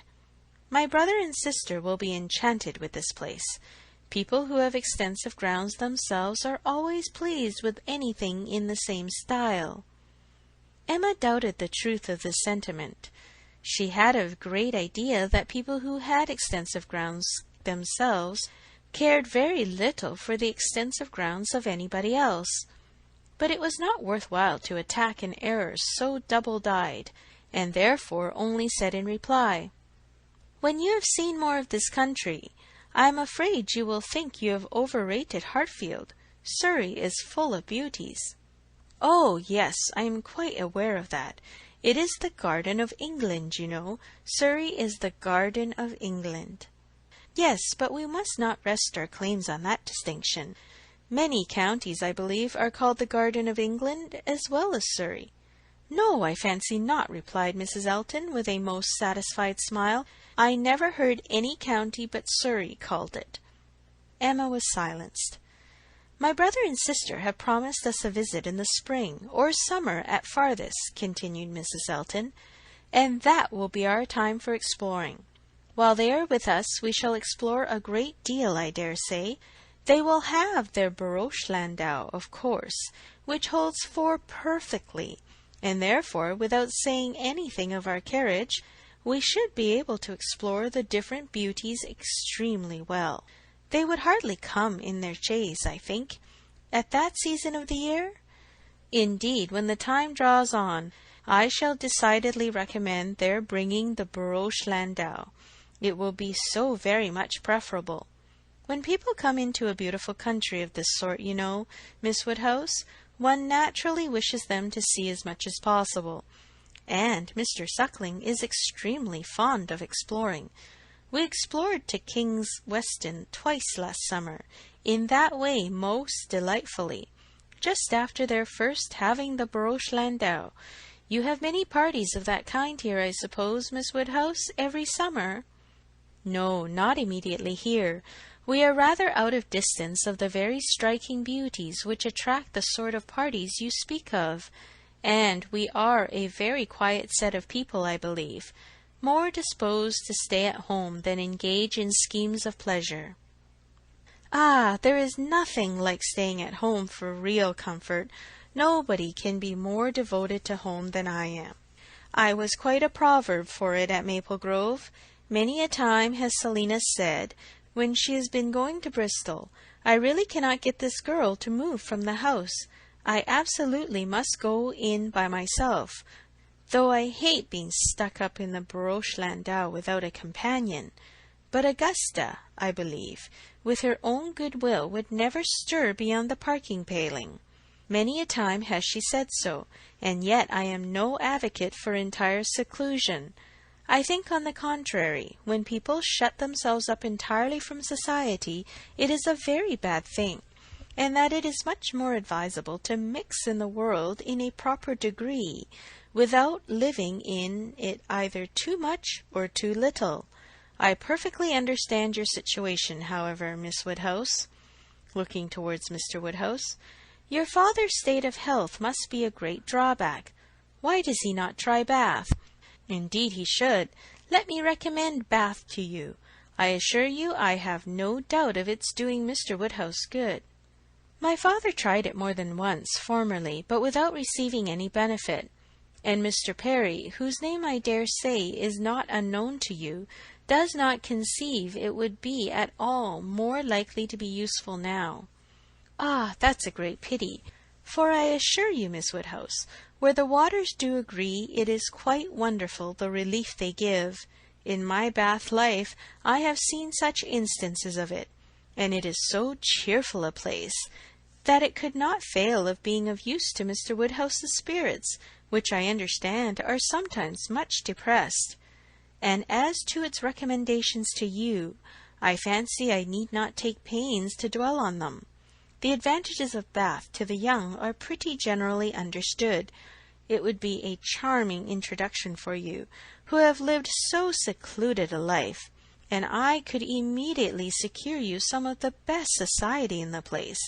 A line from me would bring you a little host of acquaintance, and my particular friend, Mrs. Partridge, the lady I have always resided with when in Bath, would be most happy to show you any attentions, and would be the very person for you to go into public with."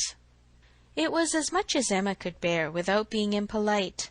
The idea of her being indebted to Mrs. Elton for what was called an introduction, of her going into public under the auspices of a friend of Mrs. Elton's, probably some vulgar, dashing widow, who, with the help of a boarder, just made a shift to live. The dignity of Miss Woodhouse of Hartfield was sunk indeed. She restrained herself, however, from any of the reproofs she could have given, and only thanked Mrs. Elton coolly, but their going to Bath was quite out of the question, and she was not perfectly convinced that the place might suit her better than her father, and then, to prevent farther outrage and indignation, changed the subject directly. "I do not ask whether you are musical, Mrs. Elton. Upon these occasions, a lady's character generally precedes her, and Highbury has long known that you are a superior performer." "Oh, no, indeed.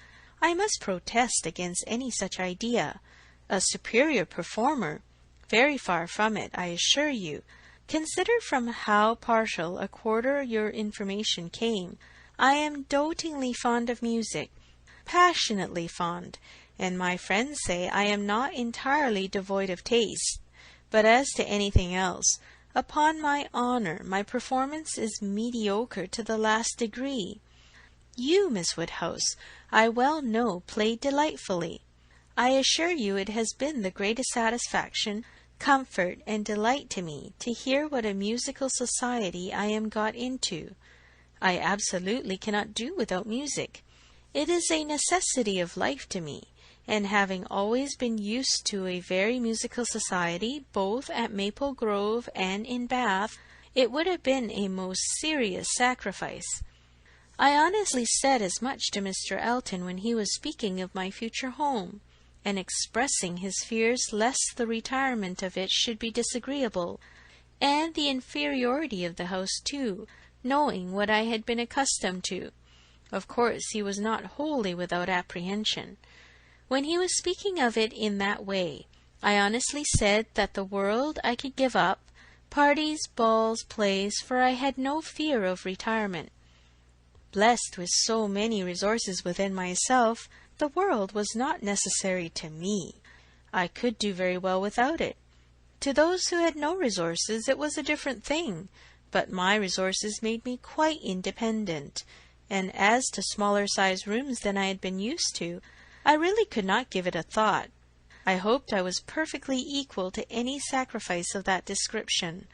Certainly I had been accustomed to every luxury at Maple Grove, but I did assure him that 2 carriages were not necessary to my happiness, nor were spacious apartments. "But," said I, to be quite honest, "I do not think I can live without something of a musical society. I condition for nothing else, but without music life would be a blank to me." "We cannot suppose," said Emma, smiling, "that Mr. Elton would hesitate to assure you of there being a very musical society in Highbury, and I hope you will not find he has outstepped the truth more than may be pardoned, in consideration of the motive." "No, indeed, I have no doubts at all on that head. I am delighted to find myself in such a circle. I hope we shall have many sweet little concerts together. I think, Miss Woodhouse, you and I must establish a musical club, and have regular weekly meetings at your house or ours. Will not it be a good plan? If we exert ourselves, I think we shall not be long in want of allies. Something of that nature would be particularly desirable for me, as an inducement to keep me in practice.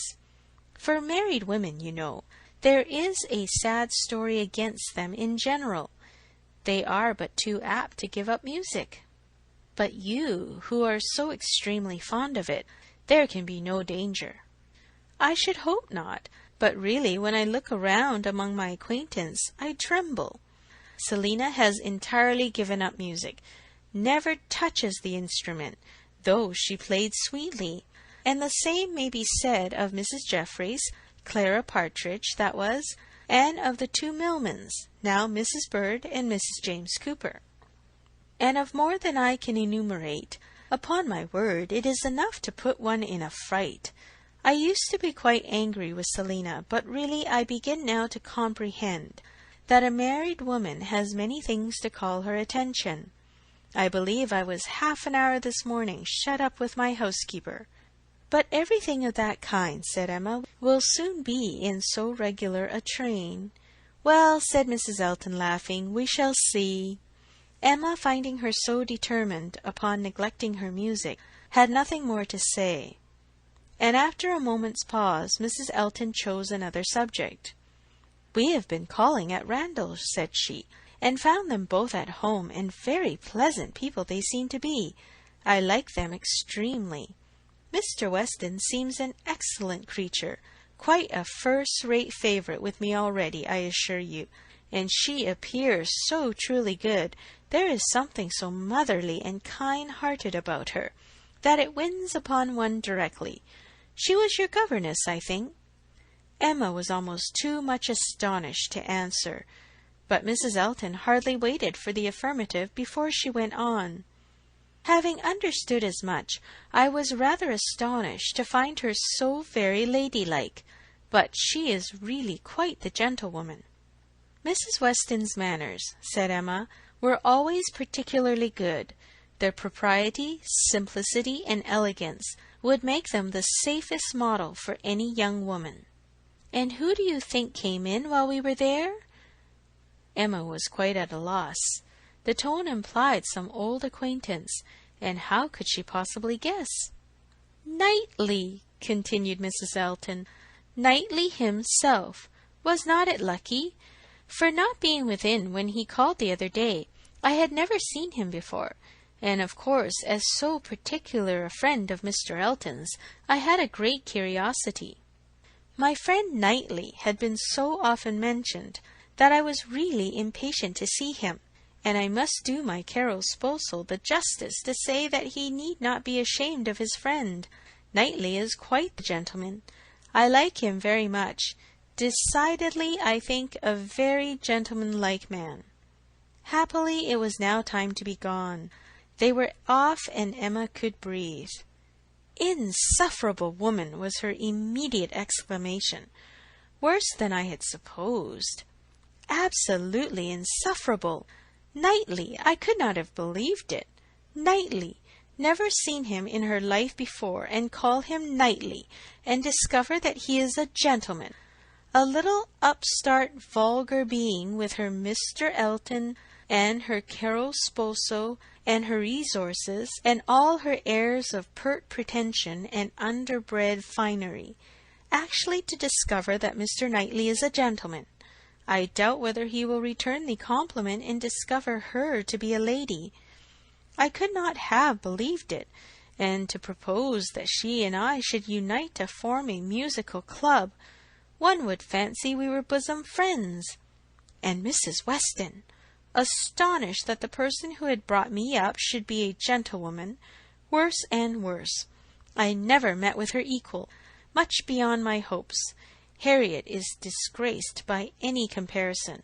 Oh, what would Frank Churchill say to her if he were here? How angry and how diverted he would be! Ah, there I am, thinking of him directly. Always the first person to be thought of. How I catch myself out! Frank Churchill comes as regularly into my mind." All this ran so glibly through her thoughts that by the time her father had arranged himself, after the bustle of the Eltons' departure, and was ready to speak, she was very tolerably capable of attending. "Well, my dear," he deliberately began, "considering we never saw her before, she seems a very pretty sort of young lady, and I dare say she was very much pleased with you. She speaks a little too quick. A little quickness of voice there is which rather hurts the ear. But I believe I am nice. I do not like strange noises, and nobody speaks like you and poor Miss Taylor. However, she seems a very obliging, pretty behaved young lady, and no doubt will make him a very good wife, though I think he had better not have married. I made the best excuses I could for not having been able to wait on him. And Mrs. Elton, on this happy occasion, I said that I hoped I should in the course of the summer, but I ought to have gone before. Not to wait upon a bride is very remiss. Ah, it shows what a sad invalid I am.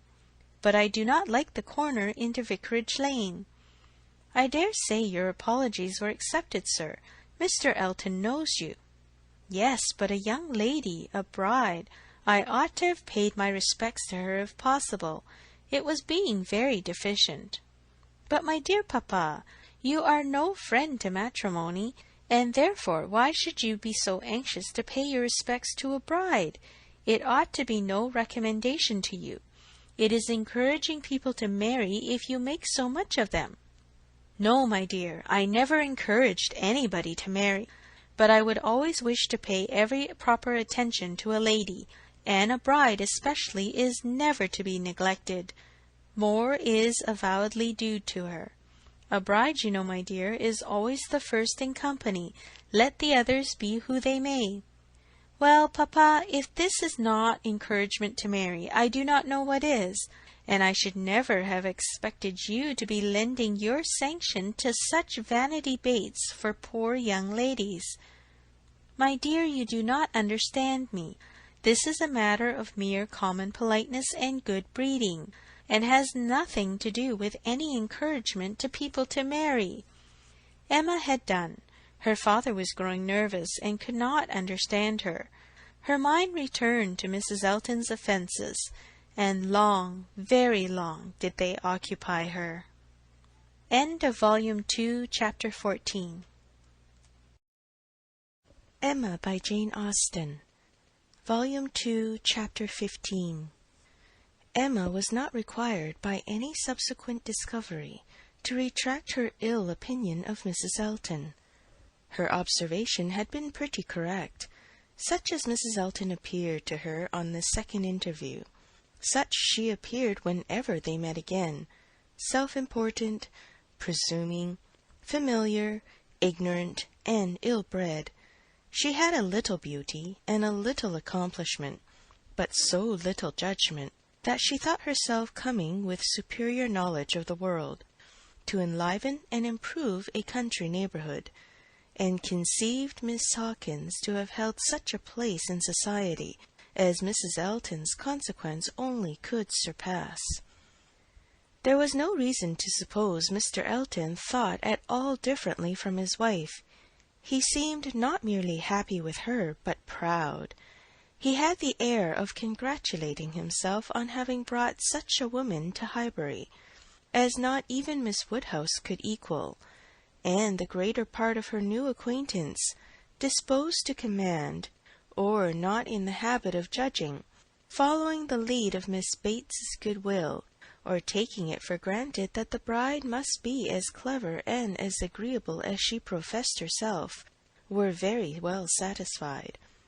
So that Mrs. Elton's praise passed from one mouth to another as it ought to do, unimpeded by Miss Woodhouse, who readily continued her first contribution, and talked with a good grace of her being very pleasant and very elegantly dressed. In one respect Mrs. Elton grew even worse than she had appeared at first. Her feelings altered towards Emma. Offended, probably, by the little encouragement which her proposals of intimacy met with, she drew back in her turn, and gradually became much more cold and distant, and though the effect was agreeable, the ill will which produced it was necessarily increasing Emma's dislike. Her manners, too, and Mr. Elton's, were unpleasant towards Harriet. They were sneering and negligent. Emma hoped it must rapidly work Harriet's cure, but the sensations which could prompt such behaviour sunk them both very much.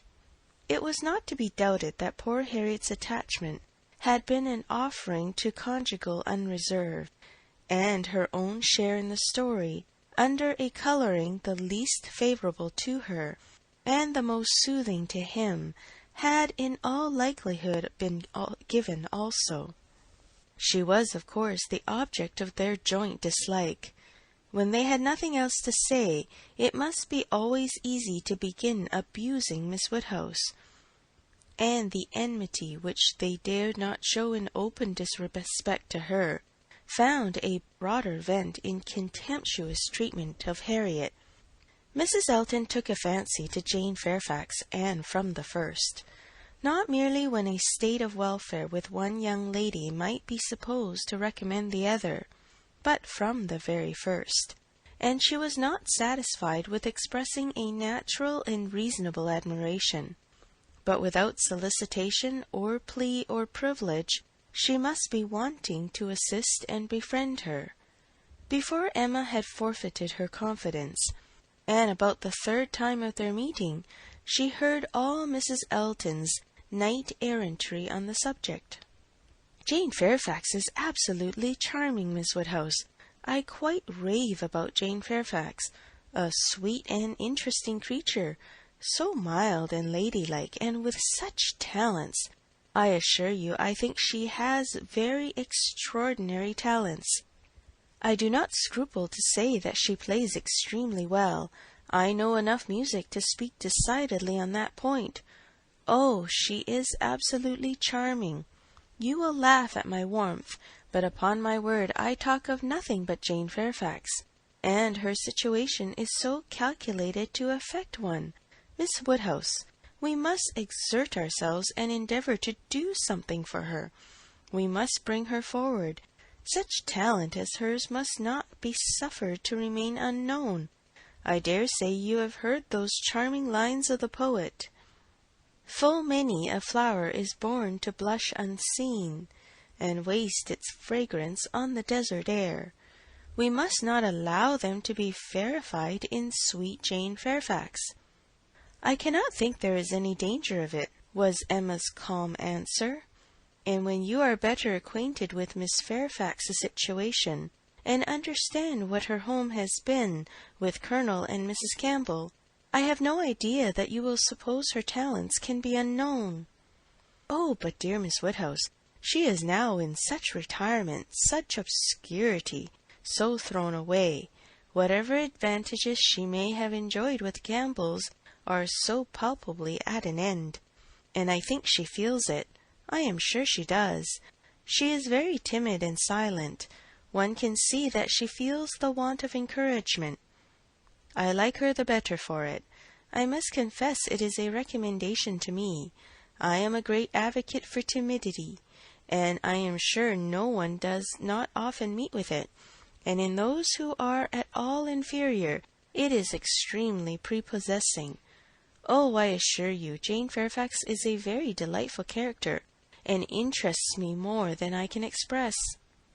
"You appear to feel a great deal, but I am not aware how you or any of Miss Fairfax's acquaintance here, any of those who have known her longer than yourself, can show her any attention other than—" "My dear Miss Woodhouse, a vast deal may be done by those who dare to act. You and I need not be afraid. If we set the example, many will follow it as far as they can, though all have not our situations. We have carriages to fetch and convey her home, and we live in a style which could not make the addition of Jane Fairfax at any time the least inconvenient. I should be extremely displeased if Wright were to send us up such a dinner as could make me regret having asked more than Jane Fairfax to partake of it. I have no idea of that sort of thing. It is not likely that I should, considering what I have been used to. My greatest danger, perhaps, in housekeeping may be quite the other way, in doing too much and being too careless of expense. Maple Grove will probably be my model more than it ought to be, for we do not have at all effect to equal my brother Mr. Suckling in income. However, my resolution is taken as to noticing Jane Fairfax. I shall certainly have her very often at my house, shall introduce her whenever I can, shall have musical parties to draw out her talents, and shall be constantly on the watch for an eligible situation. My acquaintance is so very extensive that I have little doubt of hearing of something to suit her shortly. I shall introduce her, of course, very particularly to my brother and sister when they come to us. I am sure they will like her extremely, and when she gets a little acquainted with them, her fears will completely wear off, and there really is nothing in the manners of either but what is highly conciliating. I shall have her very often indeed while they are with me, and I dare say we shall sometimes find a seat for her in the barouche landau in some of our exploring parties." "Poor Jane Fairfax," thought Emma. "You have not deserved this. You may have done wrong with regard to Mr. Dickson, but this is a punishment beyond what you can have merited. The kindness and protection of Mrs. Elton. Jane Fairfax and Jane Fairfax. Heavens! Let me not suppose that she dares go about Emma Woodhousing me, but upon my honour there seems no limits to the licentiousness of that woman's tongue." Emma had not to listen to such paradings again, to any so exclusively addressed to herself, so disgustingly decorated with a dear Miss Woodhouse. The change on Mrs. Elton's side soon afterwards appeared, and she was left in peace, neither forced to be the very particular friend of Mrs. Elton, not, under Mrs. Elton's guidance, the very active patroness of Jane Fairfax, and only sharing with others in a general way in knowing what was felt, what was meditated, what was done. She looked on with some amusement. Miss Bates's gratitude for Mrs. Elton's attentions to Jane was in the first style of guileless simplicity and warmth. She was quite one of her worthies, the most amiable of fair, delightful woman, just as accomplished and condescending as Mrs. Elton meant to be considered. Emma's only surprise was that Jane Fairfax should accept those attentions, and tolerate Mrs. Elton as she seemed to do. She heard of her walking with the Eltons, sitting with the Eltons, spending a day with the Eltons. This was astonishing. She could not have believed it possible that the taste or the pride of Miss Fairfax could endure such society and friendship as the vicarage had to offer. "She is a riddle, quite a riddle," said she, "to choose to remain here month after month, under privations of every sort, and now to choose the mortification of Mrs. Elton's notice and the penury of her conversation, rather than return to the superior companions who have always loved her with such real, generous affection." Jane had come to Highbury professedly for 3 months. The Campbells were gone to Ireland for 3 months, but now the Campbells had promised their daughter to stay at least till midsummer, and fresh invitations had arrived for her to join them there. According to Miss Bates, it all came from her. Mrs. Dickson had written most pressingly. Would Jane but go, means were to be found, servants sent, friends contrived, no travelling difficulty allowed to exist, but still she declined it. She must have some motive, more powerful than appears, for refusing this invitation, was Emma's conclusion. She must be under some sort of penance, inflicted either by the Campbells or herself. There is great fear, great caution, great resolution somewhere. She is not to be with the Dicksons. The decree is issued by somebody. But why must she consent to be with the Eltons? Here is quite a separate puzzle. Under her speaking her wonder aloud on that part of the subject before the few who knew her opinion of Mrs. Elton, Mrs. Weston ventured this apology for Jane.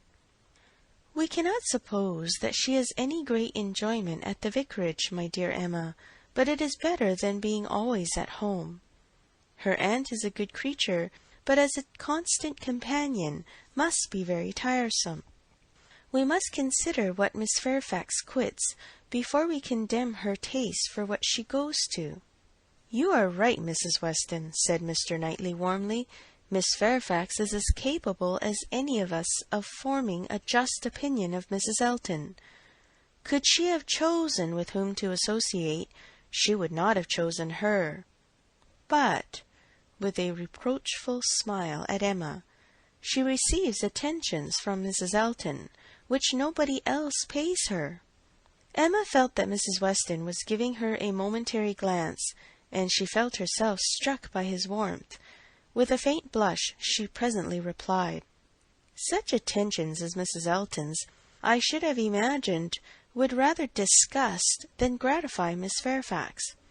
Mrs. Elton's invitations I should have imagined anything but inviting.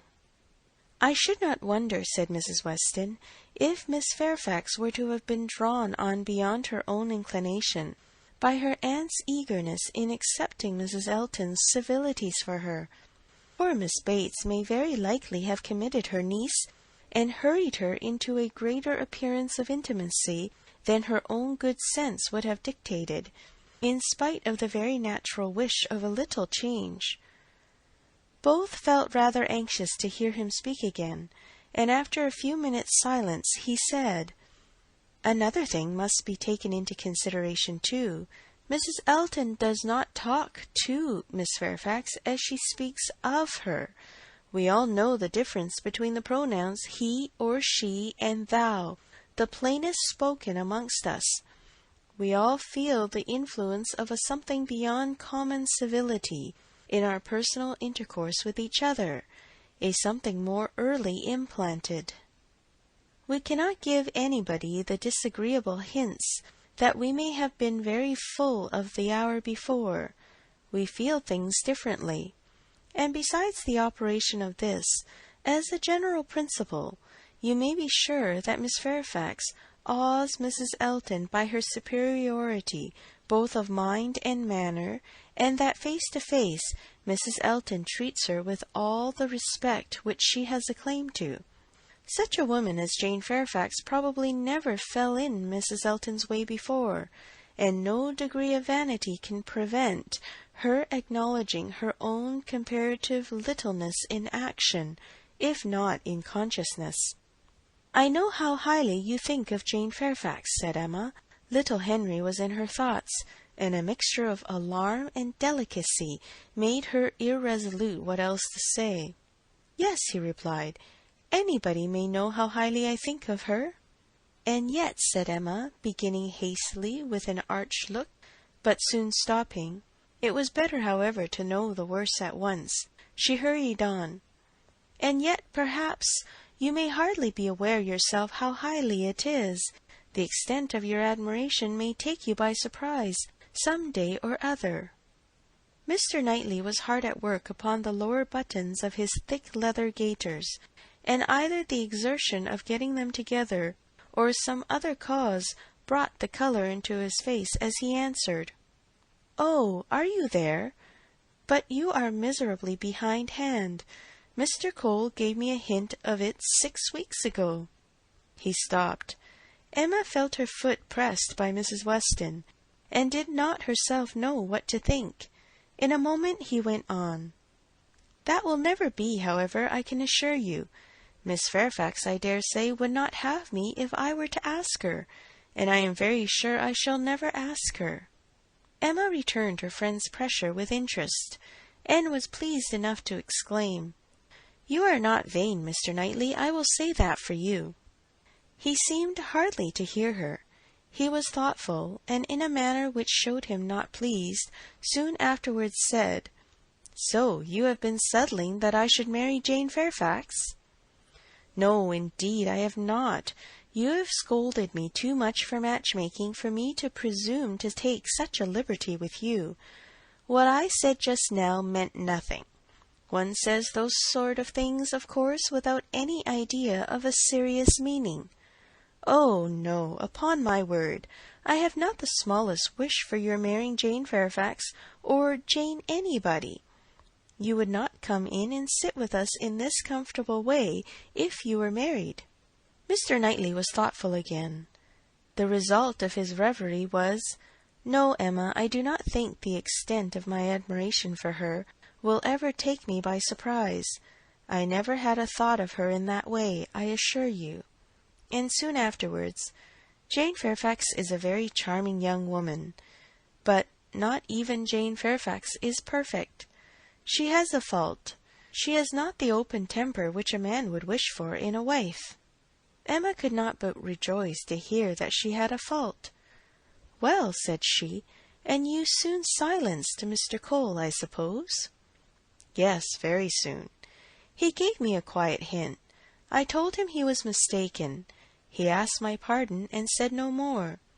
Cole does not want to be wiser or wittier than his neighbours. In that respect, how unlike dear Mrs. Weston, who wants to be wiser and wittier than all the world. I wonder how she speaks of the Coles, what she calls them. How can she find any appellation for them deep enough in familiar vulgarity? She calls you Knightley. What can she do for Mr. Cole? And so I am not to be surprised that Jane Fairfax accepts her civilities and consents to be with her. Mrs. Weston, your argument weighs most with me. I can much more readily enter into the temptation of getting away from Miss Bates than I can believe in the triumph of Miss Fairfax's mind over Mrs. Elton. I have no faith in Mrs. Elton's acknowledging herself the inferior in thought, word, or deed, or in her being under any restraint beyond her own scanty rule of good breeding. I cannot imagine that she will be continually insulting her visitor with praise, encouragement, and offers of service, that she will not be continually detailing her magnificent intentions, from the procuring her a permanent situation to the including her in those delightful exploring parties which are to take place in the barouche landau. Jane Fairfax has feelings, said Mr. Knightley. I do not accuse her of want of feeling. Her sensibilities, I suspect, are strong, and her temper excellent in its power of forbearance, patience, self-control, but it wants openness. She is reserved, more reserved, I think, than she used to be, and I love an open temper. No, till Cole alluded to my supposed attachment, it had never entered my head. I saw Jane Fairfax and conversed with her, with admiration and pleasure always, but with no thought beyond. "Well, Mrs. Weston," said Emma triumphantly, when he left them, "what do you say now to Mr. Knightley's marrying Jane Fairfax?" "Why, really, dear Emma, I say that he is so very much occupied by the idea of not being in love with her, that I should not wonder if it were to end in his being so at last. Do not beat me." End of Volume 2, Chapter 15. Emma by Jane Austen. Volume 2, Chapter 16. Everybody in and about Highbury who had ever visited Mr. Elton was disposed to pay him attention on his marriage. Dinner parties and evening parties were made for him and his lady, and invitations flowed in so fast that she had soon the pleasure of apprehending they were never to have a disengaged day. "I see how it is," said she. "I see what a life I am to lead among you. Upon my word, we shall be absolutely dissipated. We really seem quite the fashion. If this is living in the country, it is nothing very formidable.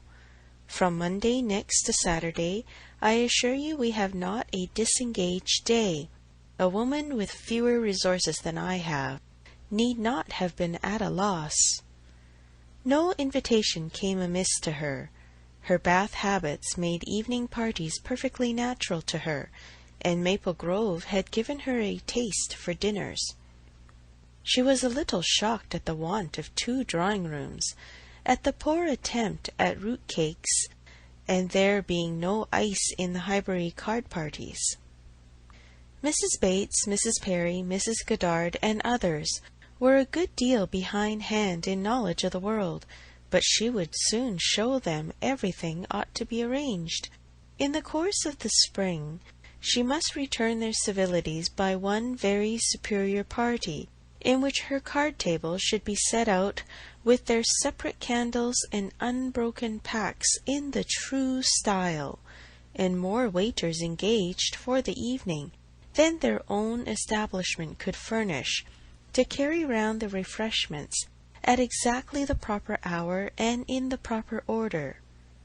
Emma, in the meanwhile, could not be satisfied without a dinner at Hartfield for the Eltons. They must not do less than others, or she should be exposed to odious suspicions, and imagined capable of pitiful resentment. A dinner must be there.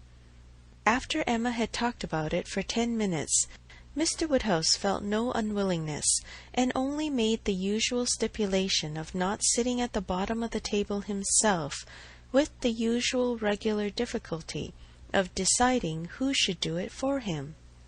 The persons to be invited required little thought. Besides the Eltons, it must be the Westons and Mr. Knightley. So far it was all, of course, and it was hardly less inevitable that poor little Harriet must be asked to make the 8th. But this invitation was not given with equal satisfaction, and on many accounts Emma was particularly pleased by Harriet's begging to be allowed to decline it. She would rather not be in his company more than she could help. She was not yet quite able to see him and his charming happy wife together without feeling uncomfortable. If Miss Woodhouse would not be displeased, she would rather stay home. It was precisely what Emma would have wished, had she deemed it possible enough for wishing. She was delighted with the fortitude of her little friend, for fortitude she knew it was in her, to give up being in company and stay at home. And she could now invite the very person whom she really wanted to make the 8th, Jane Fairfax. Since her last conversation with Mrs. Weston and Mr. Knightley, she was more conscience-stricken about Jane Fairfax than she had often been. Mr. Knightley's words dwelt with her. He had said that Jane Fairfax received attentions from Mrs. Elton, which nobody else paid her. "This is very true," said she, "at least as far as relates to me, which was all that was meant, and it is very shameful. Of the same age, and always knowing her, I ought to have been more her friend. She will never like me now.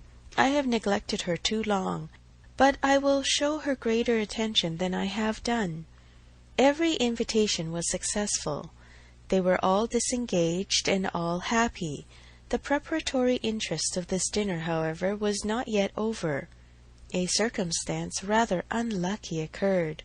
The 2 eldest little Knightleys were engaged to pay their grandpapa and aunt a visit of some weeks in the spring, and their papa now proposed bringing them, and staying 1 whole day at Hartfield, which one day would be the very day of this party.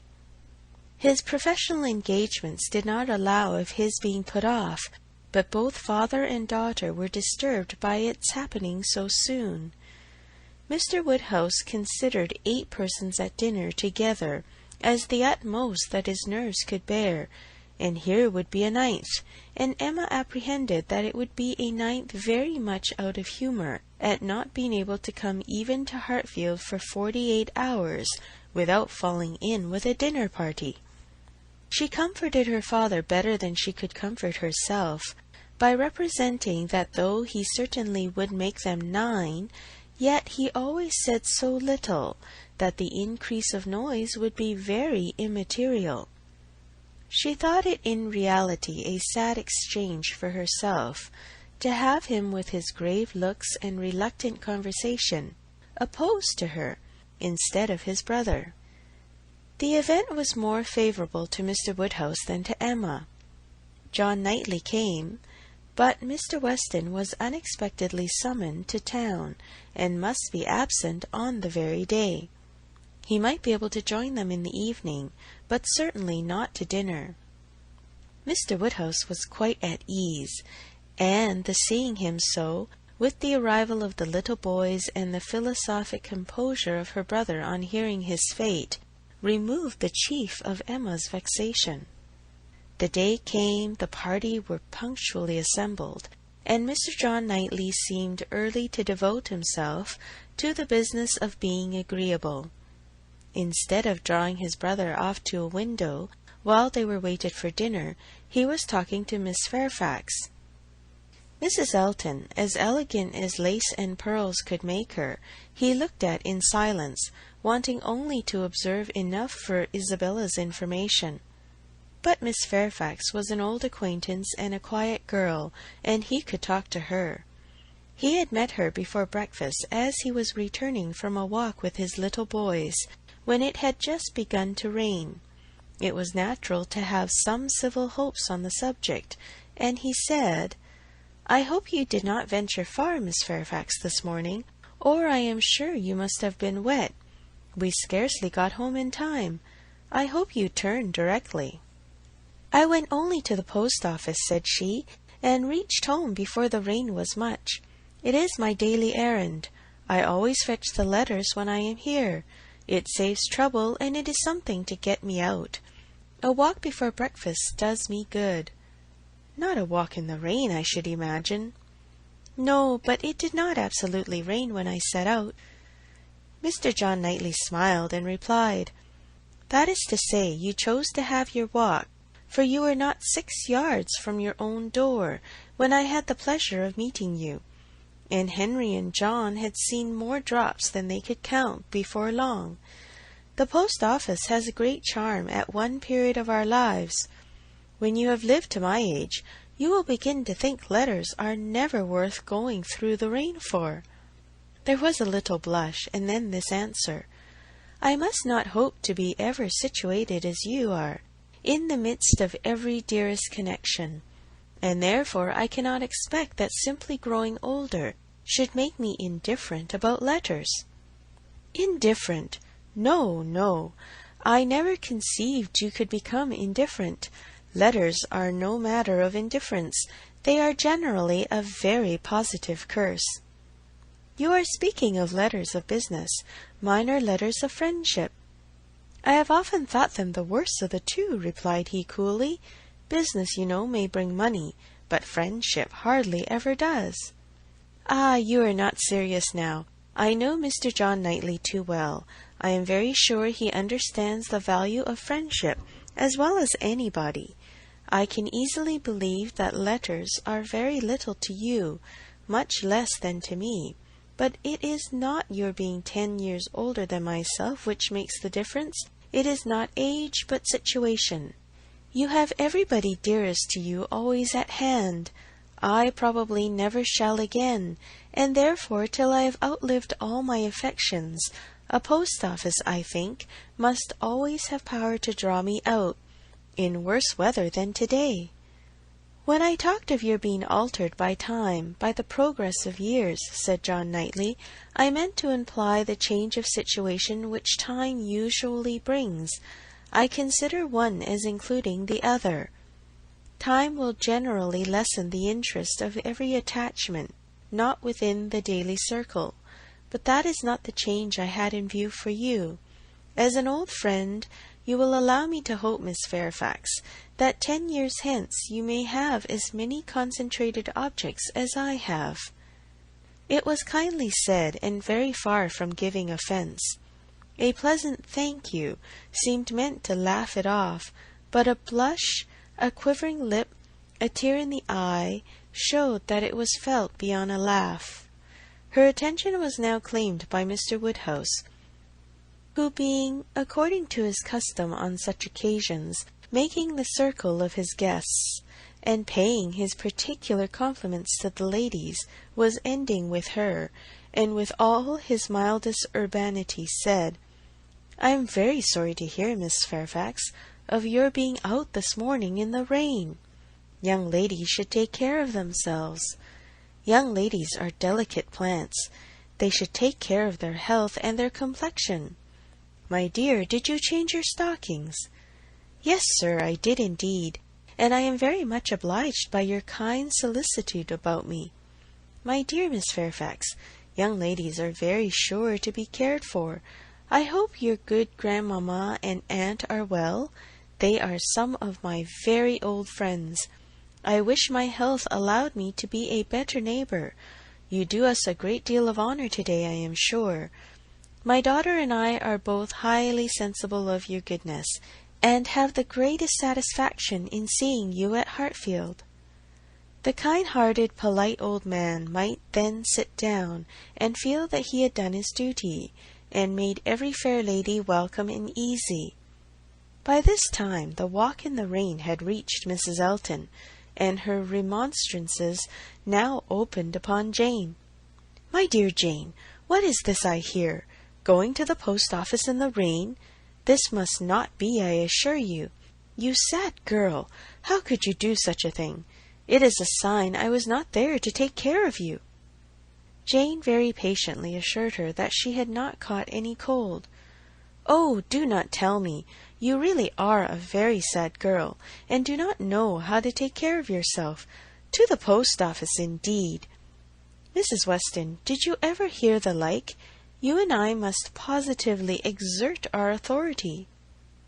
"My advice," said Mrs. Weston kindly and persuasively, "I certainly do feel tempted to give.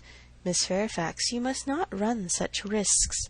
Liable as you have been to severe colds, indeed you ought to be particularly careful, especially at this time of year.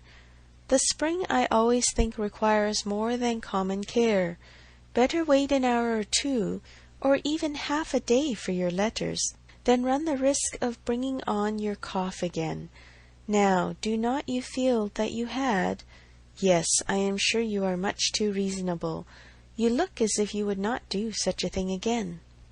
"Oh, she shall not do such a thing again," eagerly rejoined Mrs. Elton. "You will not allow her to do such a thing," and nodding significantly. "There must be some arrangement made. There must indeed. I shall speak to Mr. E., the man who fetches our letters every morning.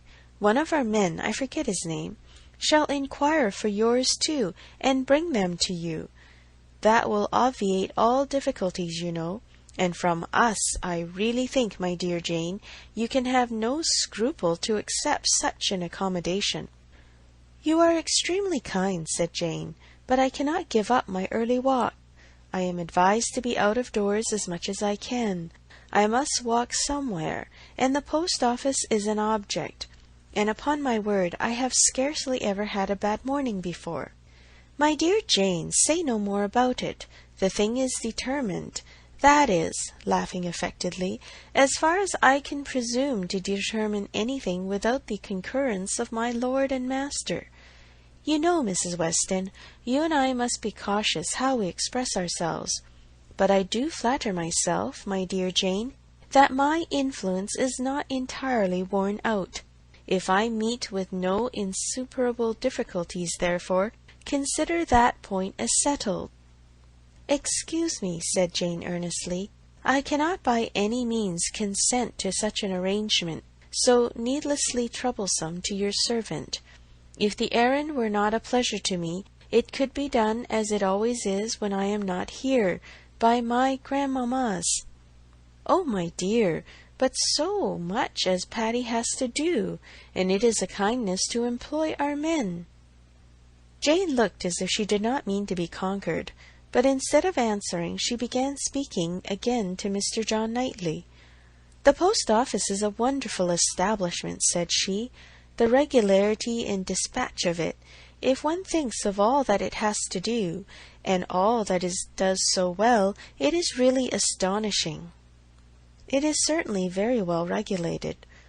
"So seldom that any negligence or blunder appears, so seldom that a letter, among the thousands that are constantly passing about the kingdom, is even carried wrong, and not one in a million, I suppose, actually lost. And when one considers the variety of hands, and of bad hands too, that are to be deciphered, it increases the wonder. The clerks grow expert from habit. They must begin with some quickness of sight and hand, and exercise improves them. If you want any farther explanation," continued he, smiling, "they are paid for it. That is the key to a great deal of capacity. The public pays and must be served well." The varieties of handwriting were farther talked of, and the usual observations made. "I have heard it asserted," said John Knightley, "that the same sort of handwriting often prevails in the family, and where the same master teaches, it is natural enough. But for that reason I should imagine the likeness must be chiefly confined to the females, for boys have very little teaching after an early age, and scramble into any hand they can get. Isabella and Emma, I think, do write very much alike. I have not always known their writing apart." "Yes," said his brother hesitatingly, "there is a likeness. I know what you mean, but Emma's hand is the strongest." "Isabella and Emma both write beautifully," said Mr. Woodhouse, "and always did, and so does poor Mrs. Weston," with half a sigh and half a smile at her. "I never saw any gentleman's handwriting," Emma began, looking also at Mrs. Weston, but stopped on perceiving that Mrs. Weston was attending to someone else, and the pause gave her time to reflect. "Now, how am I going to introduce him?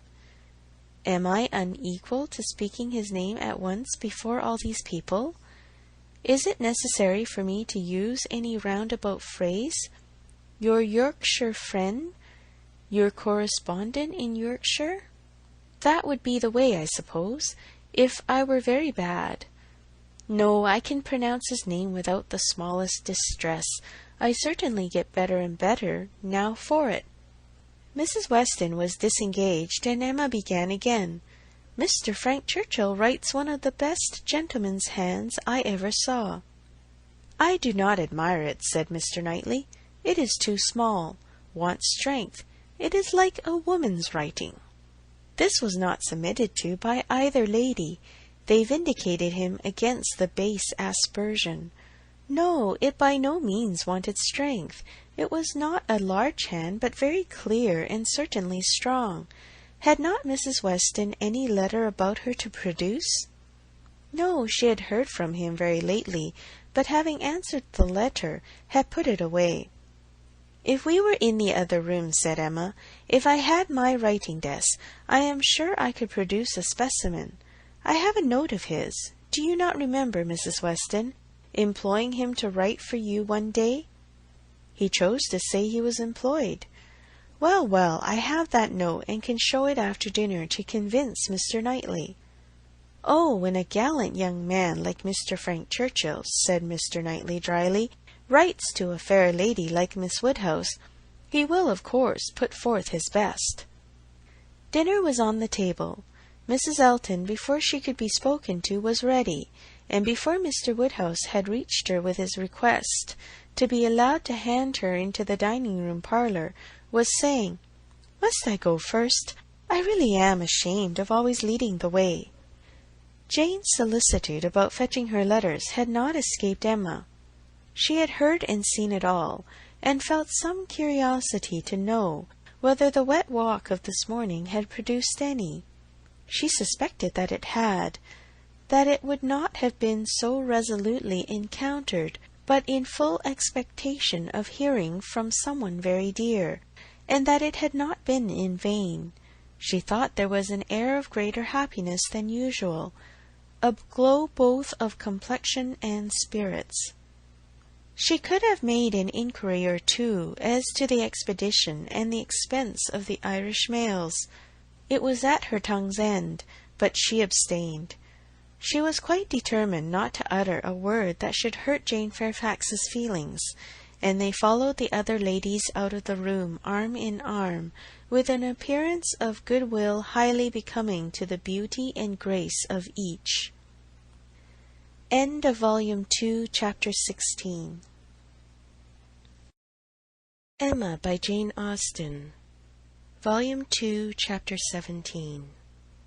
When the ladies returned to the drawing-room after dinner, Emma found it hardly possible to prevent their making two distinct parties. With so much perseverance in judging and behaving ill, did Mrs. Elton engross Jane Fairfax and slight herself. She and Mrs. Weston were obliged to be almost always either talking together or silent together. Mrs. Elton left them no choice. If Jane repressed her for a little time, she soon began again, and though much that passed between them was in a half-whisper, especially on Mrs. Elton's side, there was no avoiding a knowledge of their principal subjects. The post-office, catching cold, fetching letters, and friendship were long under discussion, and to them succeeded one, which must be at least equally unpleasant to Jane. Inquiries whether she had yet heard of any situation likely to suit her, and professions of Mrs. Elton's meditated activity. "Here is April come," said she. "I get quite anxious about you. June will soon be here." "But I have never fixed on June or any other month, merely looked forward to the summer in general." "But have you really heard of nothing?" "I have not even made an inquiry. I do not wish to make any yet." "Oh, my dear, we cannot begin too early. You are not aware of the difficulty of procuring exactly the desirable thing." "I not aware?" said Jane, shaking her head. "Dear Mrs. Elton, who can have thought of it as I have done?" "But you have not seen so much of the world as I have. You do not know how many candidates there are for the first situations. I saw a vast deal of that in the neighborhood round Maple Grove.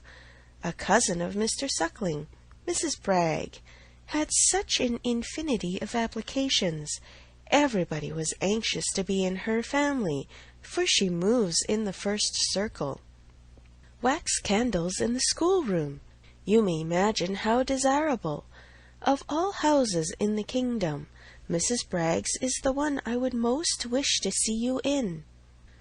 "Colonel and Mrs. Campbell are to be in town again by midsummer," said Jane. "I must spend some time with them. I am sure they will want it. Afterwards I may probably be glad to dispose of myself, but I would not wish you to take the trouble of making inquiries at present." "Trouble! I know your scruples. You are afraid of giving me trouble. But I assure you, my dear Jane, the Campbells can hardly be more interested about you than I am. I shall write to Mrs. Partridge in a day or two, and shall give her a strict charge to be on the lookout for anything eligible." "Thank you, but I would rather you did not mention the subject to her till the time draws nearer. I do not wish to be giving anybody trouble." "But, my dear child, the time is drawing near. Here is April, and June, or say even July, is very near, with such business to accomplish before us. Your inexperience really amuses me. A situation such as you deserve, and your friends would require for you, is no everyday occurrence, is not obtained at a moment's notice.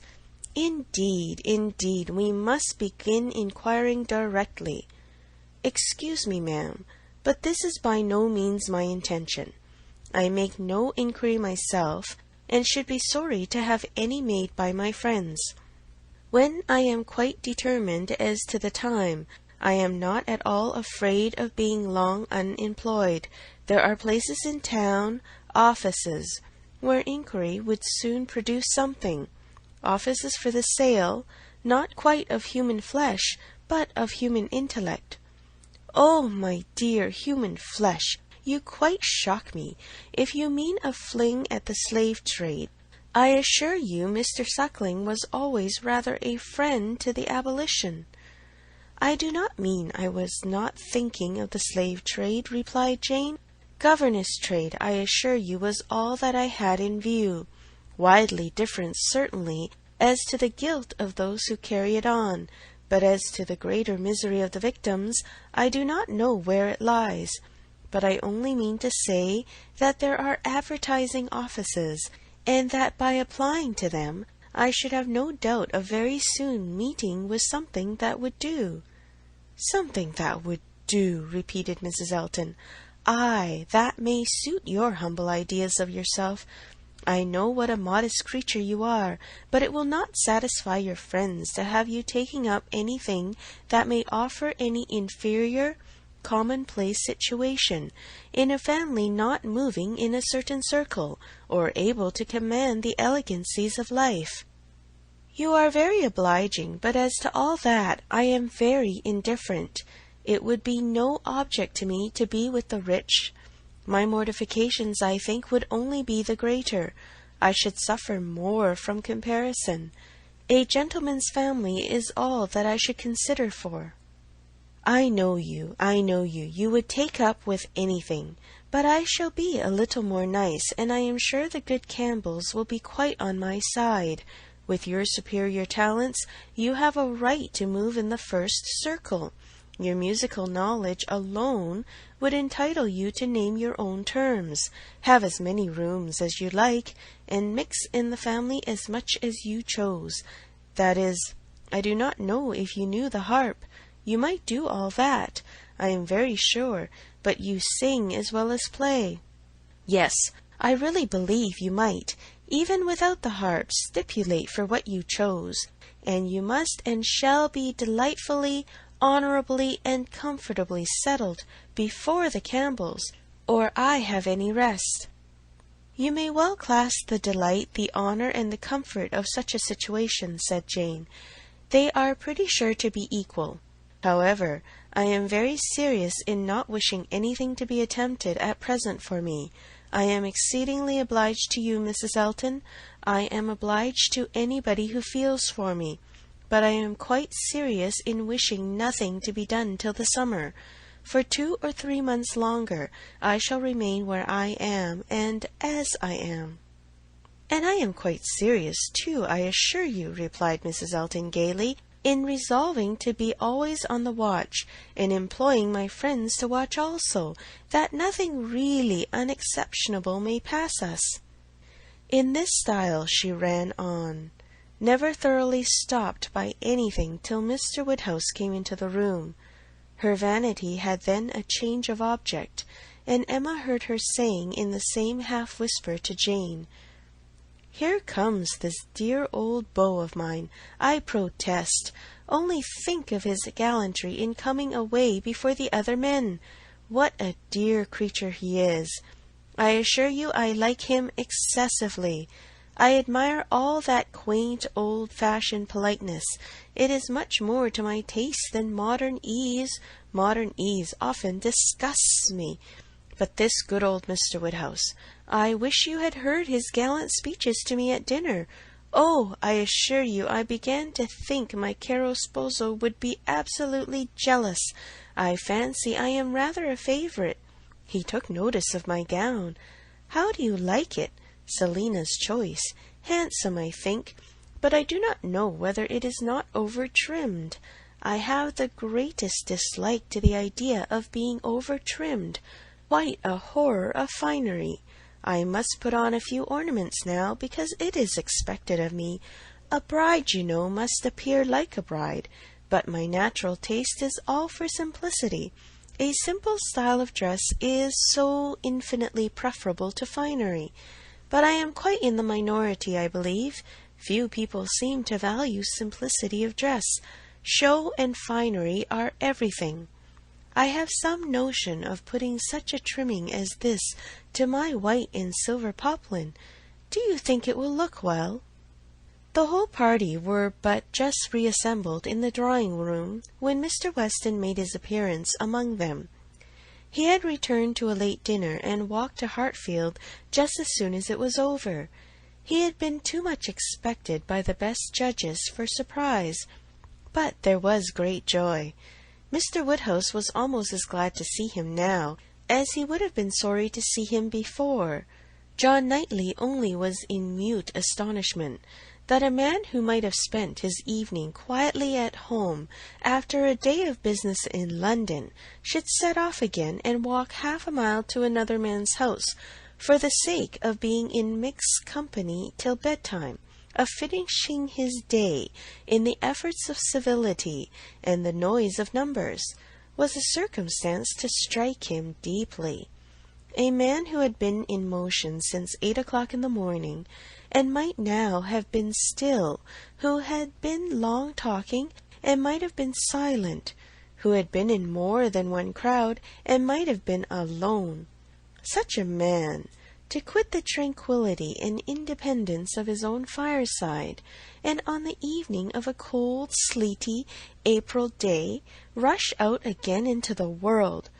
Could he, by a touch of his finger, have instantly taken back his wife, there would have been a motive, but his coming would probably prolong rather than break up the party.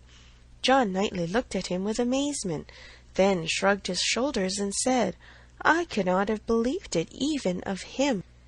Mr. Weston, meanwhile, perfectly unsuspicious of the indignation he was exciting, happy and cheerful as usual, and with all the right of being principal talker, which a day spent anywhere from home confers, was making himself agreeable among the rest, and having satisfied the inquiries of his wife as to his dinner, convinced her that none of all her careful directions to the servants had been forgotten, and spread abroad what public news he had heard was proceeding to a family communication, which, though principally addressed to Mrs. Weston, he had not the smallest doubt of being highly interesting to everybody in the room.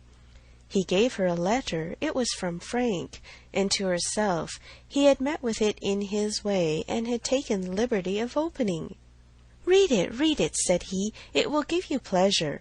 Only a few lines. Will not take you long. Read it to Emma." The two ladies looked it over together, and he sat smiling and talking to them the whole time, in a voice a little subdued, but very audible to everybody. "Well, he is coming, you see. Good news, I think. Well, what do you say to it? I always told you he would be here again soon, did I not? Anne, my dear, did not I always tell you so? And you would not believe me. In town next week, you see, at the latest, I dare say, for she is as impatient as the black gentleman when anything is to be done. Most likely they will be there tomorrow or Saturday. As to her illness, all nothing, of course, but it is an excellent thing to have Frank among us again, so near as town. They will stay a good while when they do come, and he will be half his time with us. This is precisely what I wanted. Well, pretty good news, is not it? Have you finished it? Has Emma read it all? Put it up. We will have a good talk about it some other time, but it will not do now. I shall only just mention the circumstance to the others in a common way." Mrs. Weston was most comfortably pleased on the occasion. Her looks and words had nothing to restrain them.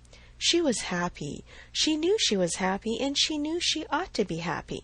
Her congratulations were warm and open, but Emma could not speak so fluently. She was a little occupied in weighing her own feelings, and trying to understand the degree of her agitation, which she thought was considerable. Mr. Weston, however, too eager to be very observant, too communicative to want others to talk, was very well satisfied with what she did say, and soon moved away to make the rest of his friends happy by a partial communication of what the whole room must have overheard already.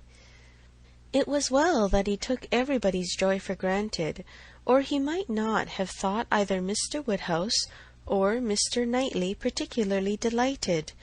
They were the first entitled, after Mrs. Weston and Emma, to be made happy. From them he would have proceeded to Miss Fairfax, but she was so deep in conversation with John Knightley that it would have been too positive an interruption, and finding himself close to Mrs. Elton, and her attention disengaged, he necessarily began on the subject with her. End of Volume 2, Chapter 17. Emma by Jane Austen. Volume 2, Chapter 18. "I hope I shall soon have the pleasure of introducing my son to you," said Mr. Weston. Mrs. Elton, very willing to suppose a particular compliment intended her by such a hope, smiled most graciously. "You have heard of a certain Frank Churchill, I presume," he continued, "and know him to be my son, though he does not bear my name." "Oh, yes, and I shall be very happy in his acquaintance. I am sure Mr. Elton will lose no time in calling on him, and we shall both have great pleasure in seeing him at the vicarage." "You are very obliging. Frank will be extremely happy, I am sure. He is to be in town next week, if not sooner. We have notice of it in a letter to-day. I met the letters in my way this morning, and, seeing my son's hand, presumed to open it. Though it was not directed to me, it was to Mrs. Weston. She is his principal correspondent, I assure you. I hardly ever get a letter." "And so you absolutely opened what was directed to her? "Oh, Mr. Weston," laughing affectedly, "I must protest against that. A most dangerous precedent indeed. I beg you will not let your neighbours follow your example. Upon my word, if this is what I am to expect, we married women must begin to exert ourselves. Oh, Mr. Weston, I could not have believed it of you. Ay, we men are sad fellows. You must take care of yourself, Mrs. Elton.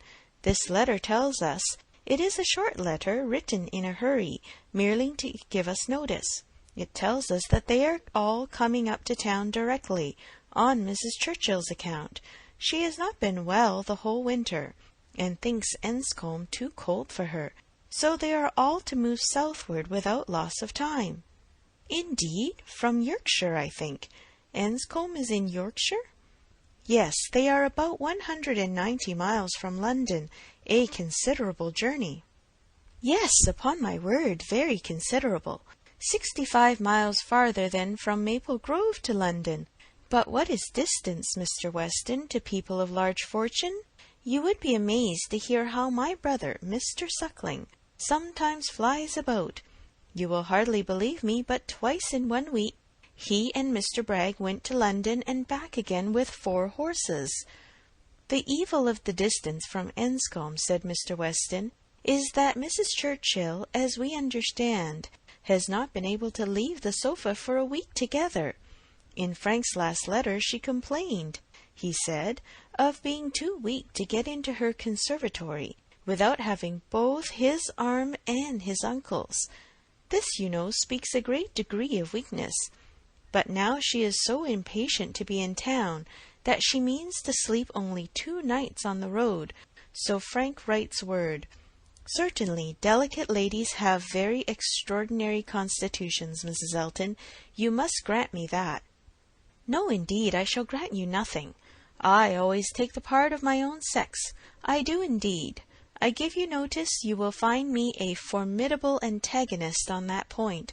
I always stand up for women, and I assure you, if you knew how Selina feels with respect to sleeping at an inn, you would not wonder at Mrs. Churchill's making incredible exertions to avoid it.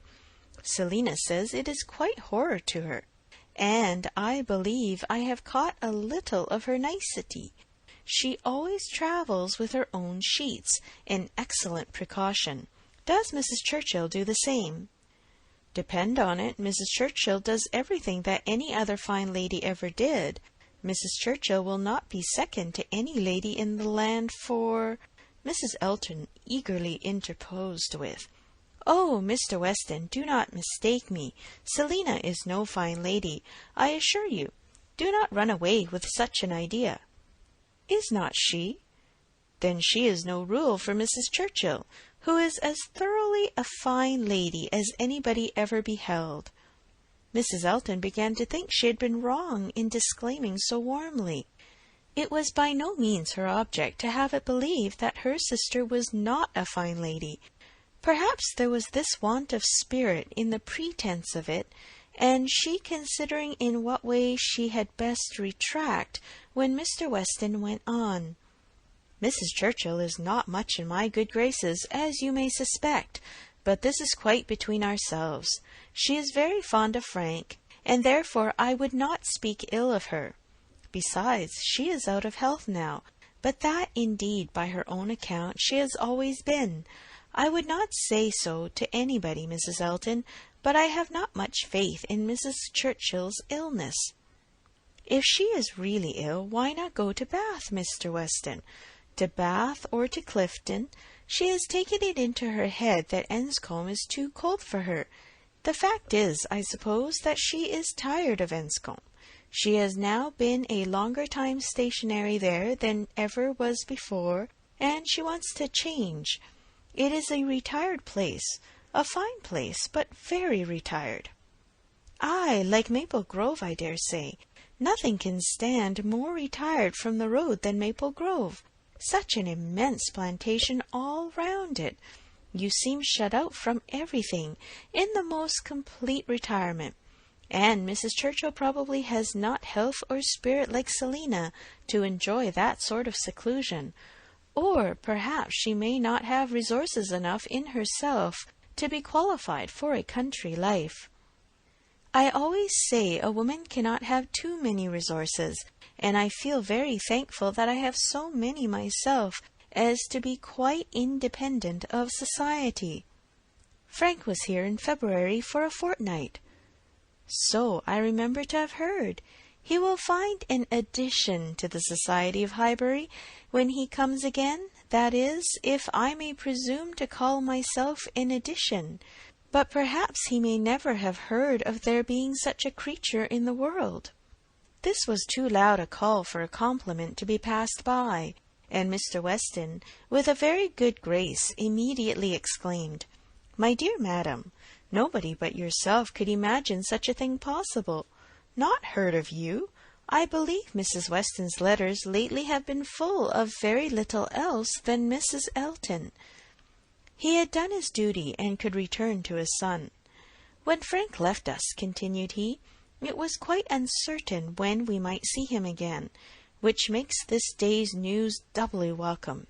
It had been completely unexpected. That is, I always had a strong persuasion he would be here again soon. I was sure something favourable would turn up, but nobody believed me. He and Mrs. Weston were both dreadfully desponding.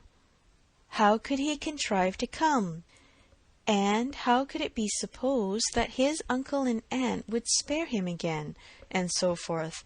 I always felt that something would happen in our favour, and so it has, you see. I have observed, Mrs. Elton, in the course of my life, that if things are going untowardly one month, they are sure to mend the next." "Very true, Mr. Weston, perfectly true. It is just what I used to say to a certain gentleman in company in the days of courtship, when, because things did not go quite right, did not proceed with all the rapidity which suited his feelings. He was apt to be in despair, and exclaimed that he was sure at this rate it would be May before Hymen's saffron robe would be put on for us. Oh, the pains I have been at to dispel those gloomy ideas and give him cheerfuller views. The carriage. We had disappointments about the carriage. One morning I remember he came to me quite in despair." She was stopped by a slight fit of coughing, and Mr. Weston instantly seized the opportunity of going on. "You were mentioning May. May is the very month which Mrs. Churchill is ordered, or has ordered herself, to spend in some warmer place than Enscombe. In short, to spend in London, so that we have the agreeable prospect of frequent visits from Frank the whole spring, precisely the season of the year which one should have chosen for it, days almost at the longest, weather genial and pleasant, always inviting one out, and never too hot for exercise. When he was here before, we made the best of it, but there was a good deal of damp, wet, cheerless weather. There always is in February, you know, and we could not do half that we intended. Now will be the time. This will be complete enjoyment, and I do not know, Mrs. Elton, whether the uncertainty of our meetings, the sort of constant expectation there will be of his coming in to-day or to-morrow, and at any hour, may not be more friendly to happiness than having him actually in the house. I think it so. I think it is the state of mind which gives most spirit and delight. I hope you will be pleased with my son, but you must not expect a prodigy. He is generally thought a fine young man, but do not expect a prodigy. Mrs. Weston's partiality for him is very great, and, as you may suppose, most gratifying to me. She thinks nobody equal to him. And I assure you, Mr. Weston, I have very little doubt that my opinion will be decidedly in his favour. I have heard so much in praise of Mr. Frank Churchill. At the same time, it is fair to observe that I am one of those who always judge for themselves, and are by no means implicitly guided by others. I give you notice that as I find your son, so I shall judge of him. I am no flatterer." Mr. Weston was musing. "I hope," said he presently, I have not been severe upon poor Mrs. Churchill. If she is ill, I should be sorry to do her injustice. But there are some traits in her character which make it difficult for me to speak of her with the forbearance I could wish. You cannot be ignorant, Mrs. Elton, of my connection with the family, nor of the treatment I have met with, and between ourselves the whole blame of it is to be laid to her. She was the instigator. Frank's mother would never have been slighted as she was but for her. Mr. Churchill has pride, but his pride is nothing to his wife's. His is a quiet, indolent, gentlemanlike sort of pride that would harm nobody, and only make himself a little helpless and tiresome. But her pride is arrogance and insolence, and what inclines one less to bear? She has no fair pretence of family or blood. She was nobody when he married her, barely the daughter of a gentleman, but ever since her being turned into a Churchill, she has out-Churchilled them all in high and mighty claims. But in herself, I assure you, she is an upstart. Only think! Well, that must be infinitely provoking. I have quite a horror of upstarts. Maple Grove has given me a thorough disgust to people of that sort, for there is a family in that neighbourhood who are such an annoyance to my brother and sister from the airs they give themselves. Your description of Mrs. Churchill made me think of them directly. People of the name of Tupman, very lately settled there, and encumbered with many low connections, but giving themselves immense airs and expecting to be on a footing with the old established families. A year and a half is the very utmost that they can have lived at West Hall, and how they got their fortune nobody knows. They came from Birmingham, which is not a place to promise much, you know, Mr. Weston. One has not great hopes for Birmingham. I always say there is something direful in the sound, but nothing more is positively known of the Tupmans, though a good many things, I assure you, are suspected. And yet by their manners they evidently think themselves equal even to my brother, Mr. Suckling, who happens to be one of their nearest neighbours. It is infinitely too bad. Mr. Suckling, who has been 11 years a resident at Maple Grove, and whose father had it before him. I believe, at least, I am almost sure that old Mr. Suckling had completed the purchase before his death. They were interrupted. Tea was carrying around, and Mr. Weston, having said all that he wanted, soon took the opportunity of walking away. After tea, Mr. and Mrs. Weston and Mr. Elton sat down with Mr. Woodhouse to cards. The remaining 5 were left to their own powers, and Emma doubted their getting on very well, for Mr. Knightley seemed little disposed for conversation. Mrs. Elton was wanting notice, which nobody had inclination to pay, and she was herself in a worry of spirits, which would have made her prefer being silent. Mr. John Knightley proved more talkative than his brother. He was to leave them early the next day, and he soon began with, "Well, Emma, I do not believe I have anything more to say about the boys, but you have your sister's letter, and everything is down at full length there, we may be sure. My charge would be much more concise than hers, and probably not much in the same spirit, all that I have to recommend being comprised in, do not spoil them, and do not physic them." "I rather hope to satisfy you both," said Emma, "for I shall do all in my power to make them happy, which will be enough for Isabella, and happiness must preclude false indulgence and physic, and if you find them troublesome, you must send them home again."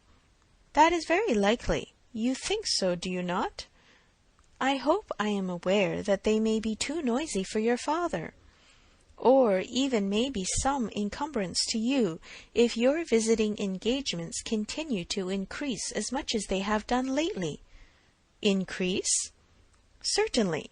You must be sensible that the last half-year has made a great difference in your way of life." "Difference? No, indeed, I am not."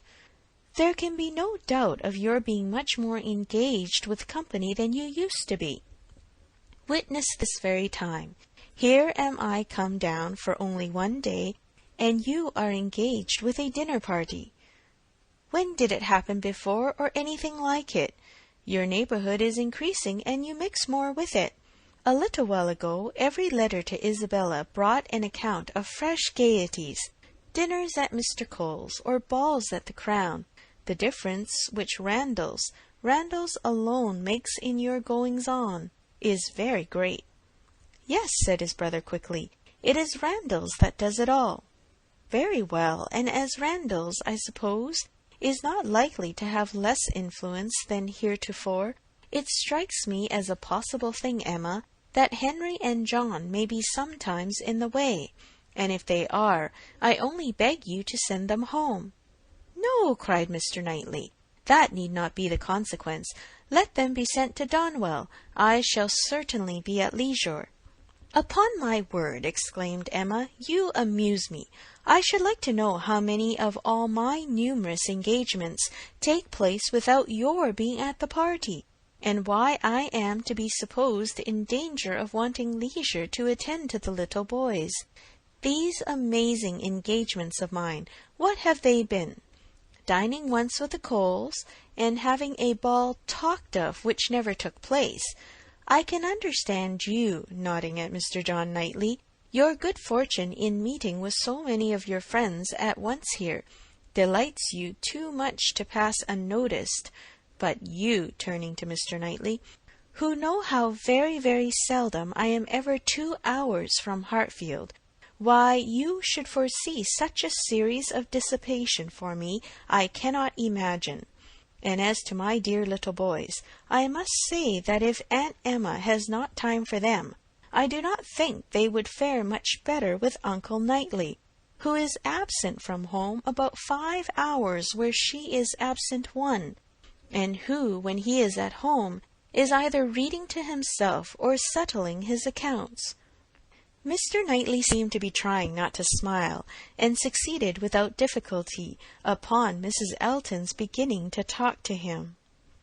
End of Volume 2, Chapter 18.